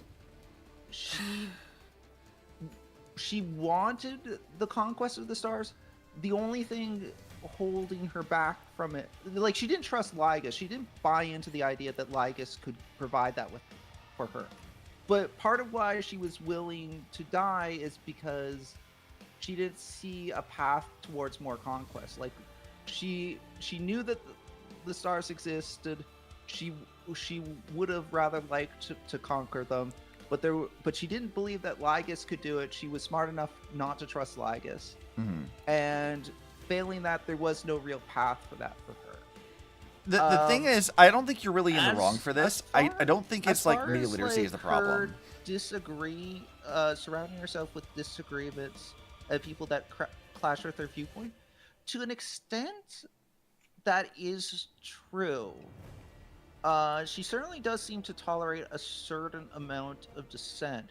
She does seem to kind of belittle dissenters, and dissenters seem to need to walk on eggshells a little bit and treat her with a certain amount of fear.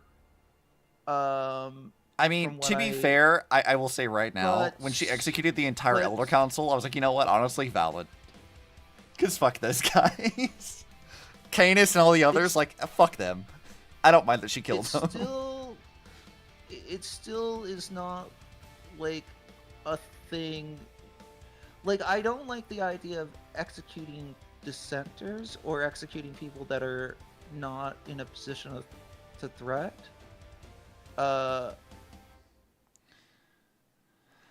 yeah, I guess there's, like, I guess the question is how much weight do I give to High Sealands being kind of the counter to what I'm saying, because High Sealands very much wasn't that. Like, High Sealands, you are right, High Sealands did kind of openly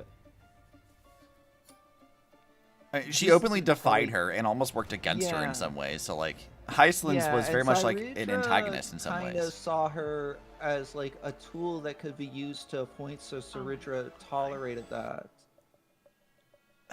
See, Penny, the thing is like what I suspect So, is I happening with guess- this patch that I think is giving your point a lot of like credence is that I think that like where my point of view is probably what Hoyo intended, but the biggest problem that this patch has is that the writing is so not clear about any of it at all, and it doesn't really Yeah. communicate the message they're trying to intend. So when you have people like you who it did not sit right with them, you're perfectly valid for that, because I don't think they communicated that very effectively. It's not a media literacy problem. It's that their writing was the Yeah. problem. That the 'Cause way I that it was do presented want- to you wasn't really I do good. want to try to. I do want to try to, because I do acknowledge that most people don't have as passionate a feeling about Saridra as I do, and I am trying to I mean, most people hated her, see, so did I maybe like get too worked up about a character that I just didn't understand correctly? So I guess that's where I'm at about it. I feel like your stance is Yeah. justified. I think that the writing just doesn't communicate. Like, if I'm right Yeah. about what they were intending with her, that she always was working for Amphoreus' benefit, and it was just a Yeah. facade they were trying to keep, they didn't communicate that very effectively. Because like So, part of it is like I've been trying to avoid talking politics because I don't want to do that, but I think part of the problem is by saying that I don't want to talk about politics, I make it sound like it's because I don't like her political viewpoints, or that like I'm not trying to compare her to a current world leader so much as I am trying to say that I think yeah, Krill, you do have a good point there, that there is like a historical context. Again, I don't think that was very well communicated, but like, you're not wrong in that assessment of it either. so I think that's also very valid because Roman leaders were rather ruthless. And so I don't think what she has done is inconsistent with what a Roman ruler would have done. In fact, having studied some of the early Roman rulers, they could have gone even darker than they went with her. Like, I don't know how much you want to know about Roman rulers, but suffice to say, It's a wild time back then. suffice to say that Roman rulers did some horrendous stuff. Absolutely. The emperors specifically, I'm talking about. So what Saridra did is not out of character for a Roman emperor. So I don't want to. I do want to allow for that. That being said, I don't know that even at that time, what the emperors were doing was necessarily. Well, some of what they were doing was popular, but a lot of the stuff that we would consider reprehensible now, a lot of that was also considered reprehensible then. It's just the yeah, rulers. it's not moral relativism. Yeah. It's just that the emperors had control over the military, or until they didn't. A lot of the emperors were killed. But That was right. But then I just come back to the idea that like Aglaya and the others Cyrene seems to rather have a soft spot for Saridra in. Okay, this is actually a way that I could put this without it being political. I think a good comparison to Saridra, in my mind at least, would be Nero. Which is Yeah, I can see that. which is like, and that's fine if that's where they were drawing the inspiration. There's nothing wrong with that. In fact, it's relevant to the time period that they're going for. So I have no problem with like them basing one of those characters on Nero. Where it gets uncomfortable to me is it seems like everyone likes that, and Nero's not really a character to be liked. Yeah. And like the heroes of the story like that, and Nero's not really a character that the heroes of the story should like. And then when people start talking about how they like Saridra, I'm kind of like, would you like a person like Nero to be doing things? Like, I feel like I worry that it's getting, it's kind of washing over what kind of a person that is. I think I would In a disagree way on the that makes me grounds a little of uncomfortable. liking a character is not an Anime- endorsement of the anime character's girl? actions. Oh, okay. I Like, agree with that. Yeah, Just you know, because a that's character, like, valid. I don't think that Yeah. 3.5 at any point in time makes any attempt to excuse the fact that Saridra is a tyrant. They very much make it clear that she murders people who disagree with her. She rules by fear. Whether or not it's for a good reason or not is irrelevant. Even if you had like a morally good reason for doing what you were doing, you still are a tyrant who killed a bunch of people. Like, the murder Yeah. doesn't go away just because you had good reasons for it. And I don't think that, like, at any point in time they were really endorsing that kind of behavior. It was like, this is just the kind of character that she is. This is the role she felt she needed to play, even to her own detriment. Yeah. And I would say that, like, for a lot of Star Wars fans, broadly speaking, not you specifically, but just broadly as a whole, I found that Star Wars fans do not like morally gray characters. They responded very, very negatively to Aglaya when Amphoreus started, for much of the same reason. And then when this comes out, you have... The chat has been very pro-gray characters. Yeah.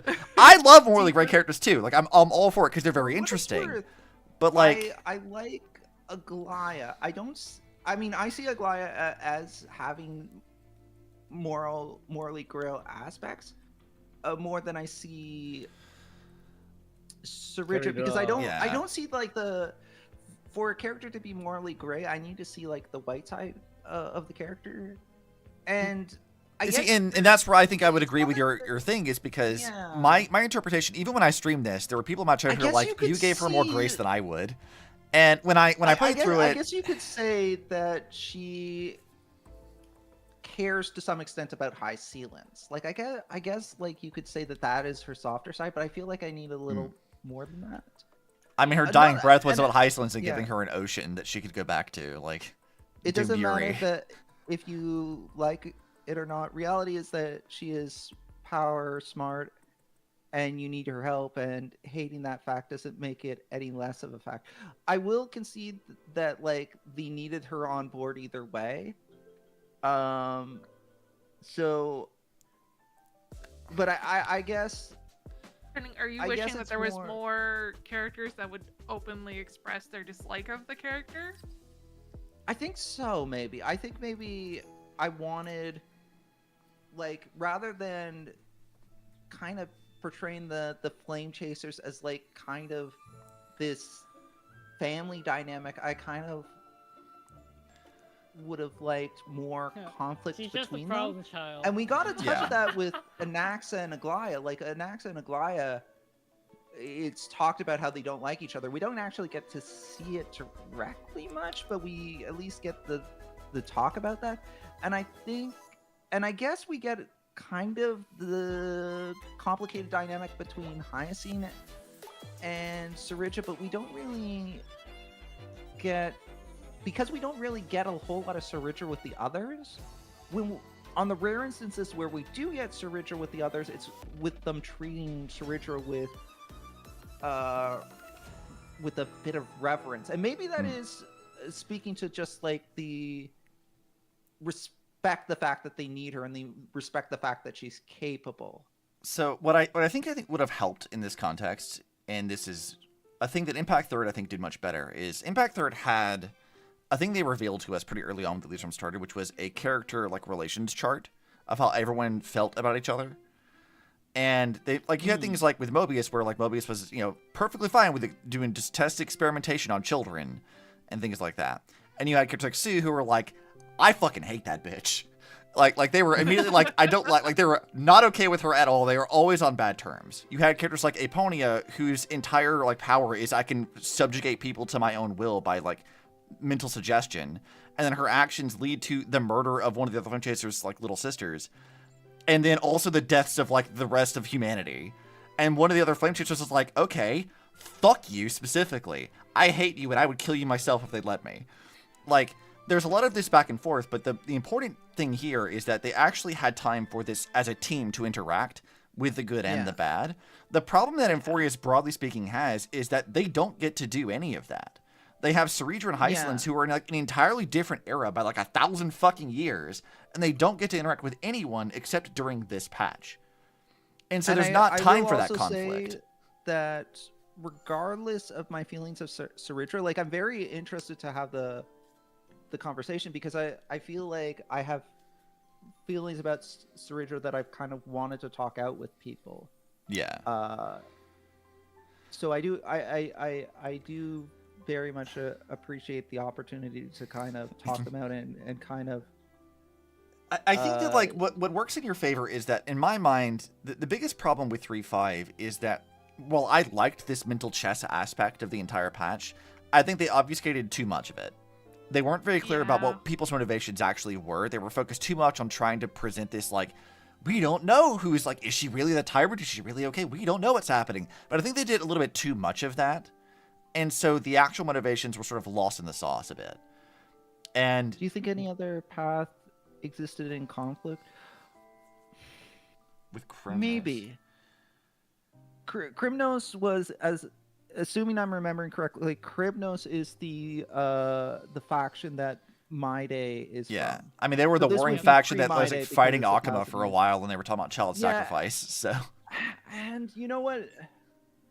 I didn't really consider the Krymnos dynamic of it. Like, Krymnos is another nation that is very warlike.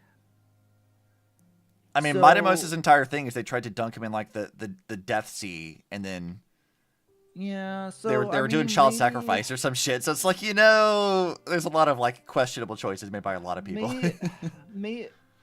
Maybe, and to one of the points you were making, Cardin, maybe it's the reality of the situation that war was kind of inevitable in our time. So Ceredra is simply, you know, a product of a time where war was very in. It was fashionable. Yeah, so like so maybe Ceredra kind of rose through the fact that, you know, in a time of war, you gravitate towards people that are good at waging war.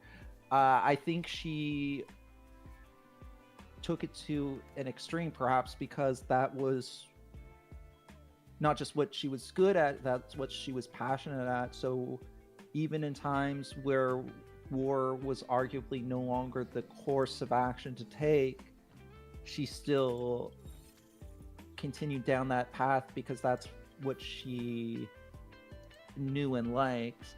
But that's not to say that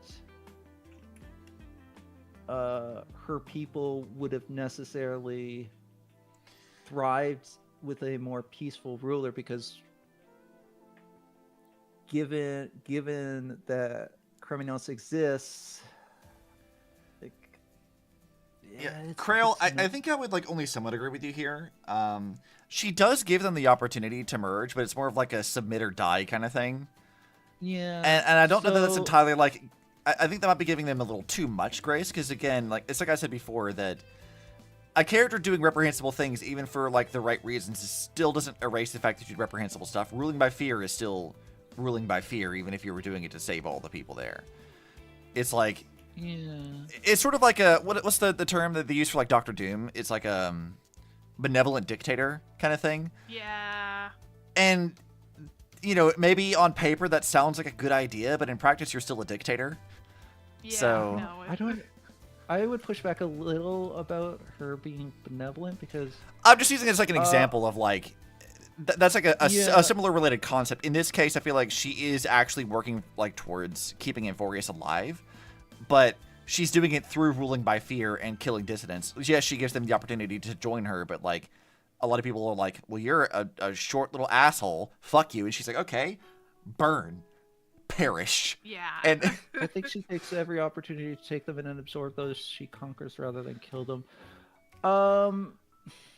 I mean, when So the I patch guess opens with by- her literally setting a guy on fire because he wouldn't join her, I feel like I don't know Yeah, how well that actually is supported by what we see. that's where I have trouble. Like, Yeah. giving them the option to join her isn't the same as giving them options. Like, if the option is between join me or death, then, you know, I'm giving you the option not to die, but your option is kind of limited. Doom. Yeah, so let me put that. Richard, I see. Yeah.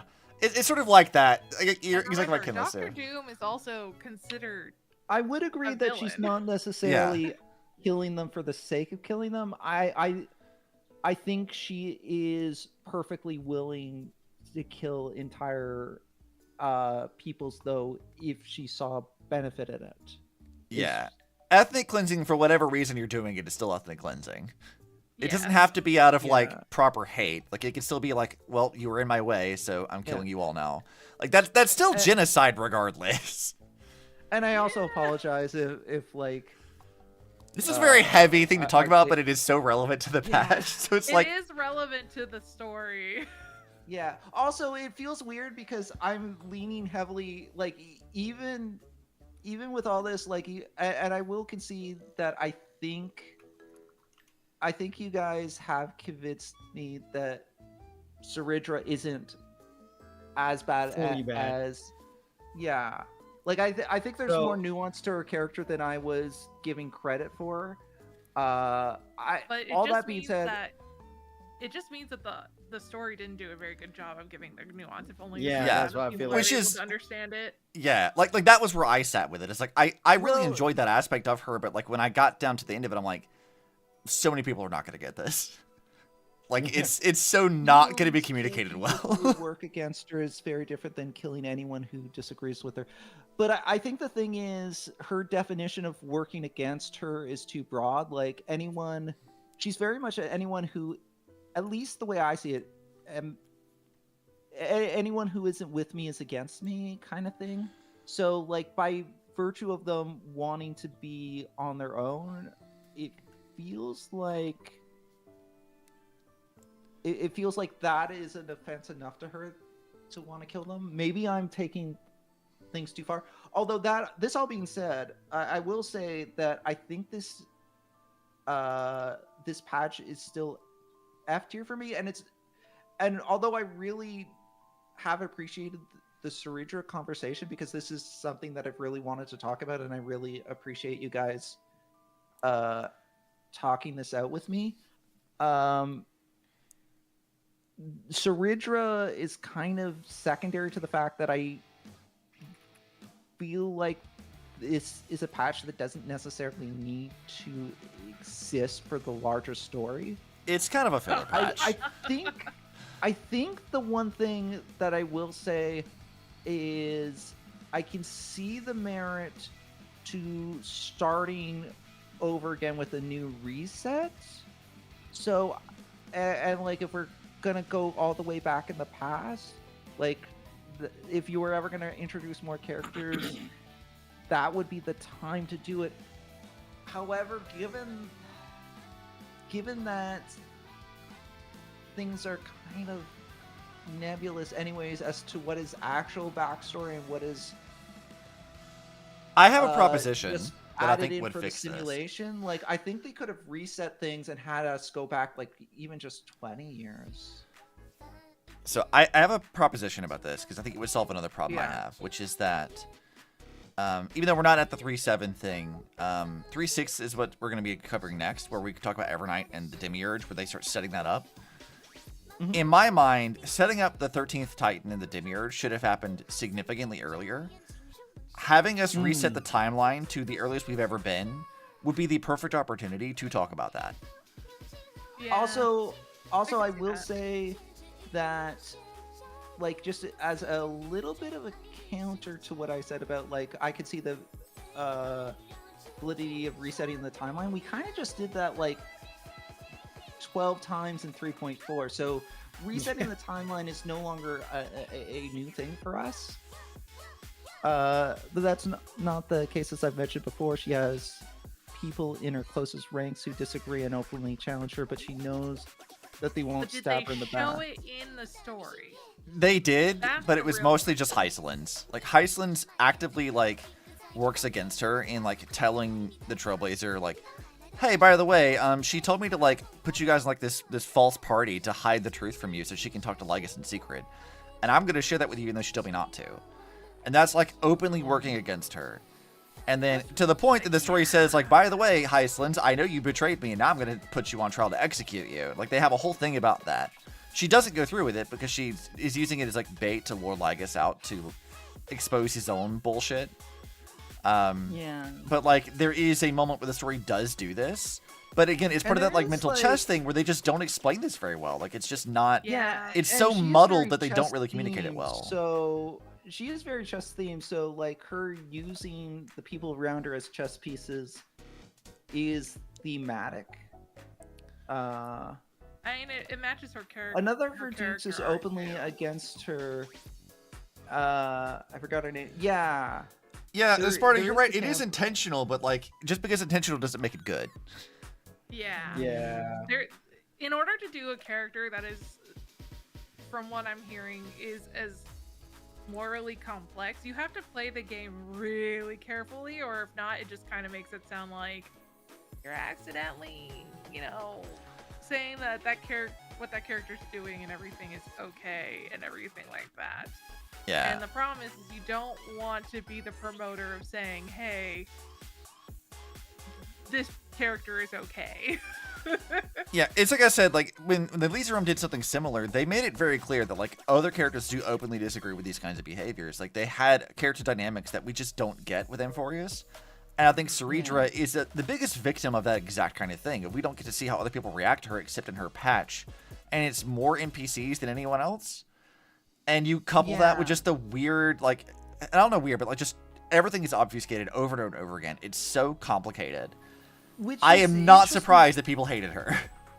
Which is interesting because you did have Tribby briefly in this patch because Tribby is like captured or something by Ceridra. Oh, yeah, because, like, it Right? opens with her, like, invading Yanisopolis is what it was. Yep. Yeah. So we could have done stuff with how Tribby interacts with her, and I believe Triby's interaction with her is that she fears Ceridra. yeah, and- she does fear Ceridra, which is appropriate. Appropriate, yes, but it's Still not as isn't effective Tribby's- as it could you're be. from what I understood, Tribby's character is a child, right? Yes and really. no. Yeah. Yes, Not exactly. it's complicated. but- Physically, yeah, yes. it's- Mentally, no. But also, yes. yeah, Yeah, it's kind of hard to explain. Yeah. The That would TLDRJ be is... exactly the best person to. I saw Tribby's model because I've been Yeah. doing Yeah. the trials. I find it would be difficult to have a childlike character, even if they have the mind of an adult. If they have difficulties communicating, I don't think it's a good idea to have that character be one of your counterpoints of, oh, people do fear this character. Because Yeah. children in general will fear things, even if potentially that thing is actually not scary. So it kind of diminishes a little bit. Do you think? But in To be the fair, way there's also a reason in other circles that you have sensitivity readers. in the way that Triby was Actually, at the top of could- Ceridra, though, she's could not Aglaya in the have been mentality. No, Aglaya was there. Aglaya was there. Yeah, she was Aglaya there. was there. Yeah, I feel she was like there. if Aglaya, yeah, did Aglaya? But she didn't and Ceridra interact with. really ha- She didn't interact with Ceridra. But Aglaya also dislikes Ceridra, as we find, as she mentioned in the in the original timeline we came inside, the 33rd million cycle. we found out that we did. There was a mention of Saridra and High Ceilings by Aglaya as she was talking to. I believe she was talking to Tribi, and then she talked about with Cypher as well. She was talking to Cypher. Yeah, she was talking to Cypher. Yeah. Not Tribi. She was talking to Cypher, and she basically said that she didn't really like Saridra, but she is sad about High Ceilings. Yeah, and Cypher was Implying especially that annoyed about it. Implying that High Maybe Ceilings I'm died, not and High Ceilings could have been giving- a character that Aglaya could have saved or something like that. Maybe I haven't been giving enough. Maybe I haven't been giving enough respect to the pushback from the other flame chasers that they do have. Then with Yeah, Saridra. I would also say Also- for the sake of talking about this, because just Jay, you asked about this with Tribi.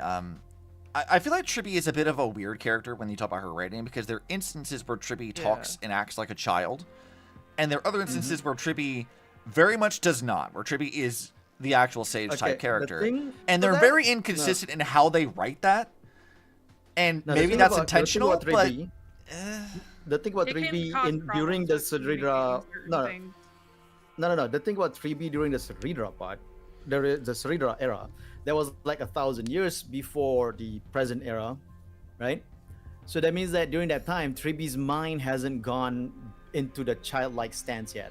there's that too. She Yeah, still, yeah, Okay. she still does have that adult, because the usage of the gate makes her lose herself and regresses her what do you call that? Her mindset to Yeah. a more immature state. And the older so characters that- like Aglaya do address the fact that Tribi, prior to her being shattered into multiple different forms, was their like teacher. She was the one who was Yes. like, she was like the mom of the group originally. Yeah. So she, again, this is where there's an inconsistency in how they write her, because sometimes she has that sort of Yeah. mentality, other times she's Tribi just straight would up a be very child. different at that time. Yeah. Yeah. And So- I think it's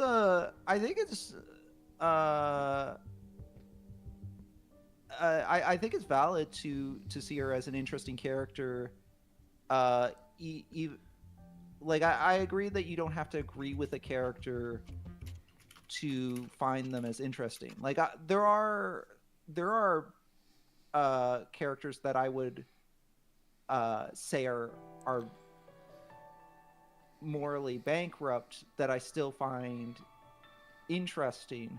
And like I to your point about Auto Apocalypse, I would say that I do find him to be an interesting character. I think maybe part Otto's also of funny. what helped Like, he's like the I think comedic part of relief what half the helps time. Otto So. is Otto had a lot more time to breathe and grow and develop, whereas Saridra didn't get that opportunity. The other thing with Otto is Otto feels, at least for a lot of it, Otto feels like a villain having fun. I know it's a little more complicated than calling him a villain, but in the early stuff, he feels more like a villain having fun, and I think that kind of makes it What I easier think works for to- Otto is that Otto has like sort of two sides to him that we see in Impact Third. We get the Otto of Yeah. like, oh, Teresa, you're my granddaughter. I will dote on you. You're wonderful and I love you. And I'm a simp for Colin Kasana, who, even though she didn't love me, she professed her love for Sakura. I wanted to marry her and protect her, and I'm doing this whole thing because I want to bring her back to life so she'll save the world, because I'm terrible at this, and I think she'd do better. We have that side of him. And then the other side of him, which is, hey, Fuqua, you betrayed me. Fuck you. And shoots her in the goddamn head and puts her in a coma. Or the Otto Yeah. He did do that. who, like, decides, you know what? I'm going to go and reset the timeline back 500 years and erase everyone's existence except for those who are in this one city just so I can bring my dead not girlfriend back to life. Like, Right. Otto is very much a war criminal to those who actually know him, which is why everyone hates him. But he's also a very fun character to watch. He's like a fucking weirdo. And he's also too Yeah. pretty for his own good, which is its own funny thing. Like, he dresses up like a woman in the manga, and it's so funny because no one questions it. But like, Otto is for both sure. menacing and I- hilarious, and it works very well for him, despite the fact that he is like a war criminal. Otto is absolutely a villain. Yeah. There's no way to not say he's evil. Like, Saridra doesn't have that, like, about, like, the parts with her that would make her, like, fun and appealing. Like, that doesn't really work for her character in the first place. Like, she could not serve the same role that Otto does. What Sparta says is true, yeah. What is it? You hate Otto, but you understand you him. understand him, which makes you hate him more. Yeah, Otto's like, man, I'm a simp for this girl. I'm gonna reset the world. Fuck you. He's like, Otto, what the hell, dude? Yeah, I think that's a good point. It sounds yeah. like she also just doesn't have enough charisma to pull it off. She really doesn't. Like, again, I like Ceredra's stuff a lot, but like, I So- really don't see the writing of this patch being strong enough or I clear think that's enough what to it is, communicate and that. I think it's a mix of. I think that the patch didn't serve Cerebra well, and the fact that she only really has one patch doesn't help. Doesn't do her Yeah. any favors, and the fact that it's this patch Mm-hmm. in particular Yeah. really Like, Right after wish- fighting we and we wish- get this, it's like, ah, dude. Yeah, exactly. So That is, how do you maybe- follow that? Yeah, maybe I'm being You're allowed to be that way, though. Yeah. Your opinion. No, no, isn't no, no, no. wrong. Exactly. No, it's valid. What you feel is very Yeah. valid. Yeah, I think And there's a also I lot of agree with textual you. precedent for it, so. I agree with you, especially since they lied to me with the trailer. It is F tier forever. Yeah, explain the I trailer don't thing know to what you me, think because, about like, the it's absolutely F tier, but this is, to be clear, this is F tier regardless of the Ceridra stuff. I guess if Yeah. Ceridra, if I resonated with Ceridra or High Ceilings more, maybe that would have been enough to save it. But just on a more fundamental level, I don't particularly feel like this patch needed to exist in the I wider do Yeah. connect with High Ceilings. I feel like I connect with High Ceilings. I like her story in this, especially the whole, 1,000-year sleep that she does to wait for the Trailblazers so that she can bring him to the vortex. That I really like that part. That part was pretty strong. And then the whole finding out that she was the one who assassinated Ceridra as well as also like, oh, she finally goes like, yeah, no, I'm not gonna stand for this anymore despite what you promised me. And I thought it was like a great like progression of character with High Ceilings, and yet it's still F tier. Man, okay, so I don't particularly care about Ceridra High Ceilings that much. I don't dislike her. I will say that I think that there's something good there. It didn't resonate with me specifically, but what you just said, Sparta, made me remember that the Xandar thing, the Xandar boss fight was in this patch and not 3.4. Yeah, And that it wasn't this tears patch. me Yeah, up inside because I actually really the like music that for the part. Xandar Yeah. fight. Yeah, I played it a few Yeah, times I on my love- end, because it's good. Oh, even I love the his yeah. I love his allow me to introduce myself moment. yeah. It's very good The on that build front. up to it, once we get to the vortex was amazing. That part My was biggest really argument cool. for this patch is that I think High Ceilings felt like she wasn't explored enough. Yeah, I feel like agree there's with a that. lot to I learn yeah. about agree with her that. back. So I think that's agree with correct. that. I think. Oh yeah, DJ Xandar One Kuwabara is In the- is absolutely. Yeah. He should have been I a will fucking DJ agree- instead of a genius. Come on, man. So I think the more we Allegory talk Allegory about of the this- rave. I think the more we talk about this, I think High Ceilings and perhaps even Ceridra could have been like really in like I the elements are there for this duo and this era of the world to be Mhm, mhm. really well crafted and nuanced and have a good story. But I don't feel like that was the story that they wanted to tell in 3.x. So we kind of gloss over all of that. And because we gloss over all of that,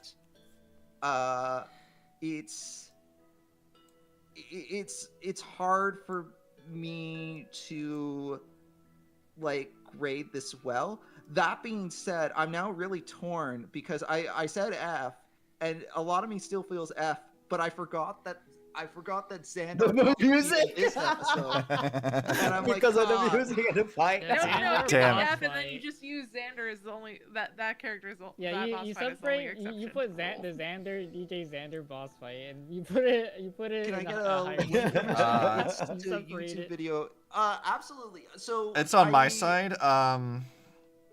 Oh, I don't remember how to do that, to be perfectly honest. if it will not let I you think when post it, post the link, You know it'll what? ask you. I just- think. yeah, I don't post think the I it just link had and thought- I'll see what it does. Because if it like lets you post it, because I'm also a mod on my obviously I mod my own channel, so like post and see what it does. oh, it'll let you post it. Yeah. You know, okay. I just had a thought about this patch. I had a thought about this patch. I saw feel this like- video. I've seen this. I feel like if they showed more of the Xandar heist, I'm gonna have to watch that later. If they showed more of the Xandar Ceridra chess battle, it would have been more solidifying for me. Not only of Ceridra's character, but also the validity of the patch itself.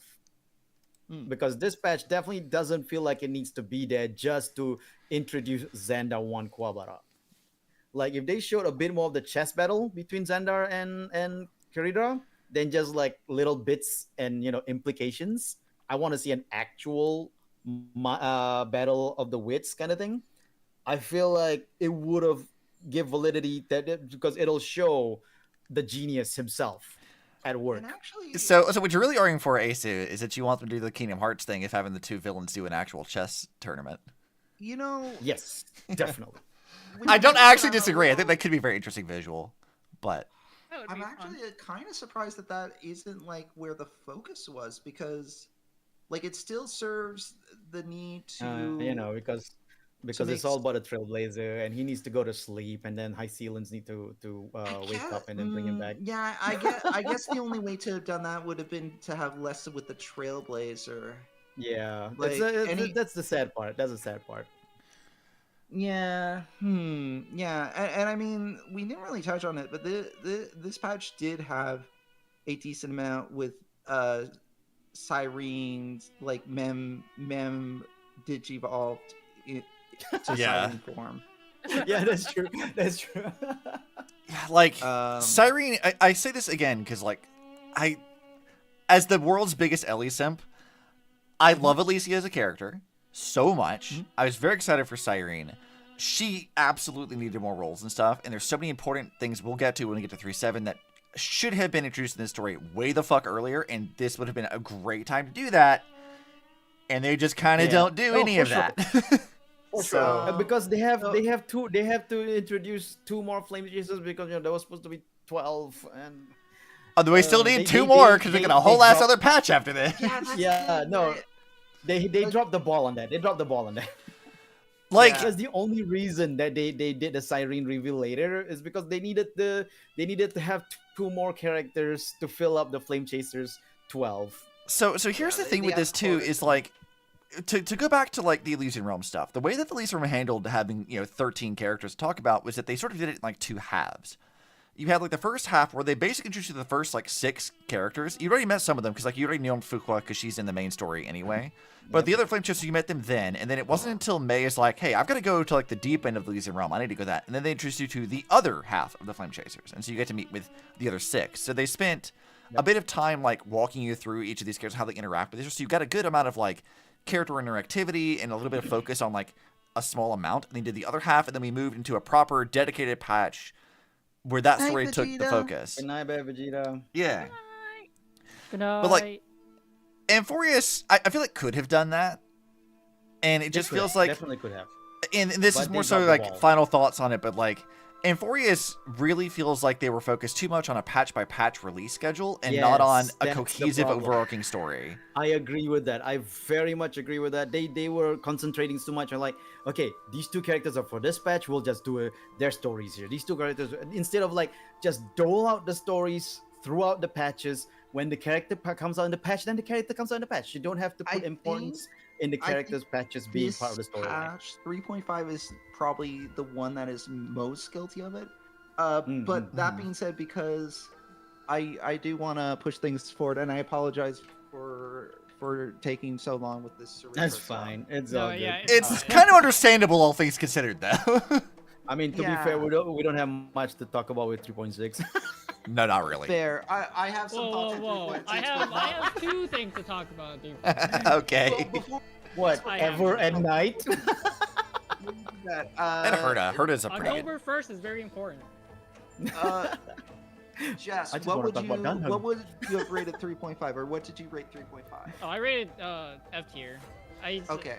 My simple enough is that it was mostly about besides DJ Xander. It was mostly about DJ the Xander. backstories of the Hysolines and Saridra, and they weren't very interesting characters for me. Yeah, that's fair. Yeah. I think we're pretty much all in agreement about this Yep. being F tier with Except with me. the notable exception of DJ Xandor, who shall never be forgotten. DJ Xandor, best character.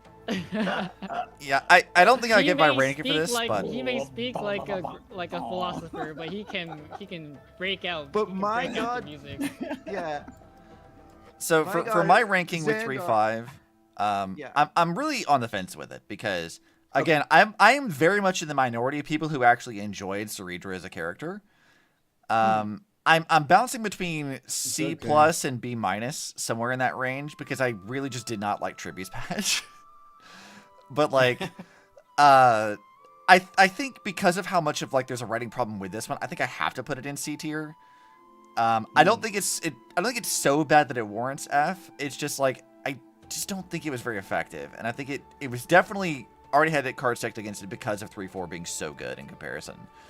Like, I don't know if you Yes. saw the trailer to 3.5. well, I was gonna ask about that. What was the Where- trailer thing? Because I don't feel like I Bro, really they know Oh about made that. my god, trailer. the The trailer trailer was crazy. amazing. The trailer was so crazy. good. It was like one of the best Star Rail trailer they have, and I was so hyped up. I was And so what hyped up came too. out of it was so disappointing.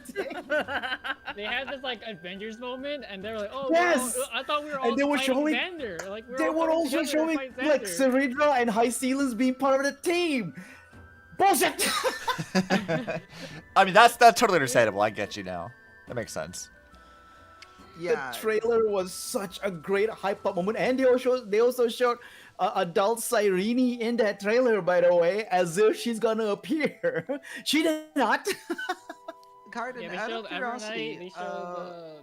Oh, they showed Evernight. I forgot about that. They showed Evernight Oh, and yeah, Dunham. they like, did. oh, we're all and we're Dunham doing as it. well. We got this. Yeah. It's the final fight. Uh, And then we went to it, and it was like, "Where's the fight? Oh, Why they am also I? showed What Iron am Tomb. I doing?" forgot. They also showed Iron Tomb. Holy Yeah. shit. Oh, That yeah. trailer. That's fucking wild. it- I missed it that was entirely. It was basically the 3.7 trailer shown too early. Yeah, they showed it. Holy way too shit. early. That's so It's not funny. even 3.7 because they have Saridra and High Sealans joining into a battle like Avengers style. Yeah. They showed The really oh man, the trailer trailer was did not get the memo crazy. of what 3.5 was going to be. Are you sure? So, Carden, I am curious what tier you would give it because you did like He put it Saridra in and my High Sealants. Discord. He put it in C tier, like I Okay, did. that's fair. He and I put it in the same tier with the Tribu patch. Yeah. So Yeah. Also, here's the thing, right? You have like 3.4 just ended. And then you came up with that trailer that showed this. The thing is, even in that trailer, they had this one moment where the Trailblazer and the group, which is, consists of Cyrene, not adult Cyrene, yeah, but Cyrene, Evernight, Dunhung, High Sealants, and Karina, all walking down, and you can see all these like eras like going around them, turning like different eras. You see Aglaya, you see Tribi, all like just flashing by, and it looks so amazing. It looks like Yeah, they're it gonna looks like travel they're through like all the passing eras. their Yeah, power, all the their cycles, pass- yeah. like a passing a It baton. was so good. And then suddenly what we got was just what we got, and I was like, oh, I'm so sad. So F tier for lying to me, Hoyo. It F was tier for that. crazy. yeah, we'll have to come back to that It'll about be the fine. 3.7 as well, because there's a little bit about that did bother me personally, but Rena talks about it, and it's Mm. something. But anyways, we should go to 3.6 because I honestly forgot about yeah. what was in 3.6. Okay, so It's 3-6. basically our night and Tanhung story. Yeah, the every night Three- Hong part. 3-6. What happens there? Fun thing about Meaning, have you drank water yet? Because Don't we're worry going about that, to Eisu. 3-6. Okay, all right, okay. Don't worry about fun fact that. about Andy, 3-6. but I wasted my points on it. Fine, I'll drink water. I'm drinking water. Hang on a sec. I'm hydrated. Okay, I just hydrated. Thank you. So 3-6. March 7th. March 7th wants to be Sele, and Evernight's like, I can make you Sele. It's like, how do you make me Sele? It's like, fun fact, you're Sele now. Congrats, you have an evil twin. March is like, cool, let's go to Amphoreus. Oh no, it turns out that I came to Amphoreus too soon, dude. How did that happen? Don't worry about that. That doesn't matter. So I'm gonna go and I'm gonna help the Trailblazers. Trailblazers are dead. That's weird. That's fine. Don't worry about that. Anyways, I've been here for a while now, and I cannot. I'm your camera. I cannot figure things out. How am I gonna help my friends when they can't see me and all that stuff? And Evernight's like, hi. And so Hi, bestie. and so March becomes the Evernight. Why is she called the Evernight? Well, there's a month in Amphoreus In called Amphoreus, Evernight. it's the Cool third that- month. It's the third month, you know. So It's the March, third month. It's cool. What you might be asking Ides now? of March What something. is March's real name when her fake name is March 7th, because that's the day she woke up, and her other half's name is called Evernight because that's the March equivalent of Amphoreus. I don't know. It didn't come up. It didn't come up. Evernight knows because Evernight has March's memories, fun fact, but Evernight didn't tell us, so we don't know. Anyways, that's Still keeps it a fine. secret, by the way, all the way. She still keeps it a secret. And that's fine. You know, Evernight's like, hey, you probably don't want March to have her memories because you know she'd be real sad. Anyways, I hate the remembrance, the Garden of Recollection. They're bad. I'm gonna and cool fact about me, I'm OP. I'm going to like capture all the people of recollection, and then after that, you know, we're gonna try to stop Evernight, because what Evernight's plan is that she is gonna take the MacGuffin and she is going to reset Amphoreus in a way that'll erase all the people of Amphoreus. And then everyone will be happy, except I guess all the people in Amphoreus. They won't be happy, but they were ones and zeros to begin with. So does it matter? I you know, we seem to think so, but Evernight's like, whatever. You know, I don't want to ever to Iron 2 to actualize, and also Fooly, I hate Fooly. Anyways, so we try to fight March. Sunday helps us out, and Evernight's like, next time, send a memo keeper, and she kind of turns her head real cool, and she yeets us away. She yeets Sunday away, rather. She doesn't yeet us away because she's yandere towards us. So that goes on, and then also at the same time, Danhung is having an adventure of his own, and Danhung is like, hey, you know, I should do a thing. You know what would be cool? Well, maybe I'll become a Titan, and let's go talk to Finon. It's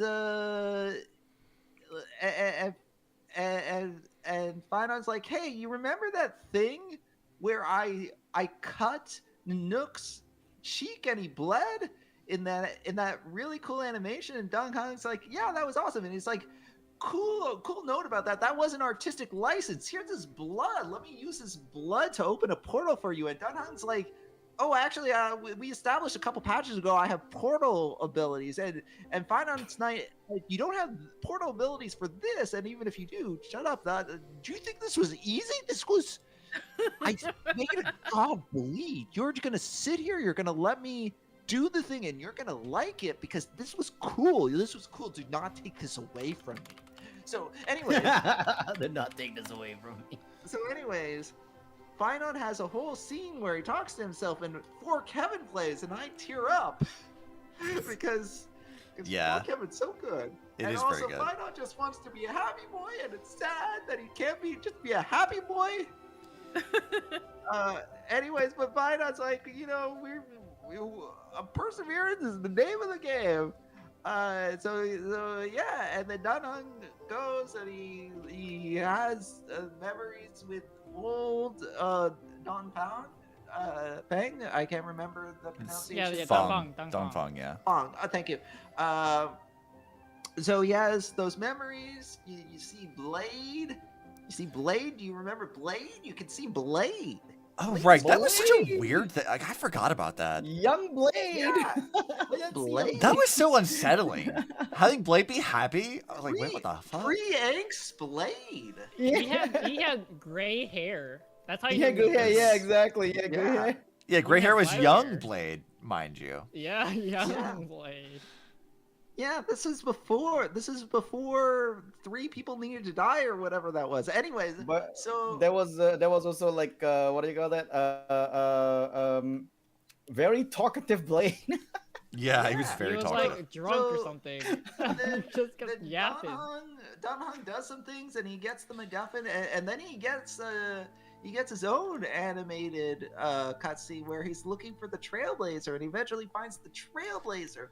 And then we're like, okay, we're united. Let's go Trailblaze. And meanwhile, Evernight finds Black Swan, and Evernight's like, I could just like kill you right now, and I don't even know that I would have to lift my arm to do it. I think I could just think it into existence. And Black Swan's like, oh, you probably can. And Evernight's like, do you think it's weird that I have this level of power and yet I am a blue in Currency Wars, whereas you're a gold character, and Black Swan's like, yeah, what can you do? Balancing is different, and everybody's like, yeah, but if you really think about it, if anyone should have been the gold character for the Dot archetype, shouldn't it have been High Sealant? She seems more relevant to Dot that Black Swan is. And Black Swan's like, you know what? I think we're all equally relevant to the Dot meta. So is Brian, yeah. And Evernight's like, you're entitled to your incorrect opinion. Anyways, speaking of wrong opinions, let me show you what Cyrene's wrong opinion is. And then she shows that Cyrene has been talking to this room for a while, and Evernight's like, Cyrene's been recording these messages because she thinks Fooly will help. But fun fact, Fooly is like your dad who went to go get milk and never returned. And Black Swan's like, how did you know that about my dad? And Evernight's like, I'm OP, even though I'm only a rare in Currency War for whatever reason that is. Eller's so hung up on that. Yeah, it doesn't matter. And Black Swan's like, the ranking thing is like, it's subjective whether the golds are like necessarily the best because it's harder to 3-star them. Like, you think about how good Aglaya is in the meta, and she's just a rank 1 character. And everybody's like, yeah, but truth be told, I've tried to make the Aglaya team work, and that hasn't really been working for me. And Black Swan's like, have you done the right equipment for her? And everybody's like, I don't know, like two boots you need on her, right? And it's like, yeah, but like, I don't know, it's like, it's complicated. Like, Aglaya is like one that takes a long time to ramp up, and everyone's like, I guess I'll just keep trying, like maybe it'll work out for me. But it feels like it feels like the cast team is doing better, and Black Swan is like, to be fair, they explained this. If you paid attention to the tutorial, and everyone's like, yeah, no, I Who prefer pays to just, attention to the tutorial? That's I the prefer- fault of a game. That's Nobody pays quitter attention talk to the right there. tutorial. I prefer to just see the tutorial and then figure things out on my own. And Black Swan's like, but if they tell you a thing and you don't pay attention to it, then are you really in the right for complaining about it? And then everyone's like, no, but I mean, when has being in the right ever stopped someone from complaining? And Black Swan is like, I have problems with you now. Amazing. And Evernights like, well, you think you have problems with me now? What about Cyrene, who's talking to a wall this whole time? And Black Swan's like, I don't know that Cyrene's actually talking to a wall. And Evernights like, absolutely, she's talking to a wall. Let's not question this any further. And Black Swan's like, okay, maybe next patch. I'm just saying, next patch is the Cyrene patch. You know, maybe there's not gonna be. Don't worry about it. Don't stop talking about Cyrene now. This is my patch, man. And then we're like, okay, let's meet up in Amphoreus's Britain. So we meet up in Amphoreus's Britain, and we see Cyrene there, Mem Cyrene, and Evernights like, I have defeated everyone easily that I have encountered. What hope do you have to stop me? And Cyrene's like, well, I don't know what hope I'd have to stop you. I guess we could have an epic battle, but as it turns out, it doesn't matter. Do you remember Saridra?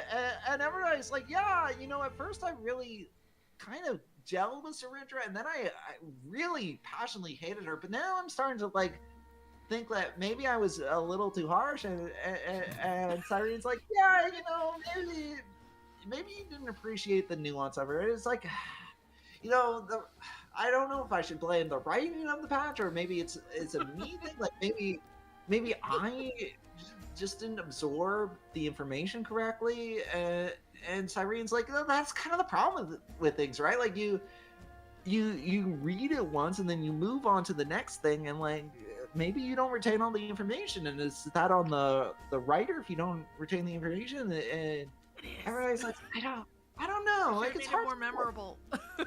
Ooh, yeah. I might read that later, Grail. Cyrene's like, but as far as us having an epic battle, fun fact, there's no epic. We're not doing that. And everybody's like, really? Wait, really? I'm not a boss fight? And Cyrene's like, nah. Nah. Let me instead circle back to the whole Saridra thing. So, anyways, she changed the law of the world that makes what you were gonna do not work.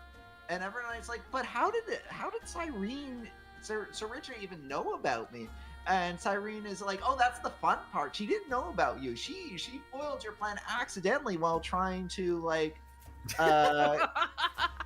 while trying to create a plan B in case the Trailblazer betrayed her. And she's like, and everyone's like, really? I beat all these people, all patch. I've just been, you know, kicking patootie. I've just been kicking patootie just up and down all over the forest, being so cool. And you're telling me that I got defeated by someone who didn't even know I existed? And Cyrene's like, yes, that is what I am telling you right now. That and Evernight's like, wow, that feels kind of anticlimactic. And Cyrene's like, well, you know what? Don't worry about it. Just go away and let March version of you hug Don Hung and the Trailblazers, because it's been like a year since you've all been together in a patch, and everybody's like, fine, I guess we did kind of run out of time. And Cyrene's like, you sure did. And then they go and they have their hug, and then that's where the patch ends, more or less. Oh no, sorry, they go to a door, they open the door. Oh yeah, we gotta open doors. It's very important. Can't forget that. We open a door. Where does the door lead? Find out next time. So, what did you guys say? I'll be perfectly honest with you. I forgot half of that shit even happened until you mentioned it to me just now. Cool, that's what I'm here for. Like, Yeah. It sounds 3-6. Like memorable of a I patch. remember the parts I liked, and I didn't ignore everything else. yeah, Kinda agree Jess, there. like you said, you had some pretty opinions about this. I'd like to hear your thoughts on this. Yeah, I want to know.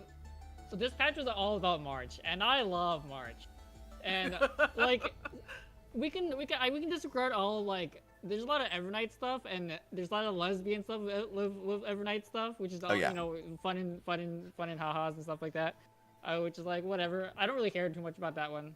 I do think Evernight's pretty attractive. I think her fit is pretty good. So that's my subjective viewpoint. But I think the one part I really liked was okay, and this wasn't in the story, but they released a trailer with Evernight, and it kind of explained what March had to go through, when she came early, and I think that's really pivotal to knowing more of the backstory and what happened to Evernight. I mean, what happened to March and why she became Evernight and how she like went into despair, and then her alter ego came out where Evernight was formed and then took over, and then how they had the whole patch of like March like hiding a bit of her memories so then they can like have like a talk for this like bonding moment. But I think the really cool part that I really like was that March connects back to 3.1, because we went through the series of like following Tribulos and how she escaped, but we never knew who helped her. Yeah. Who helped her, helped her escape. There's also But we figured it hint out that it was actually March 7th who did that. Yeah, they also tied it back into 3.0 when the Titan of Time refers to you as mother. As mother, yeah. Yeah, which because of March's influence. I will say for me personally, that was a very vindicating moment, because when I started streaming this, remember, I did all this stuff like in a bulk thing, and when we hit that line with talking about that, I'm like, oh, that's March, isn't it? And I called that back then, and we got to 3.6, and I'm like, I was fucking right. I called this shit months ago. Like, I was so fucking excited about this. I was like, I called this shit ages ago, and I was very excited about it. That being said, though, like, this match I feel really conflicted about, because, like, March's stuff is pretty interesting, and I do like that, and I liked Don Hung's animation, but I also feel like Terravox was, like, a character that should have shown up way earlier, too, and they, like, we never... Oh, yeah, true. It felt very underwhelming. Was such a thrown random character out of nowhere. Yeah, like... And even though they gave, like, some little snippet of, like, why he didn't appear, and how he hates humans or whatever, I'm like, this is so... It was very weird and felt very, like, not... It felt like filler content. Like, it didn't feel like a proper, Yeah, like, main 100%. story thing. And that didn't sit right with me. There was something else I wanted to bring attention to from chat. Sparta, you said earlier that Evernight is not an emanator. That is patently false. They tell you in 3.7 that both Cyrene and Evernight are children of Anasrava, which is equivalency to an emanator. So, yes, they are, in fact, emanators. That is, not even a disputable thing. That is absolutely what they are. I mean, if you want to split hairs, it also means they could technically become Fuli in the future at some point in time, but that's a 3.7 discussion. But, like, functionally, they are emanators, so that is what that is. At the very least, Evernight is powerful enough to ragdoll Sunday and for Black Swan not to even bother trying to fight. I thought it was Evernight. so funny seeing Evernight just like overpower them so significantly. And it's really like crazy how we saw how powerful Sunday was in Penacony, and then he just becomes like a nothing. He's just a little like speck of dust. I think Sparta, I would also disagree with you here too. I think there's merit to saying that we didn't get like the Sunday that Evernight ragdolled isn't the same Sunday that we fought, because the Sunday that we fought was powered by the sweet dream. He got nerfed. That's yeah. fair. So to loop back into what you're talking about, Sparta, Scions of Permanence are sort of like that. We see a lot more of that in Impact Third, actually, because we get Nalarob, who is another Scion of Permanence, and then Corley becomes sort of like, I guess, kind of Scion of Permanence. They sort of work that way, but it's a little bit different because all Vidyadhara are Scions of Permanence, so it doesn't really count. Child of Nasrava is a unique thing that doesn't exist. We only know of 2 of them. And you try to say, like, oh, well, Evernight doesn't have any, like, feats, but she literally, like, killed all the Memo Snatchers and was like, hey, by the way, Black Swan, this character who's been really important all through Penacony, who showed her power all through that, I could kill you with a thought if I felt like it. I think it's also prevalent to show that Evernight is able to just move around and basically do whatever she wants under Lygas's guise the whole time, because Lygas can't do anything about it. Yeah, like, she's literally been there for, like, at least, like, what, 3 months? And Lygas didn't even know that she was there. And then when we do learn, it's like, not only she's been killing people the entire time, and we didn't even fucking know. Like, she just kept their, like, tortured bodies up for display, just because. Like, how do you kill, like, a thing that doesn't really have a physical body? And she's like, I found a fucking way. And I'm like, okay, damn.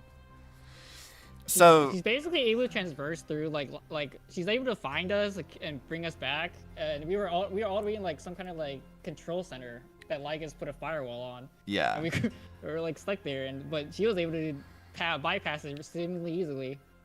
Like, it doesn't even matter if we really see a feat for it, because again, the game tells you outright, children on Ostrava have the potential to become Eons, and they are functionally Emanators. Like, whether or not we see them actually do Emanator level feats doesn't really matter. That's a more power scaling discussion that I don't really care about. They tell you that, that's what it is. So, I don't really see a debate in it. It's sad not... that it's not a show not tell, but, you know, they did tell you. Yeah, like, it is... Maybe we should have seen more of it. I think they do give March a bit to do, kind of, but, like... To be fair, with most of the I characters do in think- Amphoreus, they just don't really utilize any of them nearly as effective as they could have if they just introduced them at a time Yeah. that would have made sense in the story, as Yeah, opposed to just if they shoehorning into a gave patch. each character more time, more time, it would have been easier to tell. But because they separated I by do half think patches. I do think that the did enough to show that that March is powerful or Evernight is powerful. Like I feel like there was enough there to buy into March being powerful. When I'm looking at this patch, I guess my feelings of this patch is there were certain moments that were really strong. A lot of, like, Evernight flicking away Sunday was such a cool moment. Her, like, next time send a memo keeper moment was really cool. I really loved the moment of Finon with the 4 Kevin thing. Like, that was a moment that brought tears to my eyes. I think that Evernight and Black Swan's talk about this revelation about Cyrene, like Talking to the reciting Demiurge. books. Yeah. Yeah, even though we don't Yeah. know it's the Demiurge yet. Well, they do name I drop think- Demiurge. They do have that conversation with Lygus did for they like, name oh, drop because like, Demiurge? 3-6 was setting up the whole thing. Like, Lygus Oh, was yeah, afraid yeah. of the Demiurge. Lygus does, and Lygus claims that the Demiurge has been killed, obviously falsely. But like I do like that stuff.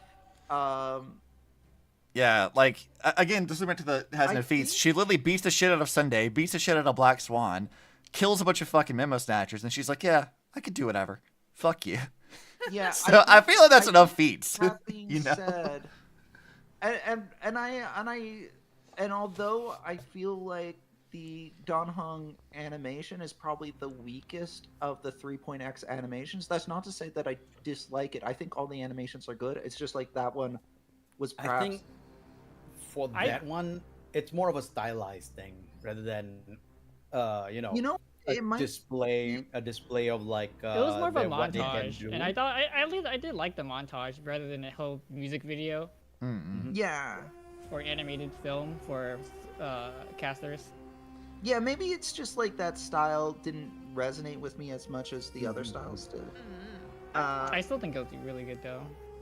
Oh yeah, I definitely agree with you that it was good. I like if we were grading them on a scale, I would say that this wasn't at the level of the other ones to me at least, but I would still say that this one was good. Like I appreciate it being there. I think it added to it. And I would count it among this patch's highlights. At the same time, well, I feel like there's really strong moments of this patch.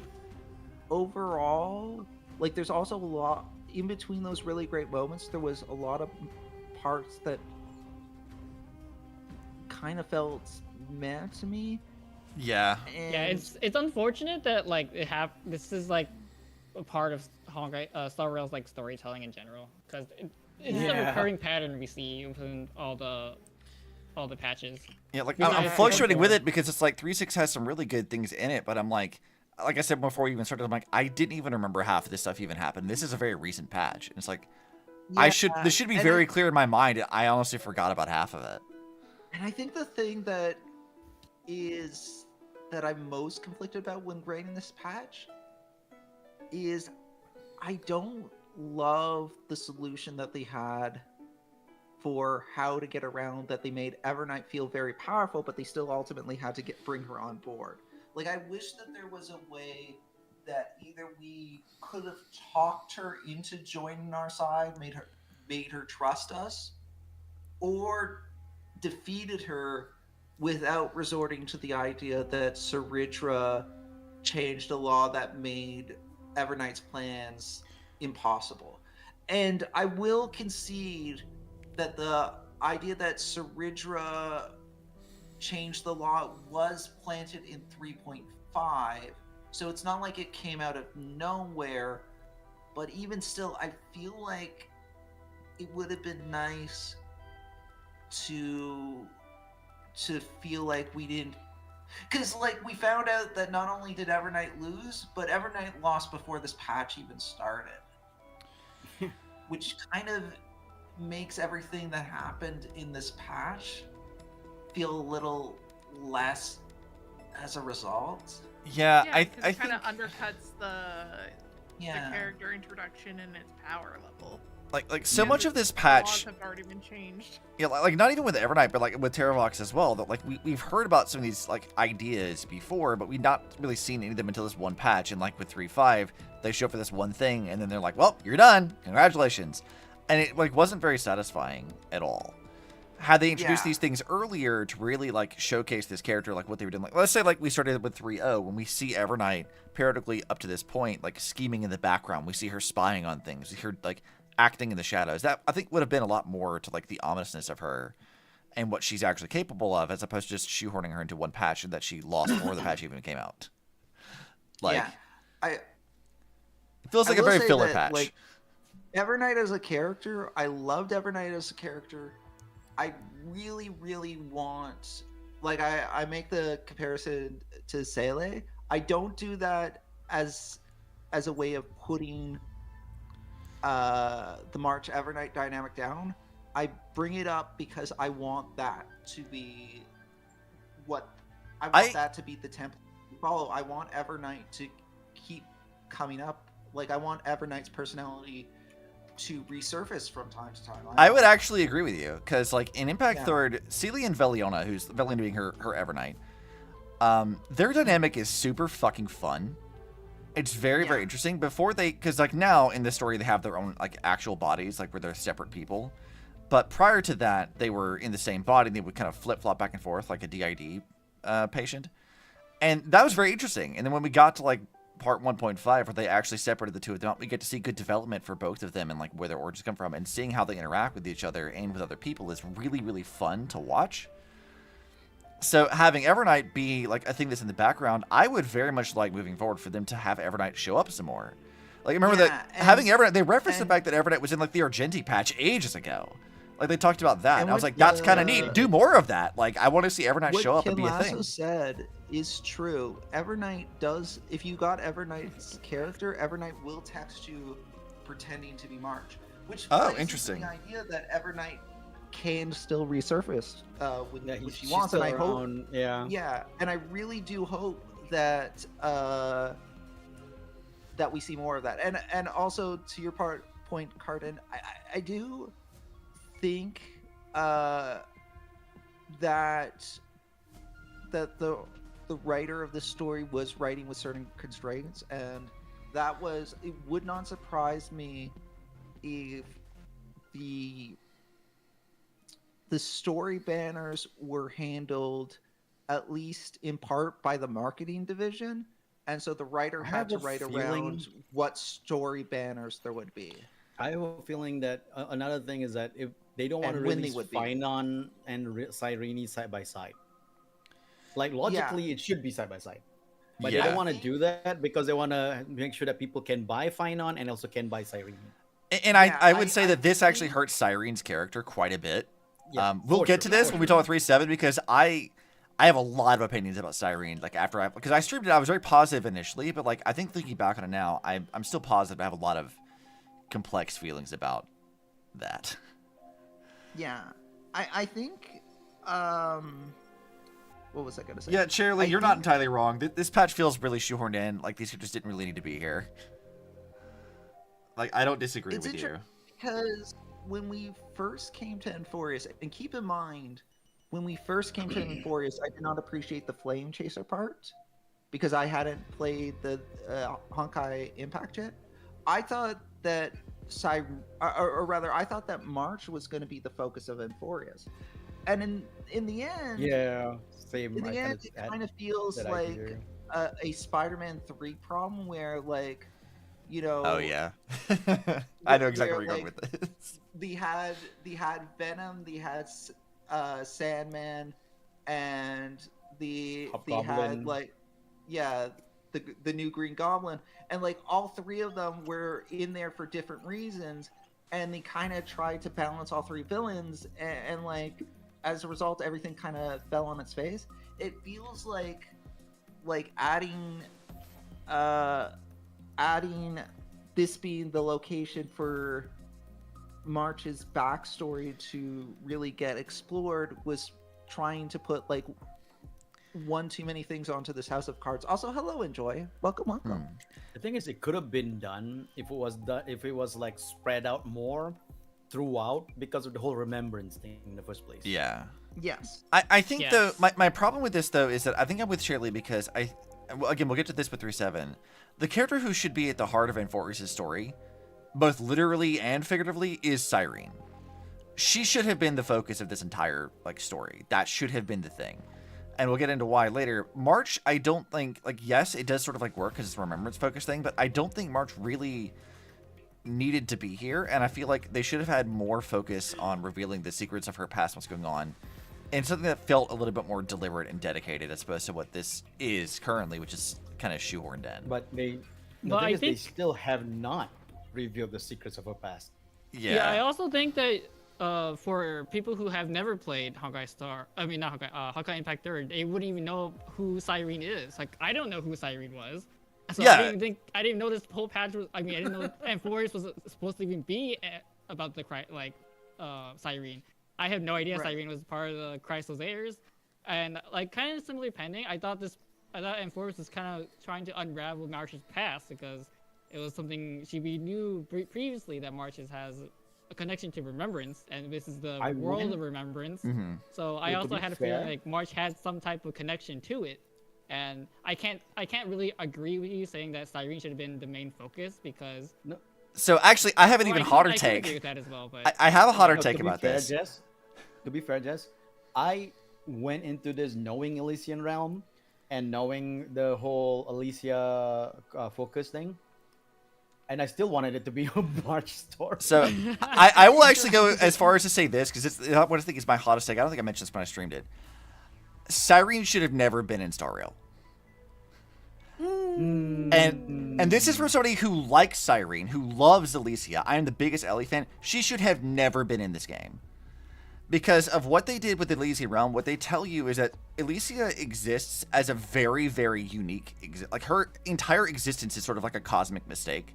She's... like, they describe her birth as a miracle in and of itself. And Kevin, when we talk to him, he says, straight up, there will never be another Elysia. And while the Elysian Realm does establish that there are multiverse variants, and they always choose the same path that Ellie does... I said, like, when the leaks about Cyrene coming out were going to be a thing, I said to Rena and others, I was like, I don't know that I really like that. I don't know that I'm really on board with this being a thing, because I like Ellie being unique to Impact 3rd. I like the role that she plays in that, the like mysteries that she resolves and deals with. But like, when we get to here in Star Rail, it's like, I don't know that you really did the character justice here, and how they've set it up. Like, narratively, she should have been, like, the focus, because they literally tell you that she's the fucking heart of Iron Tomb originally, or whatever the fuck. She's the literal heart of Amphoreus. And I'm like, okay, well, if that's what you were going with, then she should have been important. But, like, what you guys are saying, people expected March to be the focus. And I feel like you can't have both. You need to pick one or the other. So... yeah, I agree that they should have picked one or the other, and they shouldn't have kind of, like, try to shoehorn both of them at the same time. Yeah. And part of the reason why Finon got treated better is, I mean, They not were only sorry did to Finon get- they have wanna apologize to Kevin. 3.4 He tried harder really did. to sell the man. Not Yeah. only, You not only did Finon get 3.4 dedicated to him, and it was like a really good patch, all things considered, but he also got build up starting at 3.0 all the way leading up to 3.4. Yeah. Mhm. Yep. Which Yep. when you talk about talk about Evernight, she didn't get that. Or the Or only Cyrene. character you could potentially say got that was Cyrene, and that's really debatable because the question then becomes like, is Mem Cyrene in the same way, and It technically kind of She but she is, even but even then, it wasn't focused on that. well, see, this is, I guess I'll go into it now because I feel like this is a relevant point to mention it. So my problem with Cyrene is, like, again, as like the world's biggest Ellie simp, I love Alicia's character, but the reason why she works so well in the Elysian realm is because she's the heart of that team. When you go into the Elysian realm, Yeah. she's the first fucking person you meet. When you learn about the Flame Chasers as a group, you find that the group wasn't even sanctioned by the organization that was fighting Honk at the time. They only existed because Ellie wanted it to exist, and all the Flame Chasers, out of respect for her, just kind of went along with it. And that her role in that time, and how she was there from the very beginning of that fight to the very end, sacrificed herself for humanity, and then her sacrifice allows for Hershers to surpass Honkai and become human and still have that power in the future, is a really important thing.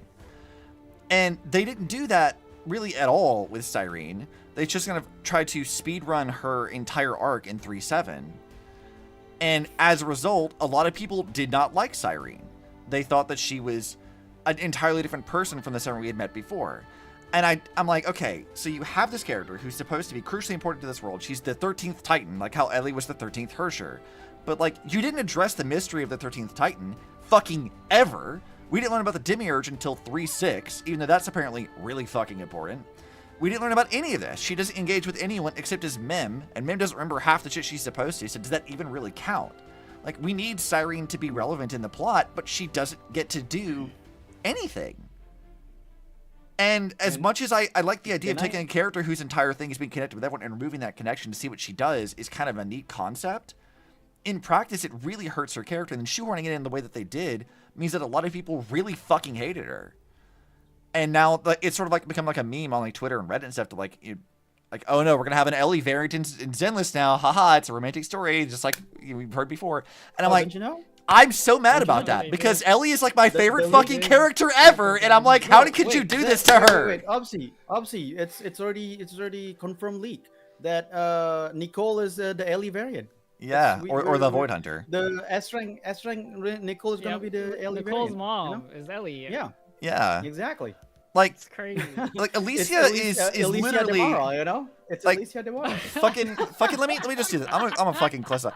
I rolled for Cyrene. My wallpaper on my PC right now is Ellie. Like, I have Ellie on my phone. I have Ellie figures and shit. I love this character so fucking much. Sure, But, like- E6 or... I didn't because I'm poor. Hey, where's your marriage bow? Like mine? I have the marriage bow.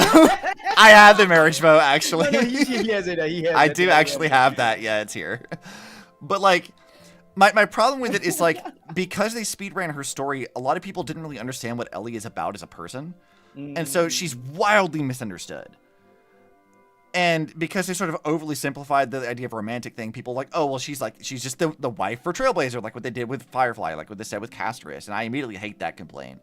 And admittedly, having the wedding ring in her, like, ultimate doesn't Can help. I also say... But, like... Can I also say that... sorry, just a bit of... Like, that they did a much better job giving Alicia's not exactly retelling, but sort of like a light retelling with the High Love Elf story in HI3. Yeah, With- they did.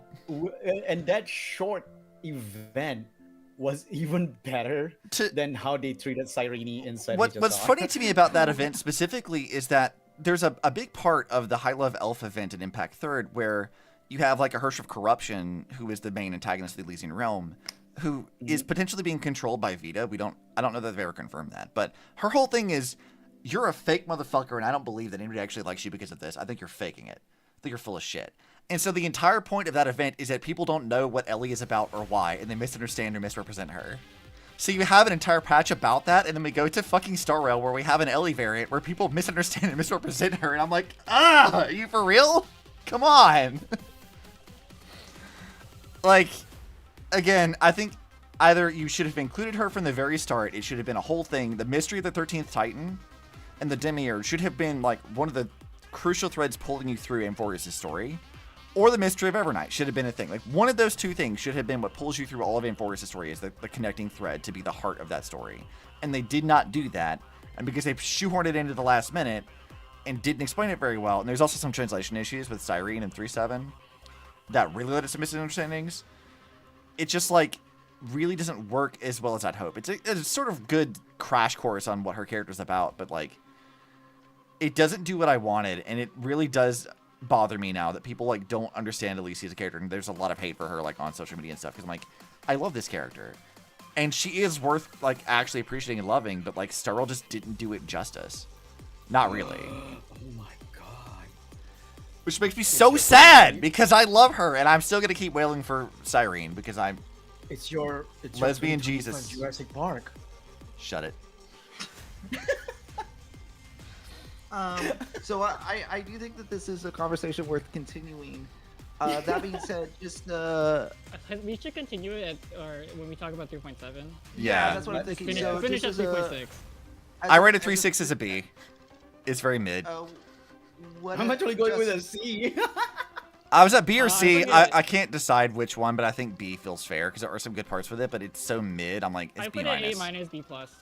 Yeah. Okay. Aisu, what are you going for? C. I'm going for C. I think I am gonna put it in like a B minus because there are some really good.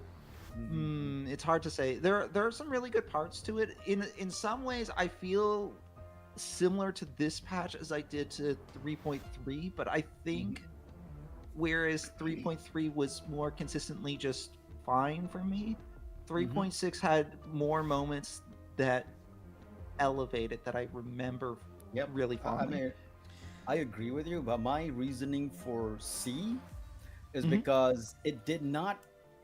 It sort of like I had expectations going into 3.6 because it's supposed to be the story of Danheng and then the story of Evernight. I go into this knowing that it's not what I expected. It is lower than what I expected. So that's why. It's That's C. fair. Yeah, that's fair. And then okay, so we're gonna talk about 3.7. I will quickly summarize this one. So what happens in 3.7?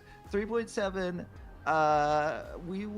We've been asleep for a while, but don't worry about that. First off, it's like, hey, you know what? I haven't had any lines of this, and Himiko's like, fun fact about that, and so we don't care. Anyways, the finally come to Amphoreus. Welt gets one line where he's like, I guess we gotta keep up with the kids, and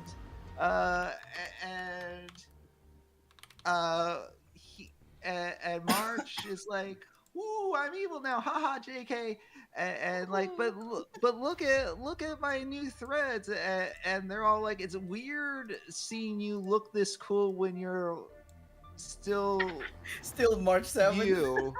And she's like, well, don't worry about it. After Amphoreus, I'm probably gonna go back to looking like I did before. And they're like, okay, well, cool, I guess. So then we go to the town hall, and in the town hall, like, they're like, hey, let's go talk to our god, and our god is us because we are the gods of this world. We're the ones that spend the money. We get to be the god. Anyways, and so we talk. It's like we're gonna continue on to what Castellana started. We're gonna and Welt is in the crowd. Do we cut away to Welt to see what his reaction to this would be? No, we don't. We in fact don't. We never know. We don't know what we don't know what Welt feels about the fact that there's Castellana on this planet. It's not important. I never asked that. Never asked that again. Anyways. Anyways, so we're getting ready to go fight Iron Tomb, and Himiko's like, okay, cool. We have contacted a bunch of different places to help us with this, so we get a moment where we can see the IPC and we can see the Shenzhou, and we get to talk to Bronya back in Belobog, and Bronya's like, "Hey, sorry about that. We can't help it." And we we're like, support "Oh, you. Hey. we're sending thoughts and prayers, man." And we're like, Everyone's "Cool, favorite. thanks, Bronya. Do you want you crazy? Sure. I mean, you were a big deal in HI3, and this is the HI3 related story arc. Do you wanna participate in this?" And Bronya's like, "Nah," and Want's like, "I feel that feel." And Zaylee is behind her going, plus you got a dual personality person already. You don't need us. Yeah. Where is Seely's Veliona and Star Rail? Yeah. Where is it? Seely, and we're like, "Hey, Seely, you and Kevin, you guys went way back in HI3. You had a really complicated relationship." And Seely's like, "Yeah, but I'm a different Seely. I don't even know this man." Anyways, Seely also has Bronya, you know. Yeah. Yeah. I look. All I ever cared about was Bronya in HI3. That was my sole motivation. I have Bronya. I am. Yeah, you're right, Krail. This is I know I grew up as an orphan in slums, but this is the literal ideal scenario for me. So you know what? I'm just gonna sit here. Good luck with your whole galaxy dying or whatever. Anyways, Belobog out. Belobog out. Mic drop. By the way, let's go. By the way, I wanna say something about Belobog. Someone I use the HoYoLab app to do my daily check-ins. I forgot. But then that. from time to time, I would see like posts on the Belobog app, on the HoYoLab app, and then today what I saw was someone post in the Honkai Impact 3 side of the app. Someone posted a picture of Raven and then of Natasha, and going like, "Oh, they do. I will forever hate Hoyo for doing me dirty, for making my Raven into such a soft character." Blah blah blah blah. Right? Did they forget that Raven really runs an orphanage? and cared for. She built like a makeshift camp in like a destroyed city to look after orphans and impact her. Like that was like a big part of her arc. Yes, she's a badass assassin, but like the best part is someone replied to the person, right? And it was the best reply that I saw, basically saying like, I like Natasha. It's basically Raven if she gets her happy dream. She gets to just take care of children and live a peaceful life. I'm like, oh my god, that's so true. Yeah, literally, like after part 1 happens, like that's like really like Raven goes to jail because obviously she helped with like a world destroying people, but like when she gets out, she kind of helps like the orphanage because they find like Bronya and Seely like run an orphanage, and so like Raven helps them. Here's the thing. That made me think that HSR Belobog is basically these HI3 characters having a happier life than what they had in HI3. I mean, yeah. That is Star Rail Seely doesn't get like lost in the Sea of Quanta for a while, and then gives a kiss to Bronya before being disappeared for like 5 years. So I say she's got a better time. They could still get lost in the Sea of Quanta. Bronya could still turn into a motorcycle. You don't know what's going to happen. She could be a motorcycle. Let's go. All I want, like. And the most important part is that Cocolia died. Yep. How dare you say? How dare you say that the mistreated Raven? How dare you say that Cyrene was misrepresented, like as the big flaw? When we got a Bronya that is not a motorcycle, not a motorcycle. That's the biggest. That's the biggest crime. To my side, as if non-motorcycle Bronya was here, and we do not have that, and that is a crime. That is it is a crime. HSR crime. Why does neither Silverwolf nor Bronya Rand have a fucking motorcycle form? Why is there Bronya motorcycle in Honkai Impact 3rd? Because awesome. Because it's epic. The TL. Awesome. Did they just transform like a it's sort of a meme. So the real explanation. I want to know. Here's what I want to know, Jess. Why are you questioning me? Because I need to know who writes it. Okay, so Obsidian, it let me makes more explain it sense. first, and then you can explain it correctly. Okay, I'll let you do that. We can do that. That's fine. So often goo memories space where Kevin exists. little monotone Bronya gets stuck there, and she finds Sele, and Sele's like, "Hey, remember me, the orphan?" It's like you haven't. I don't think you've been in HSI thus far. And Sele's like, "I don't care if I've been in HSI before. I'm in HSI now, and you better believe I'm gonna be here for good now." And Bronya's like, "Are you in part 2? And Sele's like, "I don't know. Penny didn't really play part 2 yet, so yeah, maybe I am. You don't know. I'm certainly in events that have existed in part 2." And it's like, "Yeah, but if the events aren't canon." And Sele's like, "You know what? Just for that, I'm gonna do some evil stuff now." And Bronya's like, "Oh, I don't know that I like that. I don't like this side of you." And Sele's like, I gotta protect you. I'm gonna disappear into a sea of butterflies, and you don't know me. I got an evil side. You don't even know that, right?" It's like, I kind of know that, but that's not gonna be resolved till like 30 much patches later. from now. Let's not talk about that too much. Let's focus on the fact that Kevin escaped, and Sailor's like, everything is bad, and Wilda's like, I'm trapped here too, and Rania is like, I don't know. Are you allowed to speak?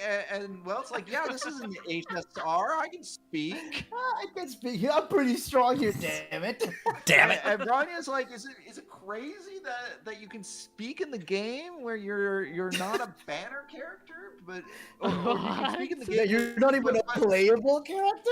But in the game where you're a playable character, the only line you get is you know nothing about the weight about this power. And well, it's like the power I have is the power to not be able to speak. And Rania's like, cool, okay, how long have you been stuck here? And Wells like, how, I don't know, long. When was the second impact? Yeah, and Rania's like, okay, well, let's escape this place.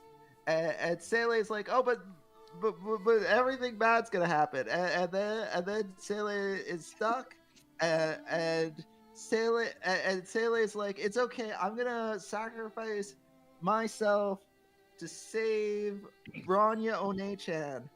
And then he called her One-chan. You're right. Yeah, She does do that still. and then Sele is like, yes, this is the way it's meant to be. I will fall into this Yes. I will fall into like this pit, and then like this monster that looks cool is gonna kill me. And then Bronya's like, not if I can help it. And with the power of wealth, and Welt's like, did I give you that power? It's like, Bronya's like, you did, but we're gonna explain that later. For now, let me turn into a motorcycle. So Bronya transforms into a motorcycle and says, "Ride on," and then a robotic voice says, "Ride on," and then like it smashes down, and we get a boss fight where you're fighting the guy. Bronya motorcycle form, and my god, Bronya motorcycle form is fun to play, and that's never existed. So good. It's very fun. So much fun. And the best part is, motorcycle from Bronya actually made her fast because Yeah, it fixed so much of Bronya's thing. All of Bronya's previous variants were terrible. Yeah, we're talking about Harsher region. I'll better explain it in a minute. And so we escape from the goo, and but Kevin escaped too. And oh no, that's gonna be a thing. How long is it gonna be a thing? Literal years this is gonna take to resolve. You really worked things up now, Bronya, but also I really appreciated how you became a motorcycle there. Welt says, you know what? Heavy is the crown that wears the motorcycle powers. I bequeath this to you. And Bronya's like, cool. Does this do things other than turn me into a motorcycle? And Welt's like, glad you asked. Time to talk about mecha anime. Yeah, let me introduce you to something that's gonna become very common in MiHoYo games. Exposition. next time. But anyways, explain this correctly. Okay, I'm gonna have to abridge a lot of this because there's a lot of lore that kind of Yes. backs it up. Yes, The first thing to please understand do the is that abridged version. in the grand cosmology of the Honkai-verse, you have kind of two opposing forces. You got the Sea of Quanta, which is higher dimensional space, and you have the imaginary tree, which is like a higher dimensional representation of time. The Sea of Quanta is sort of like chaos, so everything that like is in part of time, like the timeline, like it breaks off as like a tree from the or the leaf from the tree. It sinks down into the Sea of Quanta and degrades into chaos. This is sort of like the natural order of things that it will degrade into it. The previous era, which was the cycle just before the main timeline of Impact Third, they had a few different ways to sort of like break through the barrier to get into higher dimensional space where the Sea of Quanta is. One of those was called the Eye of the Deep, which is where this arc with Bronya takes place. It's sort of like an abandoned research facility that lets you go into that space. Put that aside, because we'll come back to it. Mechier mechs, yes. Now we have Kevin. So Kevin and a handful of the Flame Chasers were put in charge of a few different projects to possibly like usurp By the Honkai way, and be able to like. You just know that Welt saw Bronya use the powers for like pseudo mech stuff, and Welt's like, I love that. I love. You're not even wrong, because that's actually what it is. We'll come back to that. Yeah. So in the main timeline, you have like Kevin, or in the previous area, you have Kevin and the other Flame Chasers that survive. They have like different projects to potentially save humanity. One of those is Project Sigma, which the idea is basically Penacony of like looping everyone into a collective consciousness in like a dream soup. And then you can live in paradise in this dream soup, but it's also effectively a prison. And it's sort of like understood that this is the worst possible choice. No one really wants to do this because it's bad. It's basically murdering all of humanity for a select few people to survive. At the time the plan was conceived, the people who would survive in that dream soup had what was called a stigmata. It's like a genetic thing that would transfer memory and Honkai adaptability to survive that transition. So not many people actually had that. Sealy is one of the people who has one. So Veliona is sort of like a reflection of that stigmata in her, is what that's supposed to be. Which we'll get to later. Kevin, because he's in charge of Project Stigmata, he wants to activate it early. Yep. Yeah. Yeah, that's what I do with the. I don't know if I play Motorcycle Bronya correctly, but the way I play Motorcycle Bronya is Lasers. drive around in circles as lasers. Yeah, and do drifts. You do donuts to kill things. It's fine. Yeah, you don't have to kill them. That is my strat. So during the time of King Arthur, Kevin decides, you know what? Plans have failed. Fuck it. Activate the Dream Suit Protocol. And Sue is like, hey, dude, what the fuck? That wasn't the plan. And also your dead ex-girlfriend or whatever told me to stop you if you went off the fucking rails, and now it's my time to stop you. So he and Kevin get into a fight, and Sue drags Kevin into the Sea of Quanta and traps him there, and Sue himself dies, and we learn later kind of becomes Discord. But only if people know he exists. So that's... And put that aside, because that's not relevant. It's just like a thing. He just becomes Space Discord. And Kevin is stuck in the Sea of Quanta. Talking about the app, by the way. Opsy is talking about the app Discord. Yeah, the app. So Kevin's stuck down there, and he can't really get out yet, but he is basically immortal, so it doesn't matter anyway. So now you fast forward to the current timeline. Bronya was raised in Russia, Siberia, but because of the second Honkai eruption, which was like a big... Like the Hersher of the Void shows up, she basically destroys everything. Kiana's mom dies, a bunch of other people die.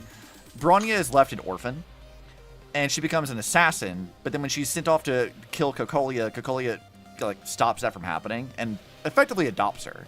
And when she's in the orphanage, she and Sealy become friends, and there's like a whole like I'm gonna protect you kind of thing, to the point that like Sealy gets kidnapped and they're gonna like maybe possibly rape her, and Bronya straight up just murders all the kidnappers. And there's a bit of a misunderstanding because Sealy sees Veliona but thinks that it's Bronya, and then calls her a demon, and it traumatizes both of them, this whole thing.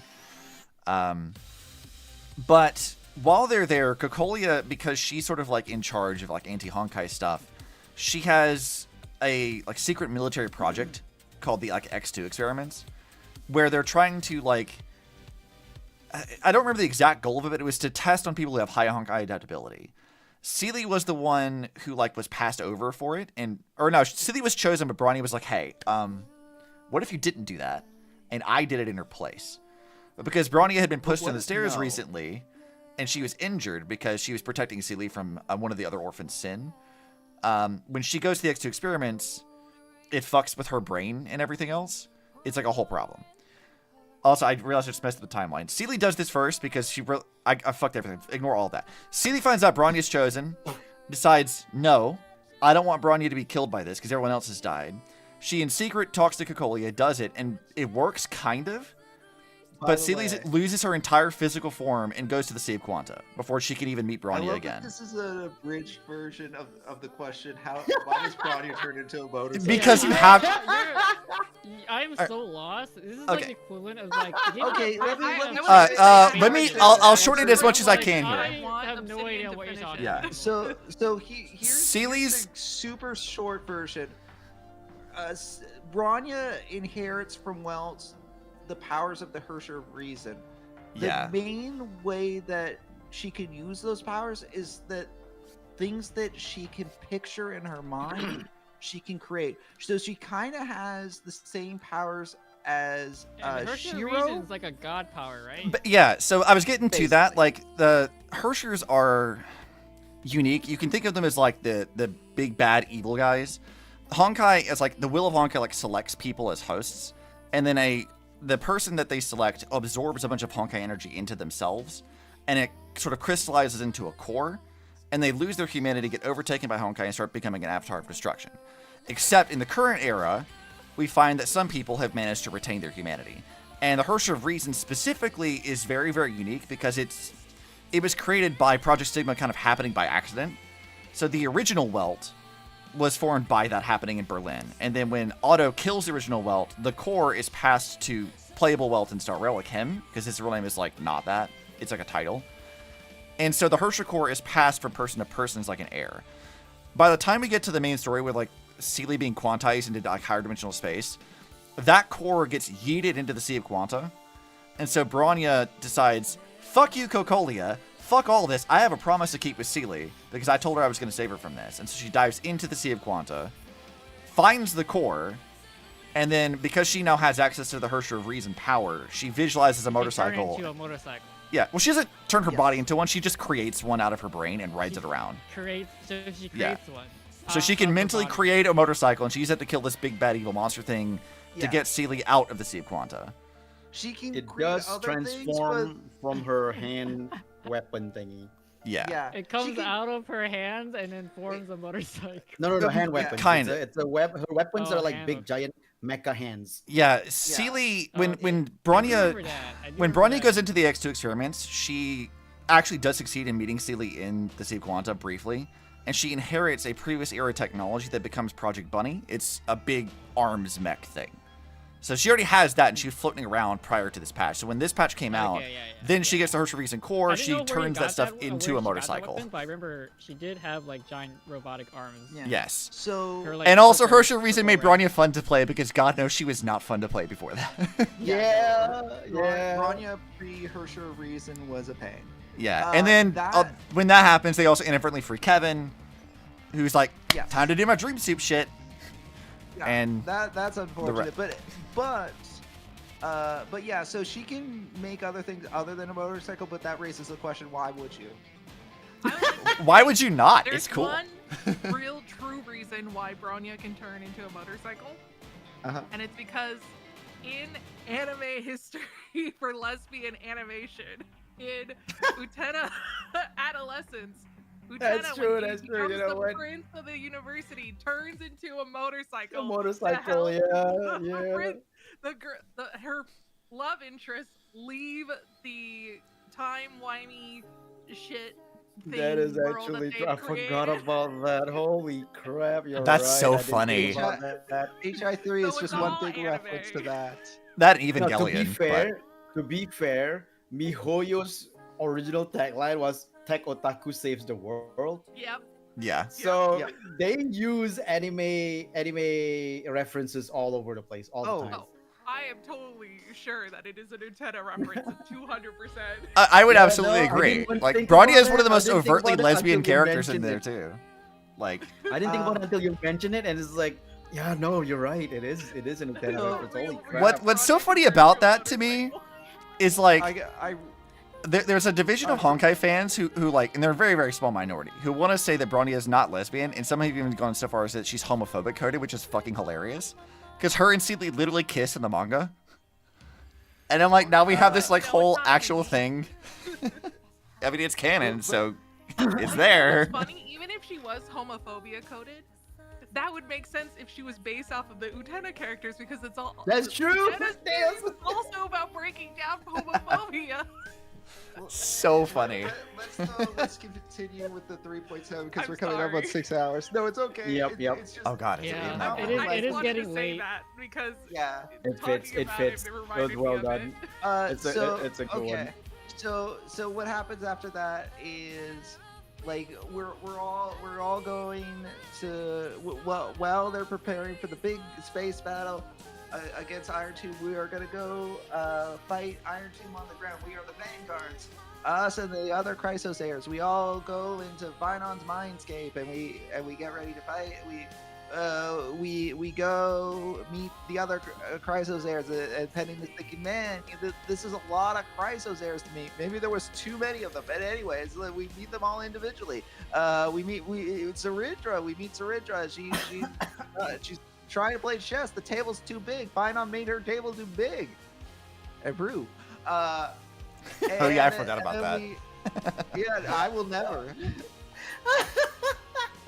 You came into my stream when I was doing that too, just to call attention to the fact that the table was too big. Yeah, Which I is love so when they're funny. playing chess, and like I'm trying to think of the logistics of the fact that the table is higher than her head. Anyways, they all gather and they're and like we see Finon's parents. Finon's parents are generic NPCs. It's not that. And then we get to Finon, and Finon is like, hey, are you ready to finally finish this? And we're like, yeah, no, we're gonna do it. And Finon's like, okay, cool, let's fight. And we do a little bit of fighting with Finon. And we have the option to say that there must be a better way or something, but it turns out, but no, this is happening. You can't stop it. So yeah, we fight Finon. Finon turns into Iron Tube. Iron Tube actualizes. Okay, so let's do this. But at the same time, things are happening with Herda. Herda is going outside of the simulation. Herda is like looking for evidence about this. About Amphoreus, and she and Screwlim like do a fly in a ship, and you can control the ship if you want. That's my favorite. You can control the ship if you want. I autopilot the ship because I suck. But anyways, we find out that Lygus used a Stellaron, essentially the world-ending big bad of this thing. He used it to clear a space for himself. He exploded a Stellaron. He can do that. He has that power. He has the touch. He has the power. Yeah, he has the power to like blow up Stellarons as a cleaning tool. How powerful is this guy? But anyways, we can't do that, I don't think. But it doesn't matter right now. So Herda is like, finds out that, hey, you know what? Demiurge is a real thing. It's Irene. She wasn't talking to nothing. She was talking to Demiurge. What is the Demiurge? That's a long conversation. We're not doing that right now. Let's move on. So Herda talks to Xandar. And Herda's like, okay, let's call a council meeting of geniuses. And so we call a council meeting of geniuses. And Herda's like, so you know how the council works on the dibs system? Well, I'm calling dibs on this whole Amphoreus thing right now. And the other counselors are like, granted, I don't want to ruin the sanctity of dibs, but also I don't like you, Herda. And Herda's like, what are you talking about? I'm like the only character here that doesn't speak in cursives. And that's amazing, because like I'm the smartest one here, with the possible exception of Xandar. And Xandar's like, you know what? I really respect your game, Herda. listen here, council member people geniuses. I Xandar Kuwabara, DJ of awesomeness, do hereby say that if any of you interfere with what's happening here, I will unleash my other Xandar robots on you, and you will all die. Remember, I use Stellarons like dynamite. You know, I used the Stellaron to clean my kitchen earlier. Do you think that you could stop me? And my legion of Xandars do not make me laugh. And Herda's like, cool, okay, well, now I can go ahead and interface with Nanook. No, not Nanook. Help me out. Which Aeon was she interfacing with? Noose, not Fuli.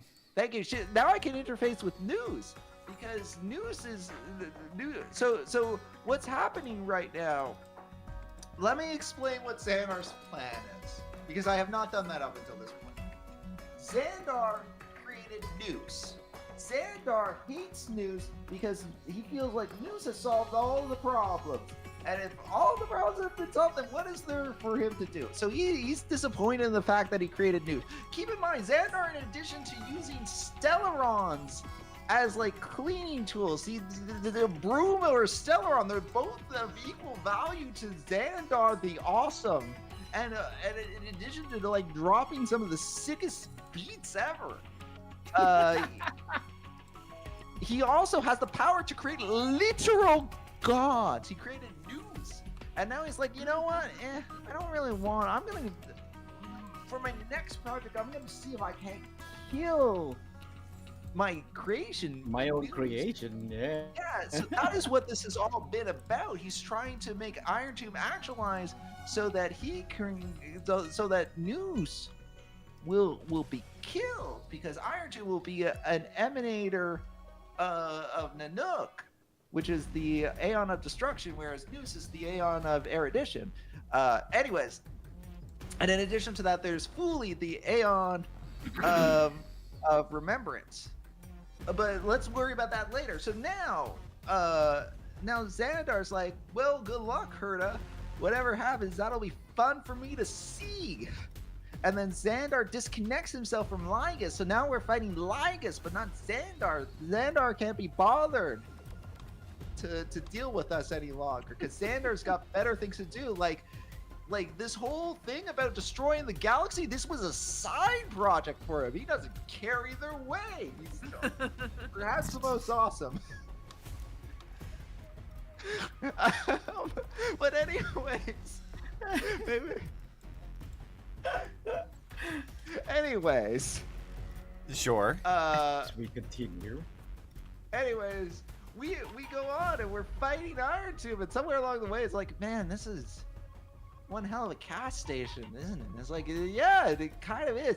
And so we're fighting Iron Tomb, and then all these spaceships come out of orbit, including Skrullum's entire planet Skrullum. You know, not to amidst my praise of Xandar, let's not forget that Skrullum has a whole planet that he named after himself. Maybe Herda should have been less impressed with that random spaceship he had, the dingy little spaceship when he cruises around on a planet. So anyways, we are gonna go fight Iron Tomb on the ground while the space battle is happening in the sky. And boy, I would love to see that space battle. Too bad you're not doing that. The budget is going elsewhere this time. We don't get the best thing that you could have shown us.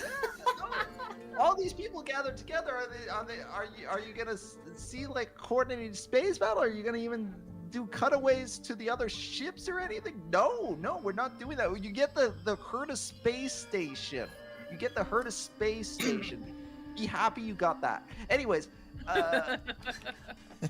so we fight and we fight and we fight, and Fuli's looking at us.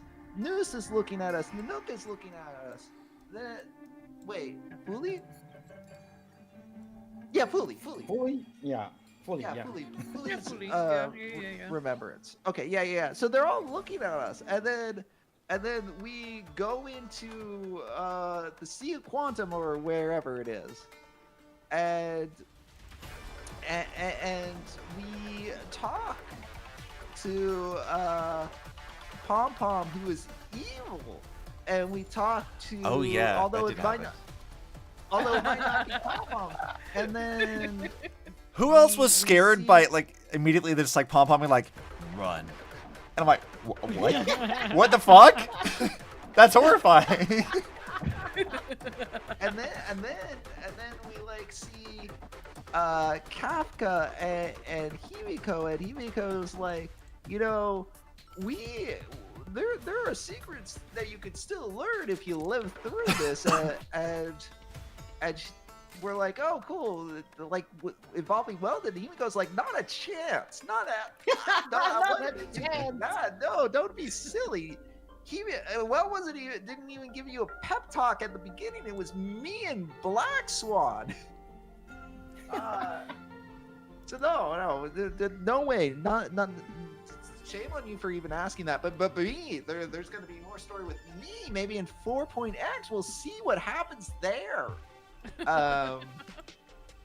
So yeah, and then we talked to Herta, and Herta's like, I've interfaced with Noose now. At least I hope it's Noose. It might not be. It might be Sampo. I might have interfaced with Sampo by accident. But Yes. I feel like there's a decent shot this is Noose. And so then Noose and or Sampo like talk to you for a while and ask you a whole bunch of questions. No, I mean, if no, Sampo is so- aha, then it would be that, which would be even I funnier. know. The I love implication that. is that it may have been that Herta accidentally interfaced with Aha, who is the Aeon of Elation instead, Yeah. and Sampo may be the Aeon of Elation in disguise. Oh, I see.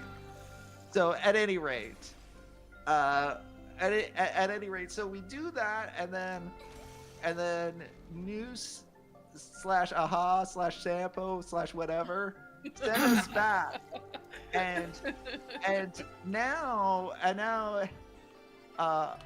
Mihoyo is like, remember all that HP inflation complaints you're having? HP inflation.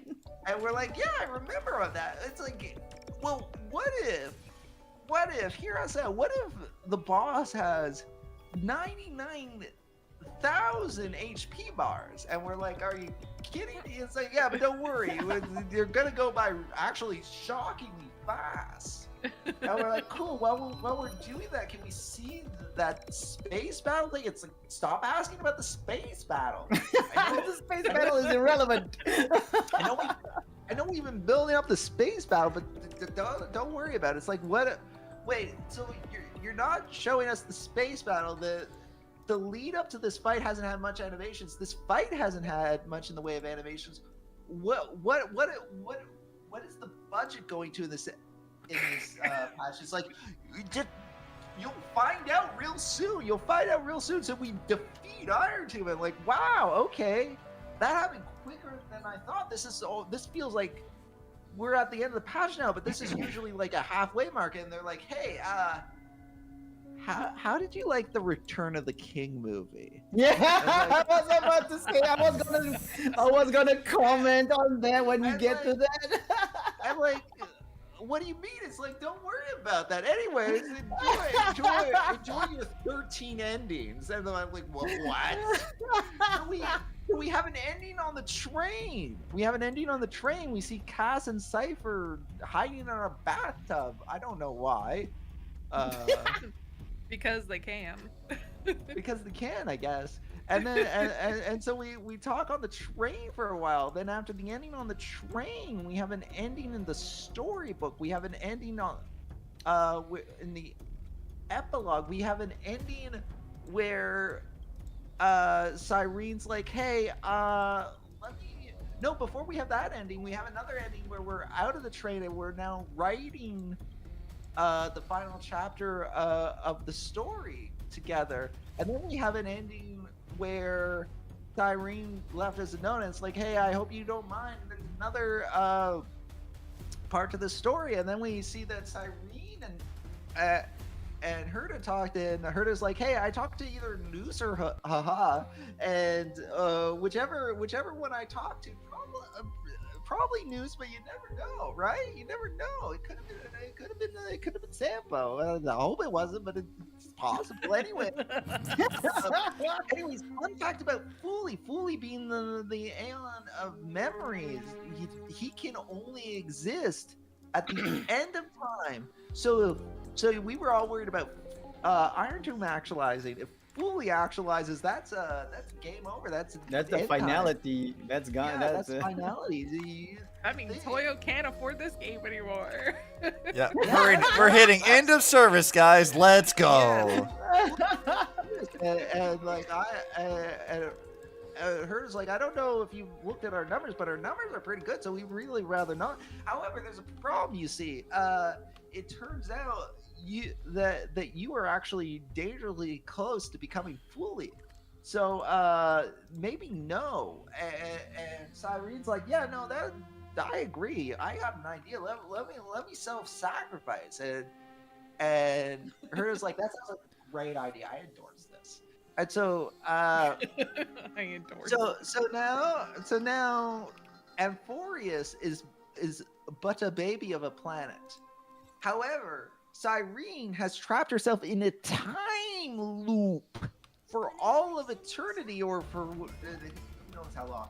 But anyways, she's trapped in a time loop because as long as she's trapped in that time loop, she'll never have to become Fooly. So Fooly won't actualize. And meanwhile, if you liked that, let's experience some of that time loop. So let's go remember some things and have that time loop for a while. And if you liked that, good news, there's another one. This one is an animated music video that's really sad. It's really sad. It shows what would have happened if the Chrysosaurs had a normal high school life. Maybe laying the seeds for some anime spin-off that they're thinking of. Maybe a little bit of back. And they still haven't got the Genshin one off the ground, so. But anyway, it's like you enjoy that ending. Good news. There's another. Because as it is written, the story that you two have penned kind of exists in your mind. In your mind palace, you now have the ability to visit your mind palace, and you can go ahead and you can talk to the Chrysosaurs who are kind of sort of dead, but exist in your mind palace. They can't come to the train because the train is real, and they are not. They're super kind of maybe dead. But you can go to that mind palace and talk to them. You can talk to them. You can see they can send you messages from the mind palace. You can see within that mind palace. You can see a scene where Saridra calls Hyacine short. I remember that. That's a thing that happens. That was crazy. That's a thing that happens. And that was then hilarious. and then if you liked that and you're like, God, I like these endings. What I really want is more endings. Well, you can collect the nymphs if you so choose. In addition to that, you can spread the story of Amphoreus across the lands if you choose. But that is it for endings. I believe I've covered all the endings now. More or less. The nymphs thing only results in a conversation with Lygus that he pre-recorded talking about leaving the cave only to find that you're in a bigger cave. Yeah. Cool. Someone was pulling a full Play-Doh there. Yeah, I literally collected all the hundreds of fucking nymphs and had to do all these damn weird-ass puzzles just to get him talking about being in a cave going to the bigger cave. All right, I guess. It took like 2 days, man. The Where you amount of time find he out talks about about the that, cave you was know? less than Sunday talking about Maybe his you fucking didn't birds. take Yeah, take a for lesson real. in any English and or philosophy class where you learned about Plato. That could have been a God. really cool thing, apparently. God, we're at the 6-hour mark, so I don't want to dwell on this, but man, did Sunday talk a lot as a villain. He really does. Yeah.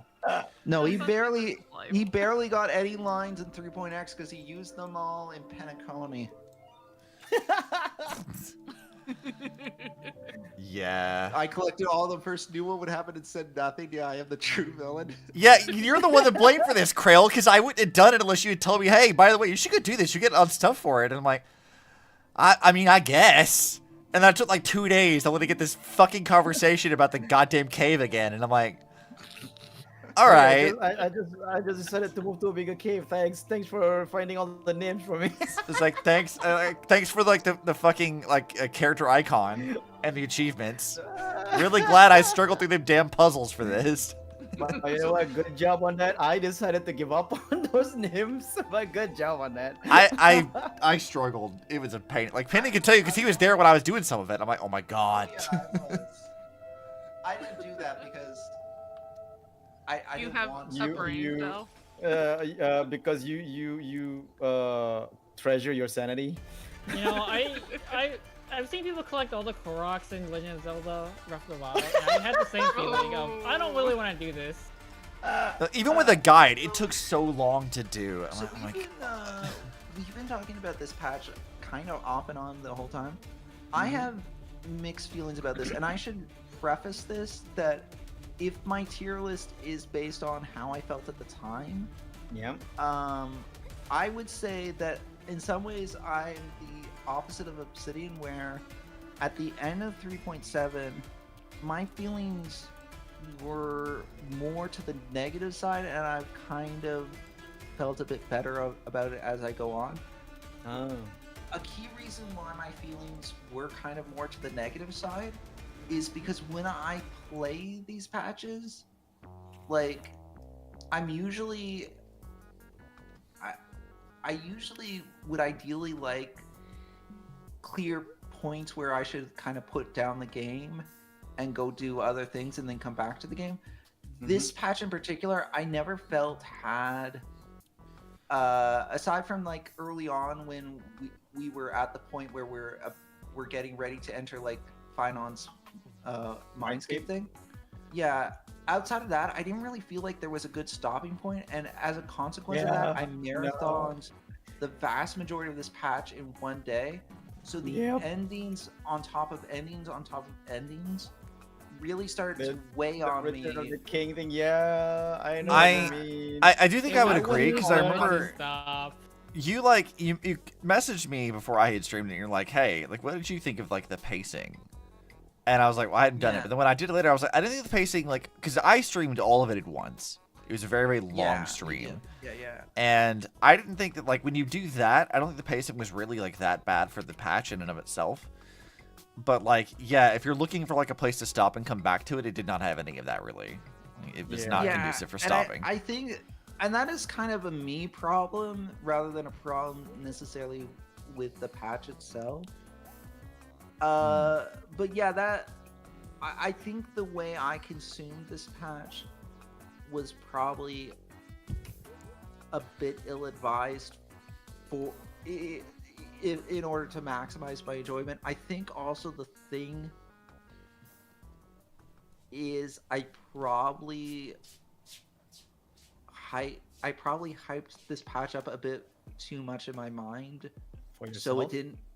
Yeah, so it didn't quite end up living up to what I was hoping for. And I kind of really wanted, like, I make the joke about the space battle. I actually really did genuinely want that space battle. Same. I really wanted that feeling that everyone is gathering together. Yeah, exactly. To I fight agree. this. I agree. So I felt like I kind of missed out on that. Like, it would be wrong to say that this patch didn't have high production values, but No, it definitely have high production values. Just That part But was I also think one of the ones where that it was you allocated, were hyped up for.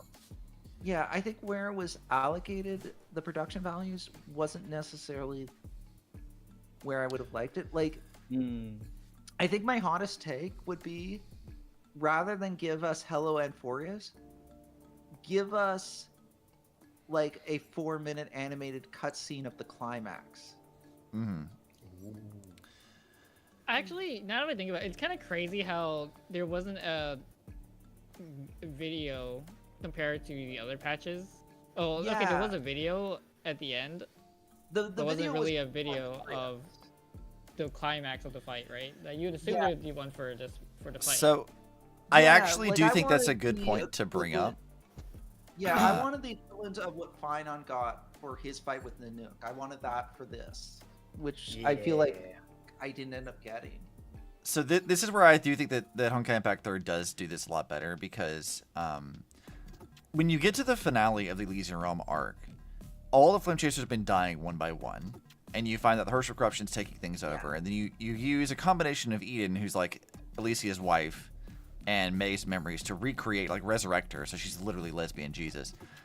And then when you do that and May leaves safely, you get the animation where you see Alicia's fight with the Herrscher Corruption, how that all plays out, and then her using the combined powers of the Flame Chasers in the Elysian Realm to defeat it and then delete the entire realm, so they all die to make sure that this Herrscher Corruption can't escape and wreak havoc on the world outside. You watch the entire fight all the way through. It's hype as fuck, and it's really, really good, and it also hurts my soul every time I see it. Yep. I think would that agree, had Amphoreus Krail, done with- that, it would have worked really, really well. Yeah, I would agree, Krail, with the feeling that it felt like Iron Tomb died too easily. Like, and I think this is where an animation would have really helped, because an animation would have helped us show the struggle of it.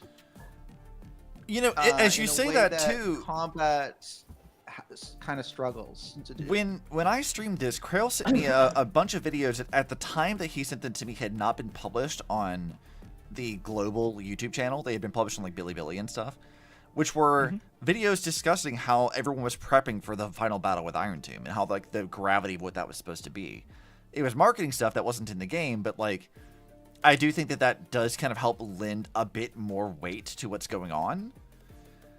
And we didn't get that until after the patch was done. And then when we had the patch come out, it was like maybe 2 weeks after the patch was already out when they published that on global. And I'm like, what? Yeah. Why the hell did you wait so long for this? Like, that's I really think that would weird. have helped, but to some extent that might have built even more hype that I feel like the final battle didn't quite deliver on. Like, I saw a global trailer, so I knew about it before the the patch, and I was already like, I want to see it hyped me up more, wanting to see that space battle. Like, yeah. And Yeah, Sparta, like, I'm I gonna really- hard disagree with you. Honkai Impact 3 does have a slightly smaller team, and it's not really like focused on making profit. But it is not nearly dying. There's a lot of Doom posters like, oh, it's dying, Part 2 was so bad, blah, blah, blah. Honkai Impact 3 is their favorite. It is absolutely a favorite. That game is not going to die anytime soon. Not I mean, like, it's part of their main series. Yeah. So everything else is just and kind it's tying directly into its Star Rail as well. And if Guns N' Girls Z is still around, and Guns N' Girls Z was the game that preceded it, yeah, they're not getting rid of it anytime fucking soon. It's not going to die. They might shut down access to some of the servers, but they're not ever going to kill that game off.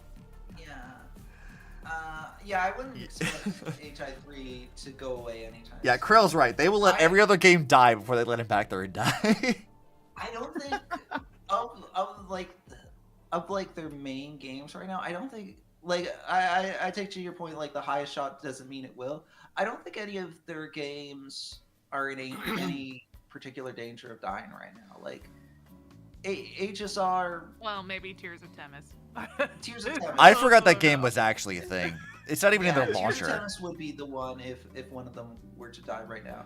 But like ZZZ, well, it doesn't quite have as high of an audience as they maybe want. It's certainly doing very healthy numbers. Yeah. HSR, I don't think they have. If we're talking about sales, I don't think they have any like grounds to complain about sales. The HSR No. sales have been And like top 10 at times. Genshin's is still a Amazingly license well. to print money. yeah, it Yeah, makes so they much make money. so much money with their banners. Yeah. The Yeah, important so- thing to remember with Impact Third is that game is almost a decade old.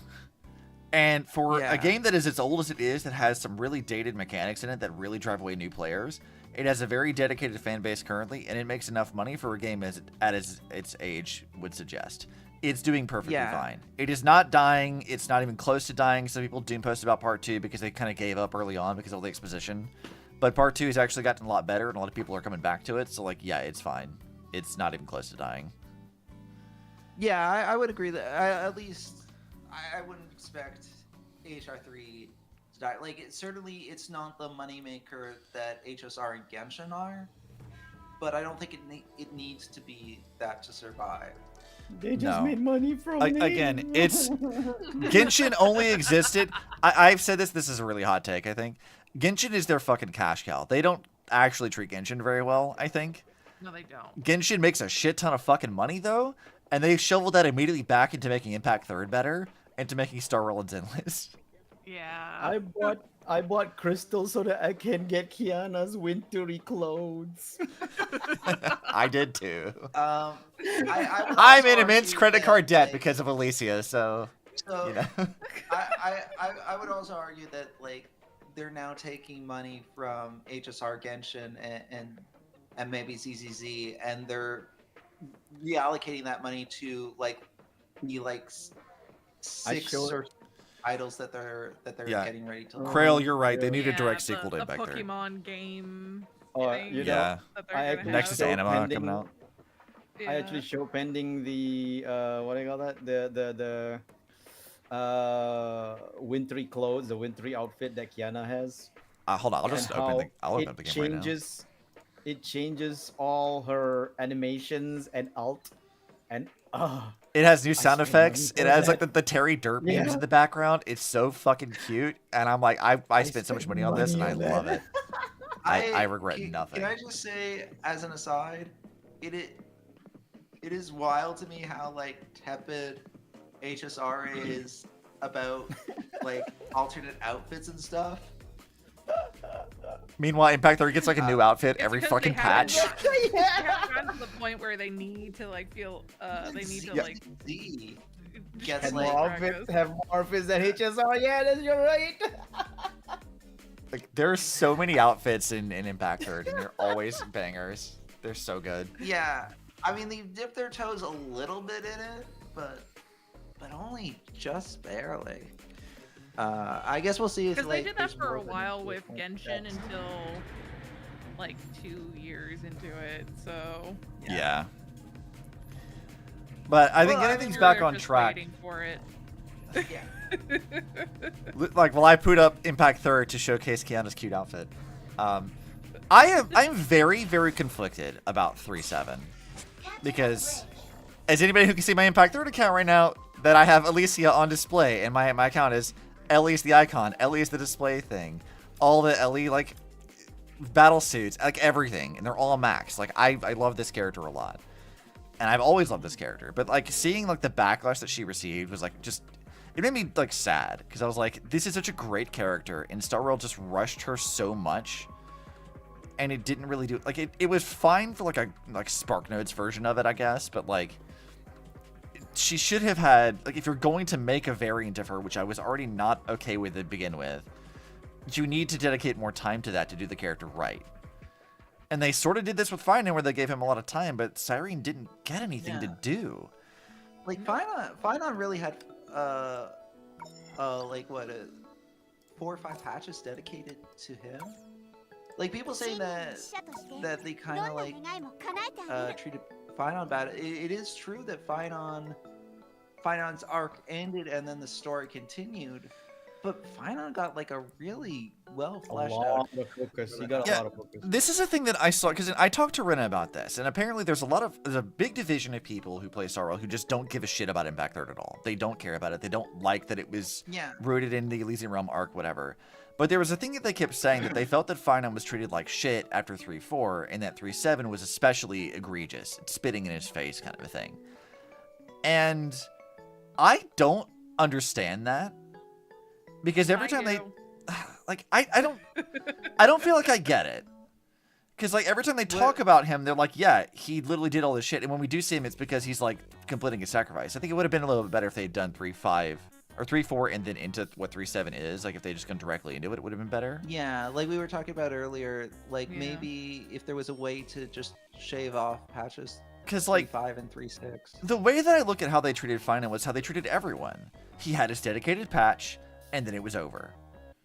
And Yeah. they did that with I like think in some Mightimos. They did it with ways- everyone else. Like it's not unique, and I don't know why 3-7 I would argue specifically is that- so egregious about it.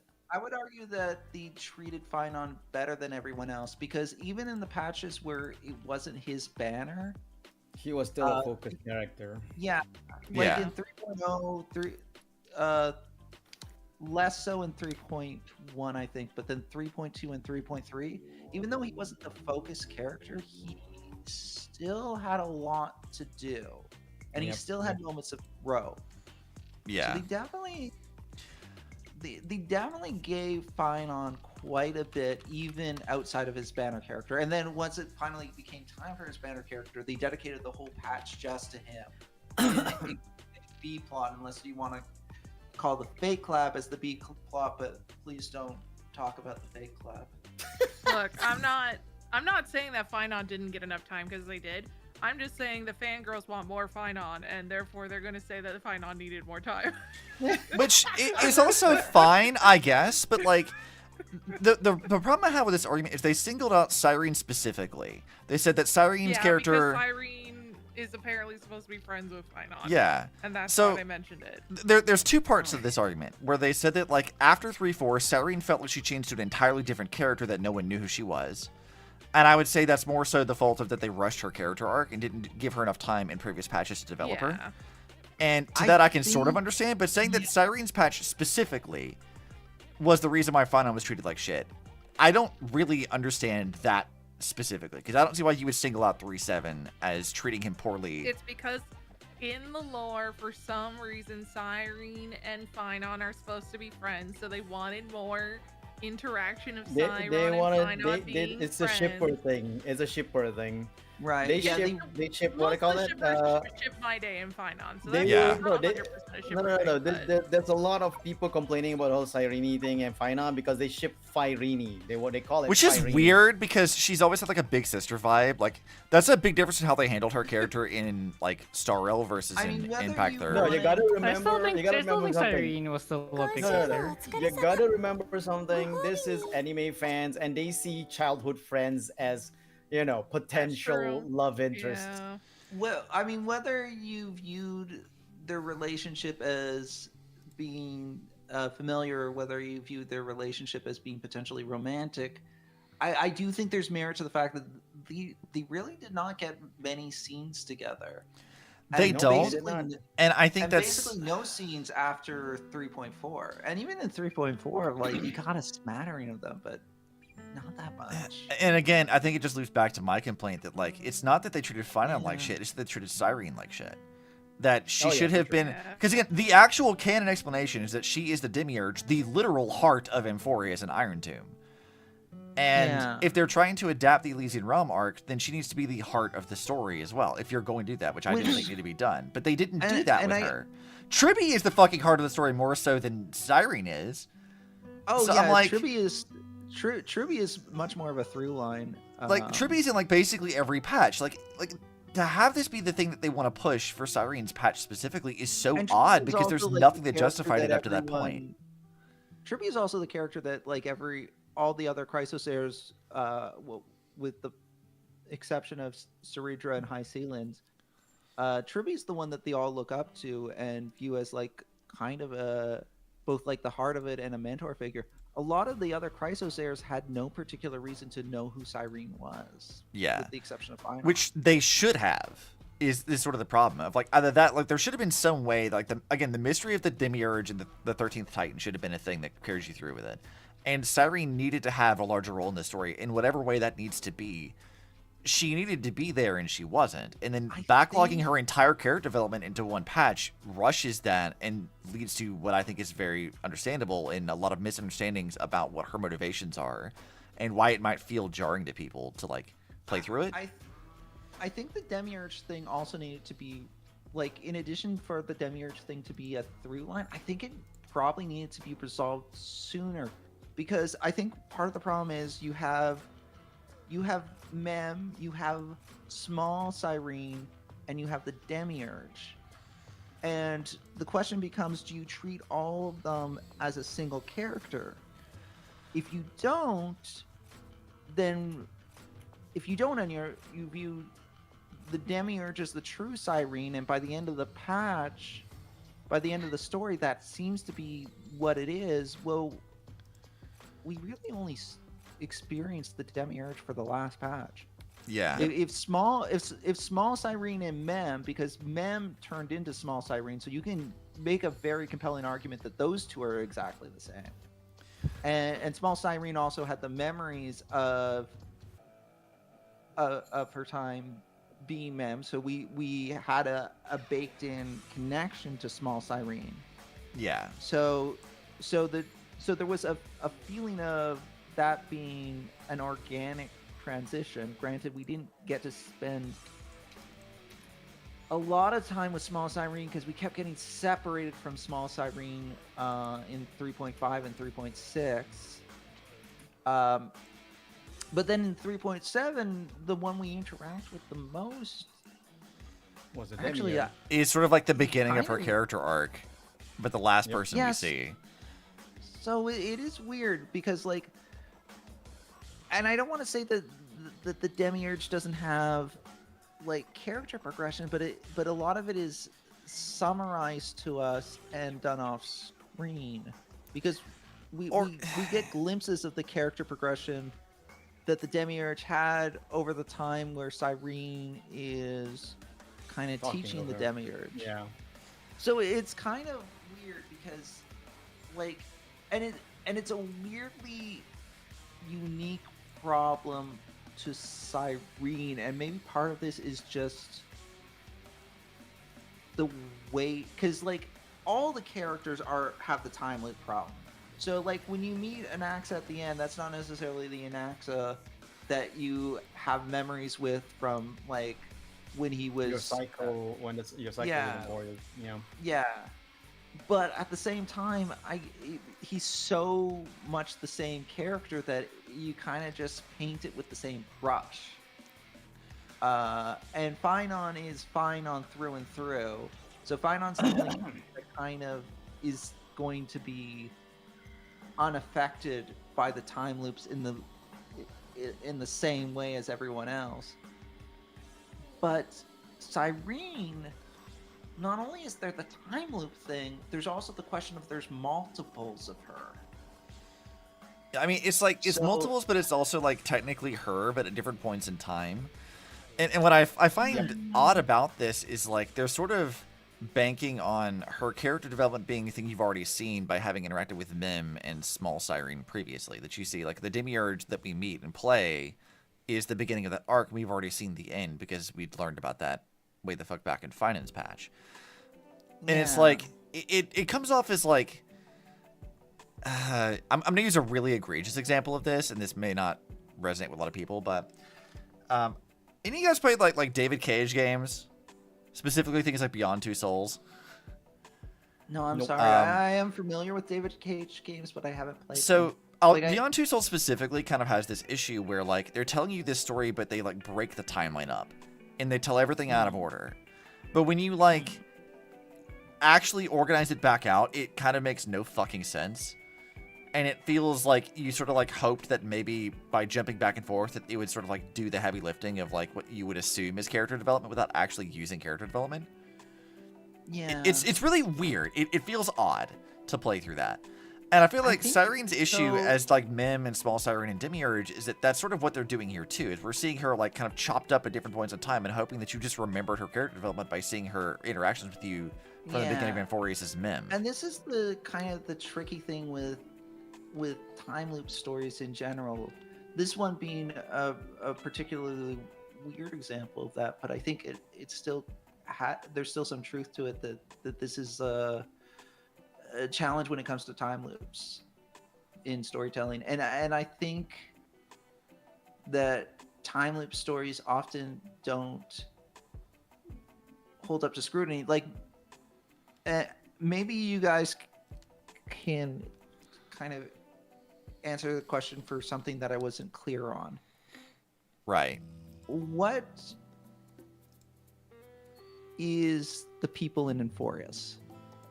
They're digital constructs. They're not real data, people. Yeah, just They're data. they're ones and zeros, so they are not flesh and blood. No, they are not. Exactly. Nope. When we take our train and we go to Amphoreus, we breach through the firewall, right? Yeah, Yep. with the help of Evernight, we kind of breach through this firewall to get into So the, so the the scepter. train exists on the surface of Amphoreus, but not the simulation. At least not the physical train. There's two versions. There's the physical train and our physical bodies, which are presumably unconscious or whatever. But then there's also our digital representations. Is that a fair assessment? Yes, they do tell you this, that like you don't physically exist in Amphoreus. Like I think they tell you that like the actual train car that you're in is like sort of floating around, and you're like unconscious inside of it. So that's there- where Sparkle found our body later on. Yeah. So, okay, so we never actually crashed, right? Not exactly. We Yes and no is really the Yeah, the it's answer like to that. we crashed, The but we digital didn't crash version on a crashed, surface. but not the physical version. No. crashed. No. The physical version crashed, but not crashed on a surface. Where did it crash? Somewhere in space. Yeah, it's floating in the space around the scepter. Because remember that the actual physical form of Amphoreus is Iron Tomb and the scepter. So there's like this like warped reality space around that, and so the train is like it goes into that space and just kind of gets stuck there. It doesn't like So- get hit with the spear of Nikador and crash and then we die. Like it doesn't do that Yeah, yeah, physically, that- but it our doesn't do brain that, is yeah. connected into it, and so like it's more of like a you die in the game, you die for real kind of thing. So like Yeah. that's What? that's what's happening. Well, that's what I wanted to get to. In what way did we die? Basically, when Did we our physical die, bodies quote, die, unquote- or did the digital no. body die? Basically what the die part is that when we entered the digital realm of Amphoreus, we didn't enter fully yet. Like the data for us as the Trailblazer was still being uploaded, basically. So we weren't. So for whatever reason, we weren't fully uploaded. Mm-hmm. I think another way you can look at it, it does not operate the exact same way, but I can use Impact there as a good example. So we had a character recently who did sort of die similarly, where they were in a digital space, she was stabbed through the fucking chest inside digital space, and they've died before, and it wasn't a problem, but this time, because of unique power and weird timey-wimey shit, she actually does die in real life as well. We're like... They Okay. basically Yeah, like no, severed her I brain from it and like melted it a bit, so she's kind Yeah, of like like, actually dead. I can believe that if we died in Amphoreus, we would die for real. I was Die just for really real, yeah. confused about, because there was the whole subplot about how we were dead, but like we could reclaim ourselves. And like if this was all digital, I wasn't clear on how that worked. I think the way it's understood is it's sort of like severing your consciousness from your body. And that state isn't stable, and so you would just kind of like disintegrate. So your body in reality would basically be brain dead.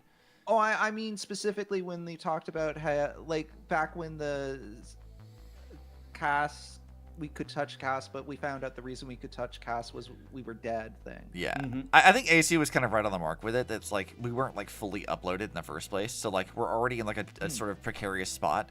And if that's not rectified by like properly establishing the connection and make sure you're like, you know, not severed, you're gonna be like deleted.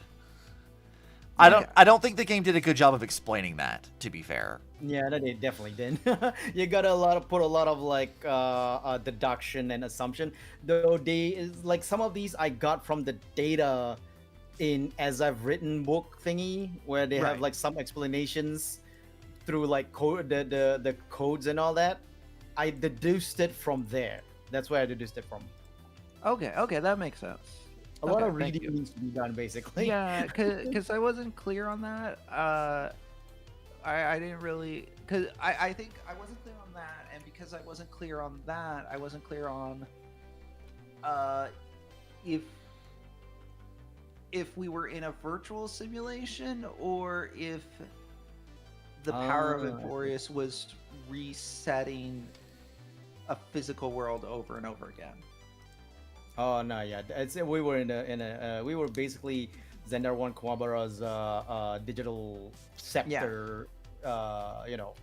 Yeah, so there was no way for like there's no way for Anaxa, for example, to leave Amphoreus because he doesn't he can't exist Exactly. outside of Not Amphoreus. currently. Like the Exactly. way that the patch ends, that like you have the as I've written book, They, yeah, they talk and about, that like, the can sea become a thingy. planet at some point in time, but like not Yes, right now. In the future, can become a real planet, and Anaxa can become a real boy.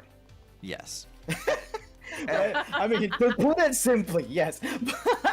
Yeah, everyone feel has that like- opportunity except for Cyrene because Cyrene is stuck in the time loop, so she's In the Yeah. causality, different. yeah, she has to do Because- the causality so the Iron Tomb will remain trapped that Yeah. way. Yeah, because the important thing to remember about Cyrene's thing is that, again, they didn't explain this super well. Because she's a child of Anasrava, that means she sort of exists in a weird, like, time space Yeah, thing. if she She literally stays goes back in outside- time and becomes Phileas Yeah. / Peach, and then dies in the Fully, first fully. cycle.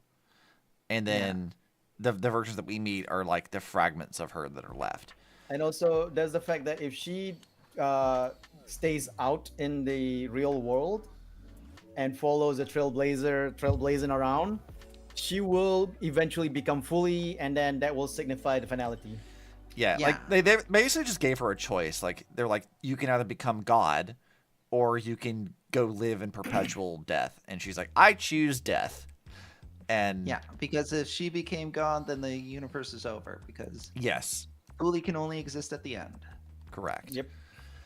which is something the Which is an Garden Elysia of thing to Recollection do. doesn't Yes, understand. that is Yeah. like, again, I don't feel like Cyrene's story was necessarily like it's not a good representation of Ellie's story, but it does summarize a good chunk of it. And her choosing that kind of self-sacrifice was actually a good thing.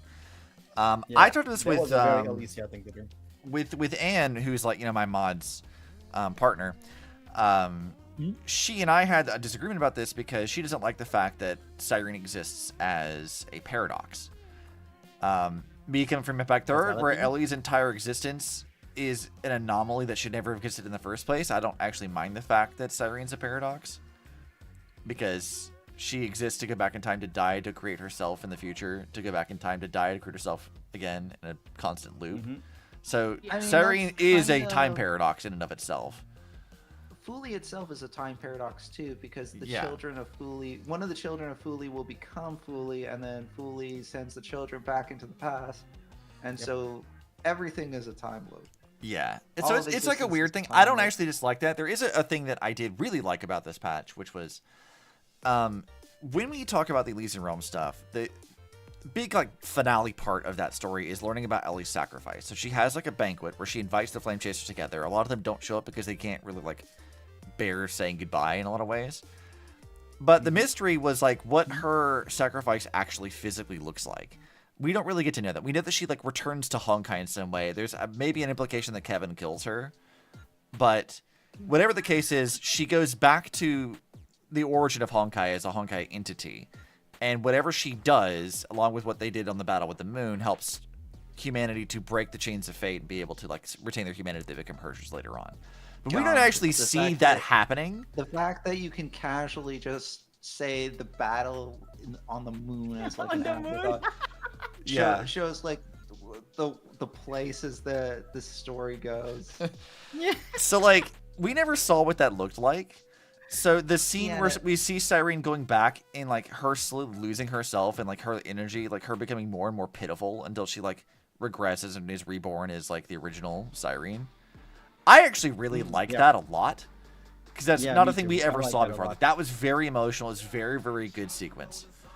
Because basically we see that the Demiurge and Cyrene are actually always been the same person as a causality loop will always be making be looping all the time, Yeah. So and then so to summarize, just because we're closing in on 4 a.m. my time.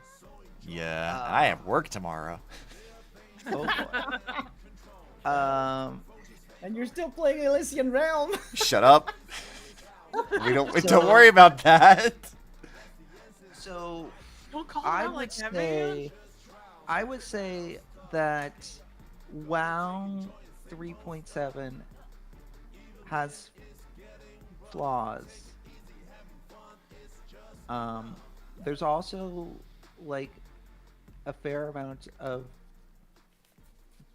good moments in it, and there's a lot that I really wish they would have done. But I think overall it's strong enough to be in the B tier for me. I would say like a B plus for me. I actually put it in the S minus A plus rank for me. That's fair, yeah. Mainly because I really liked the way they ended it, and Cyrene's sacrifice felt so heart wrenching, but also touching for me that I just had to put it up there. That sacrifice put it up there to like Yeah. S minus A plus. Would have been S or S plus if it's not for the Return of the King endings. Yeah. Krill, that- I mm. very much agree that we said goodbye to everyone too many times. Yeah. I think Exactly. That's the Return of the King's ending. Like, why, Hoyo? Yeah. Why? I think it feels like a story where either the writer really didn't want to end it, so he kept adding on more and more, and there there just was a wasn't book, anyone the there part with that the had the book. authority to tell him to scale it back, or there was an internal debate about how to end it, and they ended up compromising by choosing multiple endings. I imagine it's Yeah. probably the former. It's probably what you just said rather than the former. Yeah. Yeah. That is with the head writer going like, I can't choose this ending. You know what movie I like? Yeah, and Why I get choose that, when I can have all of them? and I get that, like, you were trying to tell this really epic story over many patches, and you really wanted to stick the landing, and to some extent, I think it was a that's another success. thing. But I feel like at the end of the day, if there's a criticism of the writing, a consistent criticism of the writing, it's that they never consider the possibility that less is more. Yeah. That's another thing why I put it and in the A I think plus that's- or S minus tier. We get Yeah. to fly a jet. I You get hated to the fly jet. It was so clunky and weird. I didn't try that. I did not I like the love the controls jet. of the jet at all. I saw there was an autopilot thing. I'm like, okay, I'll just. I I'll love the do jet that. so much. I was just enjoying myself flying around for no reason. I didn't even hit for the marker. I flew around to see where I can go to first. So, Eisu is saying S minus. I'm saying like a B plus. Obsidian, where would you rank this? I want to hear Jess's stances first before I say mine. So my stance was for overall story. I rated it as I same thing as Eisu of S minus the A plus kind of deal. I rated it pretty highly. As someone who doesn't know anything about Elysian Realm? Honkai Impact Third or Elysia or Cyrene's like backstory or anything. I didn't really care much about Cyrene before 3.7, and besides her like sacrifice in the first cycle, that had a really good impact. It had a really good like animation to go with it, especially when like Trailblazer gets to see all the cycles, and that was so really cool. And I think that was in 3.4. Yeah, that would have been 3.4. But yeah, I learned more about Cyrene, and I actually did she wasn't as fleshed out as what everyone has been talking about, but I had a good feeling with her, and I liked her, and I felt really sad for her at 3.7 And- that Also- all what happened, and I think Honkai Star did her real dirty. I think like regardless of what you guys are saying, I think they did her dirty because of the ending of like they just gave her some sort of like bad end. I mean, it's not a bad end, but it's a bad end There's in a my book. possibility for her I to mean, it return, is- though, There's all after- these possibilities, and they gave me the really shitty one, and I got really No. mad. I'm not all these possibilities. There's still she can still return. Unlike in Honkai Impact 3 where she's dead. This one can still return because once Amphoreus is born, she's free of the causality. Doesn't have to I loop anymore. want to disagree with that because that comes from the conversation with Herta. But the context that I took from that was Herta just didn't want to tell you that Siren was effectively dead. Like, she's sort of alive because she's in the time loop, but, like, the implication that I took from this was that there's no way that she survives that. Like, when Amphoreus is reborn, she becomes the heart of it again, and she doesn't exist. That whatever happens, Cyrene doesn't come back from that. I just think Fine it's on might, crazy but no one else that, does. I Like- think it's crazy that but when we were pulling for Cyrene, I didn't do the story, and you were calling her Jesus, and I was like, man, at the end of 3.7, I was like, she is Jesus. She She's died literally for our lesbian sins Jesus. And literally, like, sacrificed herself for Iron Tomb and everything else. I I'm mean, like, god damn, this is crazy. Yeah. I would I argue couldn't that believe my she. I would argue that she is in a fate worse than death. She's stuck in Yeah. I a would perpetual also say time loop. that. Mm. I can't And believe she will it, they're always- like, She will I like her always so- I like her lose so her much. memory. Yeah. The thing is, she will always lose her memory, and whenever the loop happens, she doesn't even remember it's a loop. So, Yeah, yeah, also- I think that's Till fair. it's too late.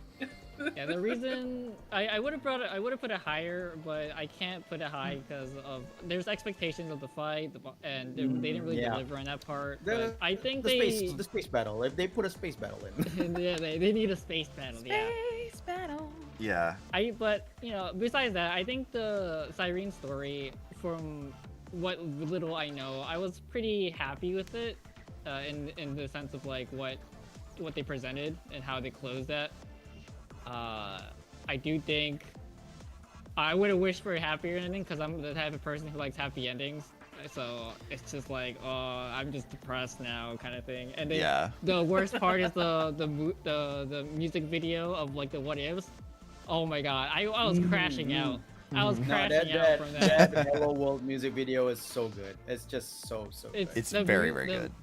The music I love the was art style good, of it. The video, the art style, The animation what is so ifs, good. The animation, everything was so And good. I'd like And to I believe- know it's never going to happen, and that No, I'd like to that believe crushes that me. when I'd like to believe when Amphoreus actually is becomes real, that's the world in the Yeah, I want to be in the delusional animation. too, Eisu. I wish I could be delusional. But I want to believe that. No, like I said, I want to believe that, but I know better because this is Hoyoverse. Yeah. Hoyo loves suffering. Oh, I can't.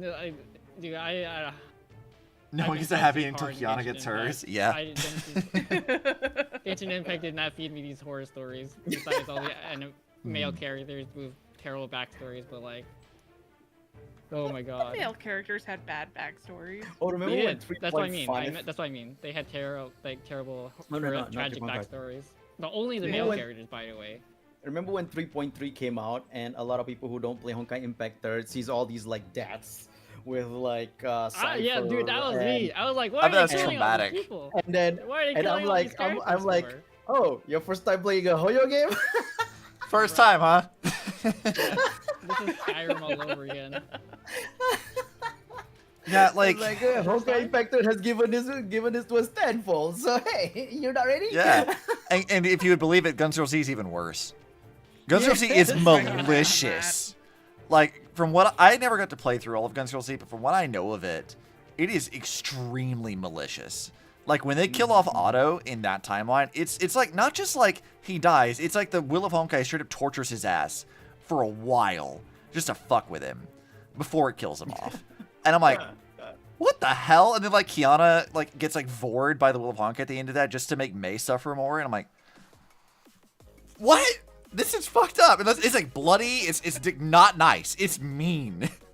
And I'm like, Impact 3 was already kind of sad, where there's a lot of actual deaths and things that happen in that. I'm like, looking back from what I see at that, I'm like, damn. And then I get to Star Rail, I'm like, yeah, it's a thing. I'm used to this. It's a thing. Yeah, for me, It's a thing. I said this again already. I have very complicated feelings about 3.7. I already saw you put it on the top tiers. No, did you see what the tier is labeled? I know, I saw. I put it in its own category called All Hail Lesbian Jesus. Because that's just funny. If I were to actually rank this, I think because of how like they didn't really do Cyrene's story well throughout the entirety of Amphoreus, and I think that's kind of a problem. And I didn't have too much of an issue with pacing, but there's just a lot of ways where this patch could have been a lot better. And because Ellie is my favorite character, I feel like I'd probably put it somewhere in like, if I'm allowing my bias to take control, solid A. But I think if I'm being really honest about its writing, probably like A-, B+. To be fair, your bias should take control of it's Yeah. your tier list. It's not Well, my everyone's. tier list put it into the highest tier I can give it, which is All Hail Lesbian Jesus, God of Yuri. So, but like, it's a thing. Like, I really am just sad at like how poorly they handled Ellie's like arc that I knew was going to be coming inevitable. Because again, like, so many people were blindsided by this, but like if you go back and watch my old streams, the moment we meet him, I'm like, oh, that's Ellie. That's definitely Alicia. And I was always calling attention to like little lines she would say. I'm like, that's an Ellie thing. Like, that's definitely a thing. I picked up on it instantly. The tragedy of all these characters, what they were going to go through, I picked up on that immediately because, again, I'm coming from Impact 3rd. I knew this was going to happen. I knew what it was based on and how much that was a tragedy. And that coded my expectations, and while it did do all of that, It's so much of a tragedy that you said, tragedy. the real tragedy of Amphoreus is that they didn't actually unify and cohesively write the narrative. Yeah, I agree with you there. I agree with you there. So And that's why Amphoreus to me is just G tier. And I'm just kidding. B tier. I put B tier for it as well. I think B is very fair because it has really good Yeah. stuff in it, but like there's so many issues Yeah. with how they handled their character I- arcs that I'm like, I agree that Overall- Amphoreus overall is B tier. Yeah, overall, it's like mediocre enjoyment. Like you can enjoy it. You can still enjoy it. yeah. But I wish it was better because of what was what was supposed to be in it. Yeah. And that's where I'm at too. Like Well- I saw what it could be. And what we got. I can agree with you guys putting in B tier. But I will have to say it is the best Honkai story they've done so far. I would agree with that. Maybe Billabog was pretty solid because Pinnacle was kind of a mess. Pinnacle was really a mess. The Lawfu pissed off a lot of people too. The Lawful was really bad. It was just terrible. Lawful was kind of like filler stories and stuff. Yeah. Do you remember the fucking the space werewolf patch where he's just a fucking NPC? the literal filler story. The riddle filler shit? Like, yeah, okay. I definitely want to fight Hule again. Thanks for that. And Fucking then space the sad part- werewolf. Munch Dude, Heart. the Munch- sad part about You don't that. even know. Marsh. If you played the endgame stuff, you felt Yeah. Hule every time. I've heard about that. That's why I'm joking Yeah, about it's it. everywhere. It's so funny. No, here's They love the Hule. sad thing. about There's the a Lawful. joke about Hule. It's like, I will return and with more HP. Yeah. I think I've seen that meme on Twitter. The sad thing about a Lawful filler is that they hinted and like, oh, Jing Liu and Locha, and then suddenly nothing, just like a cameo appearance, and Oh, there was something I wanted to talk about 3.7. There's one very criminal thing that they should have given us that they never did. Why in God's fucking name did we not see Welt react to hearing the name Castellana? right? That is some I fucking agree. bullshit. I Like, was that actually is commenting Goddess of on that. I Earth. was like, He why fought is Kevin. Welt not saying anything. Motherfucker should have words to say, god damn it. Well, can't talk. But Like, we get that one line from Himiko where it's like, you know, well, we all have our secrets that you may learn in the future. So hinting that her and Welt both are gonna like be more relevant later on. But I'm like, give me more shit. You guys have been here from the beginning. Give me something. No, actually, You that's can the funny say thing. Me something, and you Pending, I didn't think about it at me all. and I was Pending like, oh, talked oh, about I this don't know like what back this in is. Ooh. 3.1, I think, and we were like, oh, we hope that Welt gets to meet with Kevin. Oh no. Yeah, I He All I didn't wanted. learned react to his about, all I name. know He about didn't even Walt is react that to his he's name. old. Yeah, And all I Because know Welt's about like And over. he's He's pushing reacting to his 100. Like name. Welt's old as fuck. He's old. He's a grandfather, and I know that Himiko cannot make coffee. Yeah. Like The thing Welt is, should have the had thing is, I something. know about, You her, had- about them they too. had- Wow. They had a short little. I know nothing about it. They had a short little, shot scene with Welt and Lucha. They could have done that with Welt reacting to Kevin, just for the Honkai Impact Third fans. You don't even have to make it a relevant thing. Just make What it I think a is thing for HI3 fans. That's all. what's especially criminal about this is because Pinnacle references this too, because he has the conversation with Acheron where Acheron, Yes, with Akron. like Yes. Acheron's yeah, like, I I'm remember not that. the May you know, because remember he comes from Earth Yep. where there's a Raiden May that he knows, and she and him talk about their versions of Kevin. Because she had to kill his, and he talks about Kevin from Earth. They have that whole conversation, so they reference Kevin and Impact Earth's plot directly in Pentaconi. And then when we get a Kevin variant in Amphoreus and Welt has nothing to fucking say? Like, I get it. Maybe, if he they were looks like different, all. No, I get it if they say they mention only Finon, but they say Kaslana. They Yeah. mention Kaslana. And that should be fucking important because Kiana Castellana is goddess of Earth. Like, maybe, might be important. Yeah. And for some extra context, for those of you who don't play Impact Third, right now Kiana's like in a coma, but like before this happened, she literally meets with a memo keeper who's like, hey, you should give me your memories and like, let me just steal that from you. Like a memo snatcher shows up and is like, hey, I want your fucking memories because right now you're at the power of an emanator, but you have unlimited potential as the Hersher finality / goddess of Earth. And Kiana's like, because you've asked, fuck no, you're not getting that, get the hell out of my solar system. And then Sparkle shows up shortly thereafter to wreak havoc on the Mars system.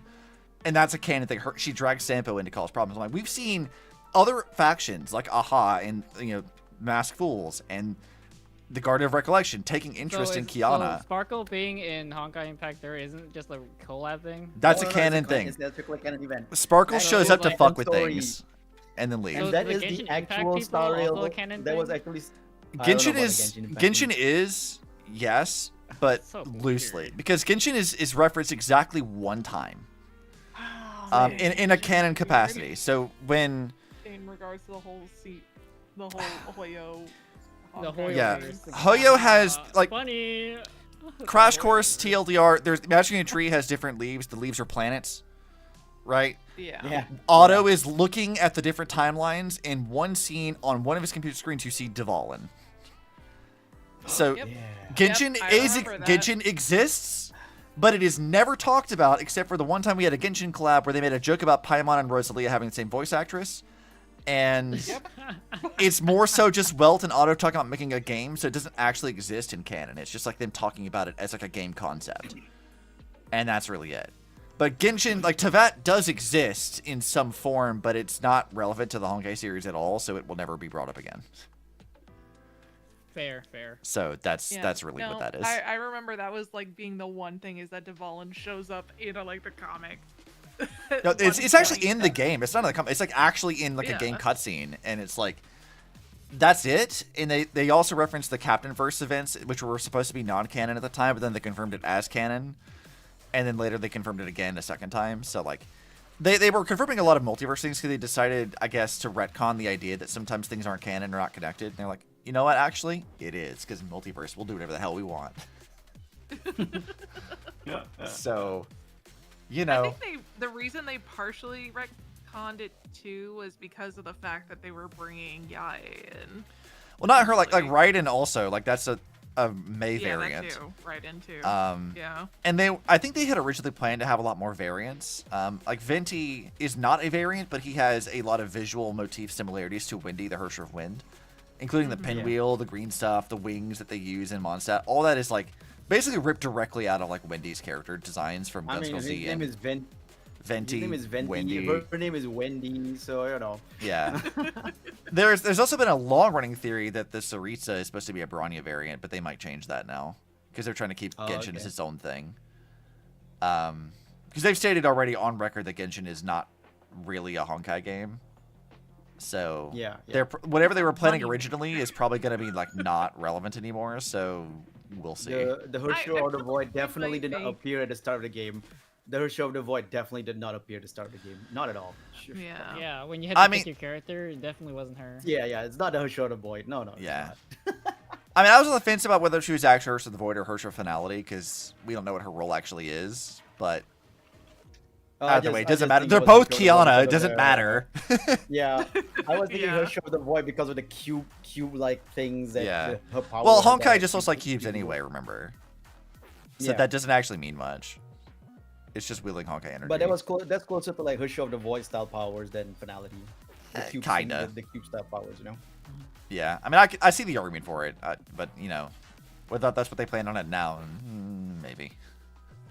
I mean, it'll They depend on whether or probably not they changed. keep reusing characters from other things outside of Yai and A. It just Yeah. seems maybe they might do that, but it's a little hard because I haven't been able to play it recently yet. Did you see the theory that the Trailblazer is also a reincarnation of a Kozlana, or not Kozlana, but a theme of like.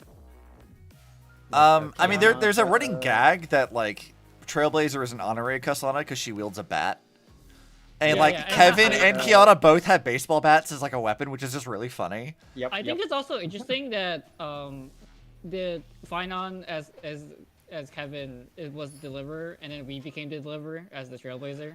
Yeah, they and in took Elysian over Realm, as he has the honorary signet role. of deliverance. Like it's just it carries over. Yeah, so I thought that theory was interesting. As that Trailblazer is also just like you said, an honorary Kozlana. Yeah, it's a funny meme. I like the other theory that Trailblazer is actually a reincarnated Akivili.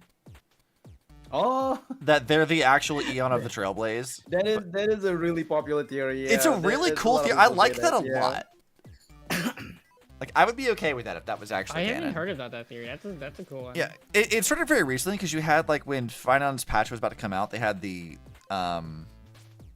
like the what was it, the animation where they were talking to all the different Lord Ravagers, and they said, oh, if Akivili can pull out another miracle, but Akivili's supposed to be dead, so why would they talk about him as if he's like still alive?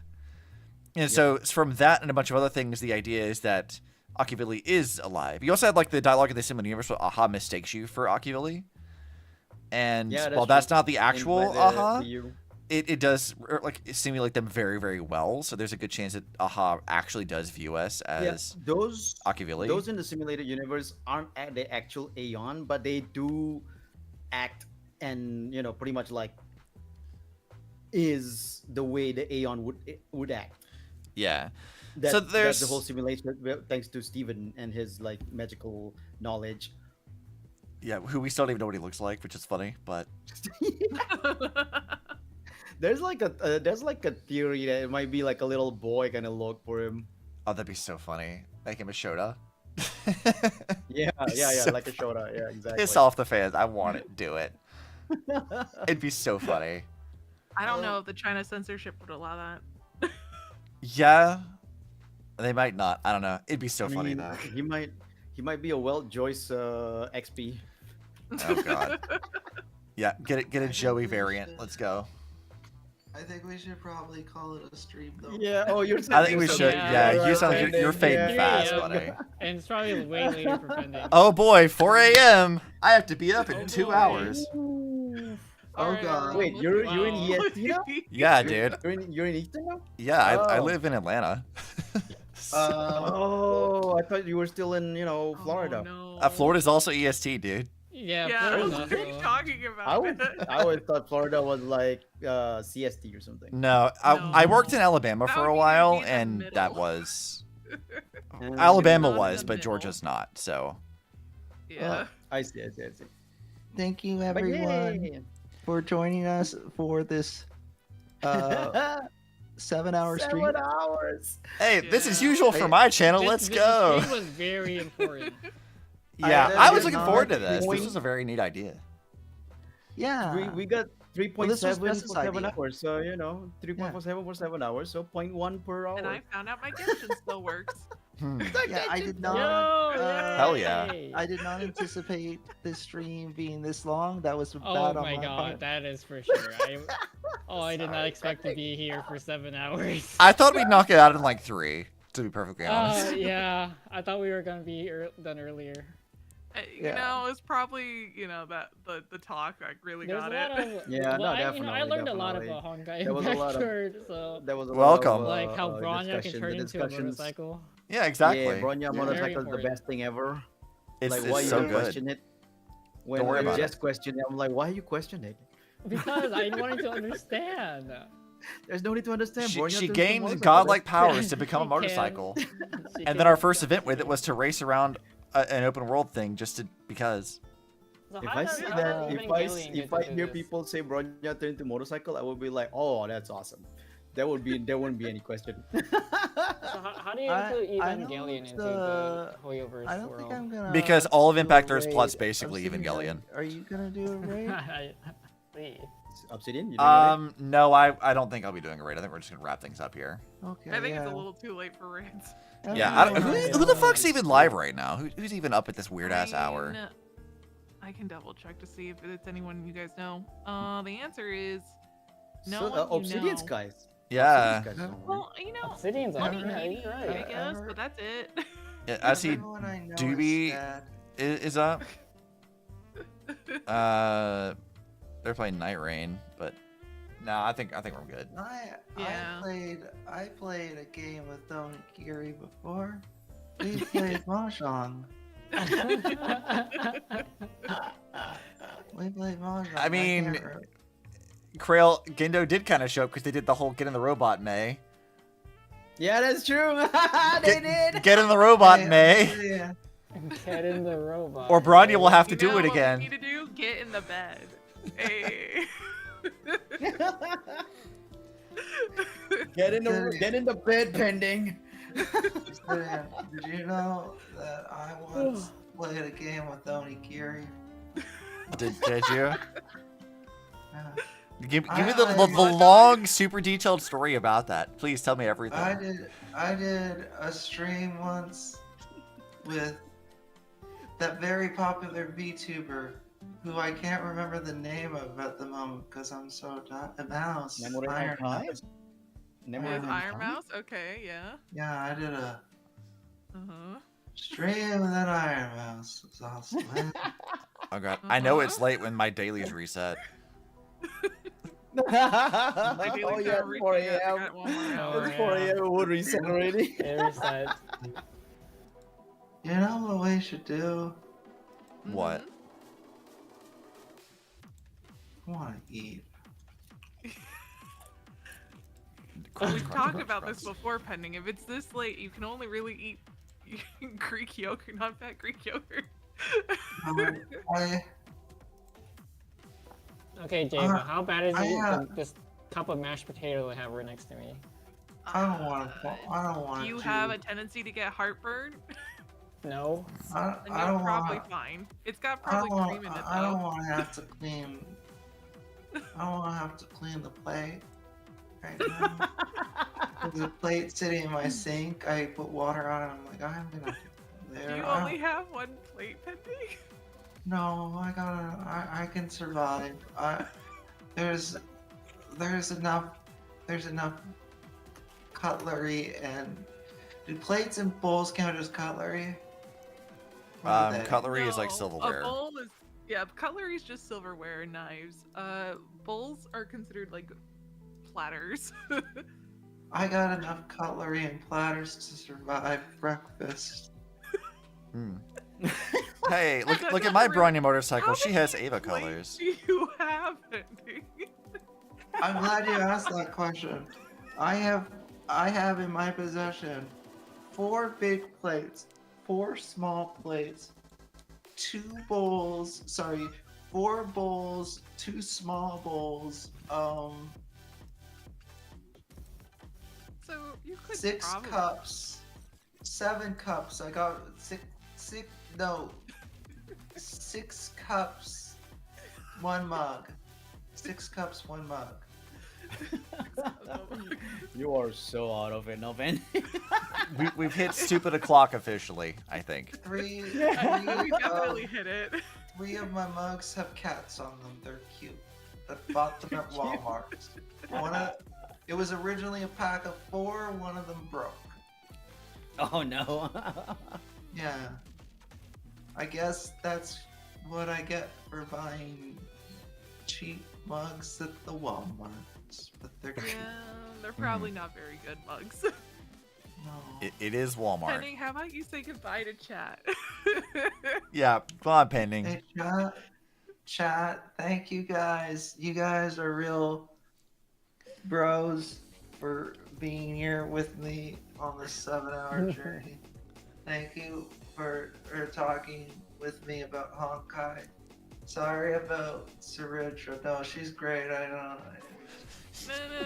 No. Just keep going. Just keep telling everyone goodbye. It's okay. We'll talk more about Sarindra offline.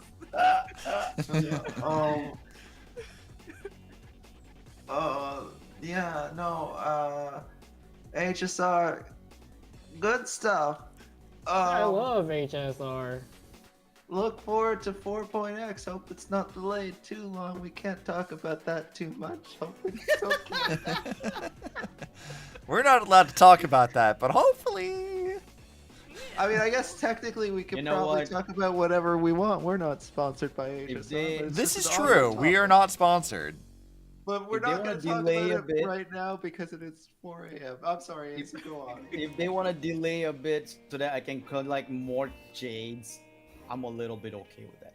Yeah, I think I'm fine with I it. think That it's is delayed so I true. can get more Please jades. look Give me forward, apology by the jades. way. Please look forward, by the way, and They're not gonna give you apology However, in however Sag. long it is, ZZZ gave us 100 apology jades. They did. It was amazing. I love the ZZZ apologies. You know, Apology- Yeah, but that apology wasn't- crumbs. You think that ZZZ wasn't is like their in this favorite one. child? Impact know Third what's definitely is, but wild? ZZZ's pretty close after that, I So- think. I see.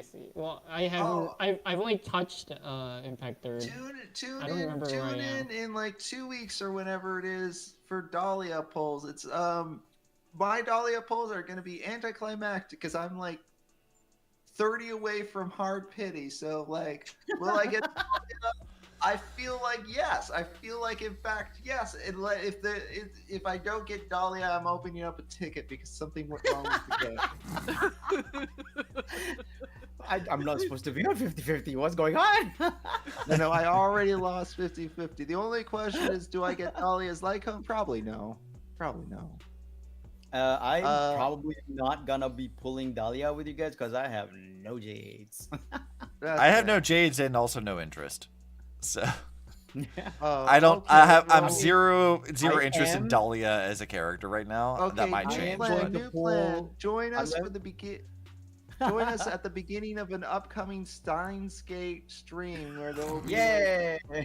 10 minutes of Dahlia polls, I guess. I mean, I could just I join you am guys just to actually shoot the gonna shit and be- talk about lore. That's fine with me. No, I don't have to am do going polls. to be pulling for Dahlia. I'm just not gonna be pulling at the beginning of the banner because I don't have jades yet. I'm gonna be Yeah. collecting jades first, so Yeah, that I can. I'll pull be for her. I'll I be pulling do- for Dahlia because Yeah, I do want to download pull it. for her I need because it for Firefly. Firefly. I'm gonna have Exactly. to score for that now. Oh, No, see, Krail, if you're not as much as I aware- like I'm a he Firefly is my favorite character. Yeah, We've I been want to doing a buff up my voiceover of Firefly. Steins Gate. Yeah, same.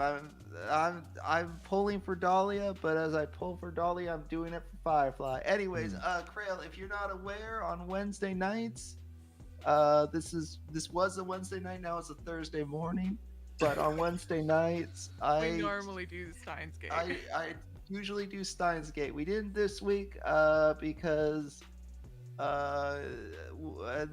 Ireland. Yep, Ireland. yeah, that makes total sense to me. I definitely know what's happening. What What are does the that people tell- that we do? What are the people that we are? What are the people? One of the people for the collab is in Ireland right now. 6 words for me. 6 words. For school. They Amazing. will be back soon. They're just not Thank here you. currently. This week and also next week, no Steins Gate.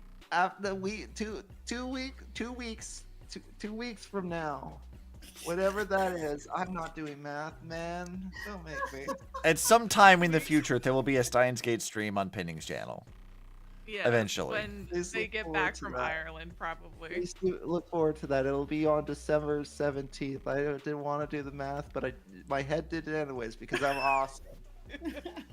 I can add 3 plus 14 like a real champ. Thank you. Well, we will be doing congratulations. unless we're not Congratulations. doing Wednesday night stream, right? It's I'm so proud of funny. you.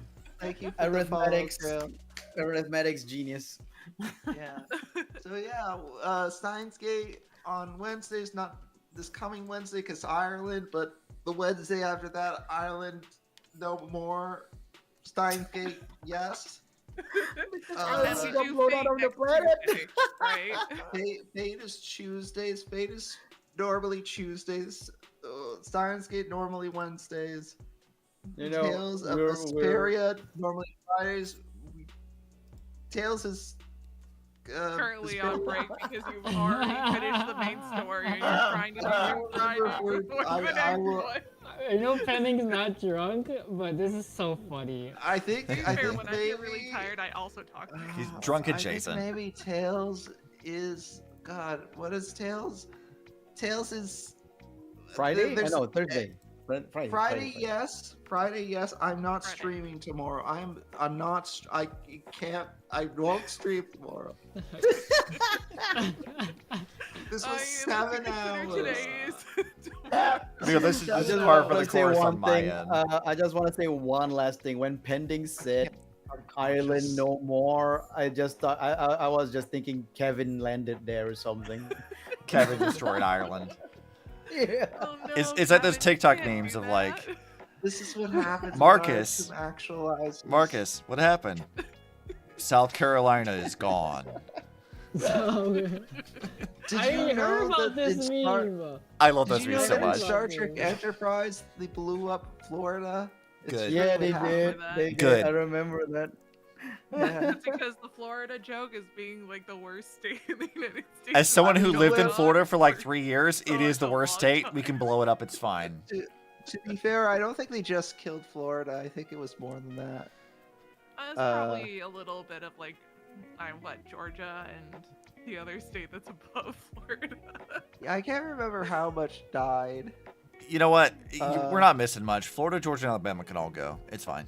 Yeah, it was probably the Panhandle because that's generally the ones that they make fun of the most. Yeah. Just let me move out of these states, and then you know what? We can just get rid of them. It's fine. Just let me get out first, and then we're good. Do whatever. Anyway, we should end this. Pending's already Yes, like dying. pending. The thing is dying. I need you to press. I need you to tell stream goodbye and press the stop stream button. Oh, I think. And Well, he might have on- top stream already. On my end, just- I appreciate you guys popping in There's a too. network error. I was very Yeah, much there's an looking forward to error over this. attending. There's a network error. Oh, no, it's still live according to my thing. It's just commercial. Hey guys, my It internet got disconnected. Yeah, it Yeah. got disconnected. I'm just Internet gonna- crash. I'm just gonna go ahead and hit this. It's Are you probably a still- sign. Are you still online, Obsidian? For the moment, not for much longer. Okay. We're waiting on you, pending. Disconnect Your first. stream is technically still running even though it's disconnected. I just closed OBS. It's fine. But I want Okay. to say bye to chat. Can I say bye to chat? Yes, you can Yeah, say yeah, bye to your chat. chat's still Yeah, there. Your it's chat's still there. connected. It's fine. Yeah. Okay. Wait. But I closed OBS. You're No, no, still no, in, people you're can still hear in you the on, Twitch. on I Yeah, can we're hear you on still my on side. Obsidian's Obsidian, team. yeah. Remember, it's still Obsidian stream is still open, so it's got the connected Okay. together. chat Yes, link. my internet's still live. Can you So you're tell good. them I say bye? They You can hear can't you, say but it also yourself. chat. Wait. Chat, I don't know if- I have to deliver a message. let me get bigger for this. I Chat- hear you, chat- Pending. Pending said bye, guys. I don't know if you could hear that, but Pending said Pending, I know bye. you said bye, but Red says hi to you. Hi, Rad. Alright, I'll Uh, send Red, him a why message. are you saying hi? Just go to bed. Oh Well, my he came over like 3 hours ago. Like I'm no I just forgot. Eisu, but I am like it's like 1 o'clock where I. Hey, Obsidian. No, Obsidian. Red Yes. came over to my room like 3 hours ago to say hi. Can I ask you a question? I'm good. Obsidian? It's 5 p.m. here. I'm good. Yes, you can ask me a guys are question, doing it pending. super late. But you do need to go to Yeah, bed, it's as okay. do I. I was gonna ask you about that. Are you gonna sleep tonight?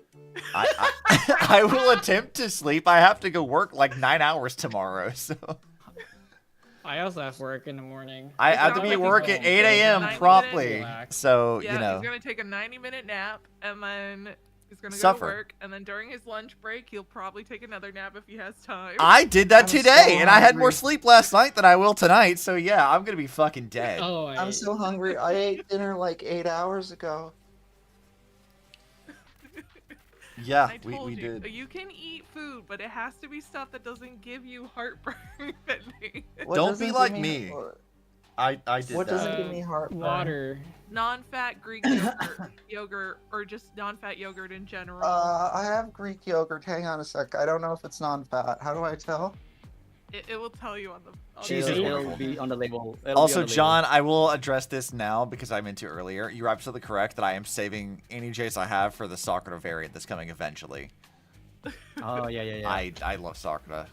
She's great. It has 1.5 grams of fat. Is that too Oh, much that's fat? The idea No, is that that'll be Yai fine. is coming into 4.x. That'll be fine? The idea is Yeah, that'll that, be but they fine. might be like delaying Okay. it. They might Yeah, delay that's that, pretty low or because she's a That's a distinctly pretty low Japanese number character, for they may fat. delay her further. But Yep, Okay. exactly. But you can eat that. Sorry, or when if I you say have a the really idea, I mean the clear, like, original broth, idea. That would be something you could Do we drink. even have a but- Japanese planet? I have. at present, we may not. Is the thing. It was supposed to have- be. It probably it might be I have another two like spoons. Japanese Lufu Okay. Lufu variant. I'm using one of my Like potato chips. teaspoons. Sidine, have you ended your stream? No, No. I'm waiting for No, Penny no. to wrap up so I can wrap up. I mean, I don't have. already I did. mean, I have more than Penny's two already wrapped spoons. up. He's Yeah, Ben, yeah, Benny's more not than- even eating his yogurt. Pending- You're the one pending who- already Okay, wrapped up saying I'm goodbye gonna just deafen now. then and go do what I gotta Oh, wait, do. did I not say goodbye? I'm sorry, I forgot to say goodbye. No, You no, did. no, You no, did no, say no, goodbye. I don't know why you're no, opening no, Don't Okay. worry. Wait, chat. Chat can hear you. Are they responding? Yes.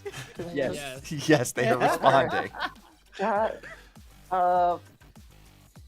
Thank you for being here. I'm sorry my internet disconnected. I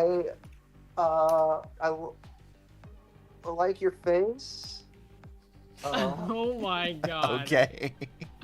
I think, chat, I think that's good on you, chat. Penny, go to Yeah. bed.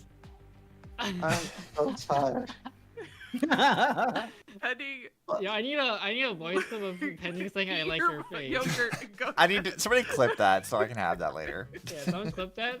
Someone clip that of Pending saying I like your face and give it to me.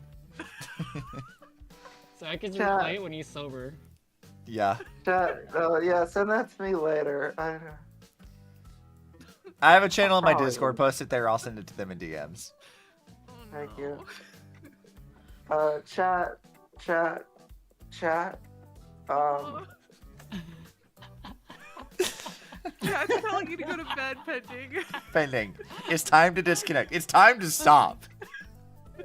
Okay. Grandma, Chat, stop taking a can I bed. tell you guys the thing that happened to me?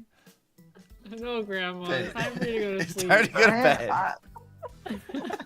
Tim Hortons has this thing where you can hit He's still talking. to score, and if you get it right 7 days in a row, you get free coffee for a week. So I got it right 7 days in a row, so I'm entitled to my free coffee, but I don't drink coffee. So I asked them if I could have hot chocolate instead, and they're like, no. Hot chocolate works. My with the face coffee. hurts. But I was already there, so I just got hot chocolate. Oh And I god. guess I could have taken a coffee out of spite, but I'm not gonna drink coffee. so I didn't get coffee.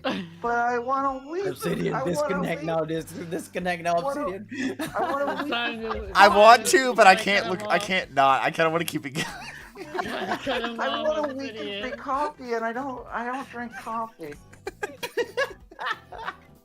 You might need to drink coffee tomorrow to keep this up. Oh god.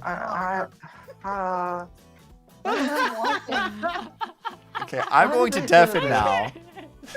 I'm going to deafen now so I can talk to Chad for a minute. Okay, guys. I appreciate you guys all hanging out with us while we rambled on for 8 hours.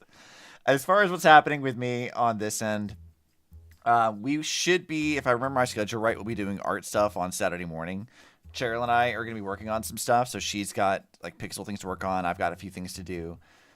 Saturday evening, we'll be back in Silksong. I know I've been kind of putting that off for a while. We might have an additional art stream somewhere in there. I don't know where it's going to be. Maybe, but no guarantees on it right now. But I hope you guys enjoyed this. I've had a great time. These guys are a bunch of goobs. You should go follow them and hang out and chat with them and their own stuff.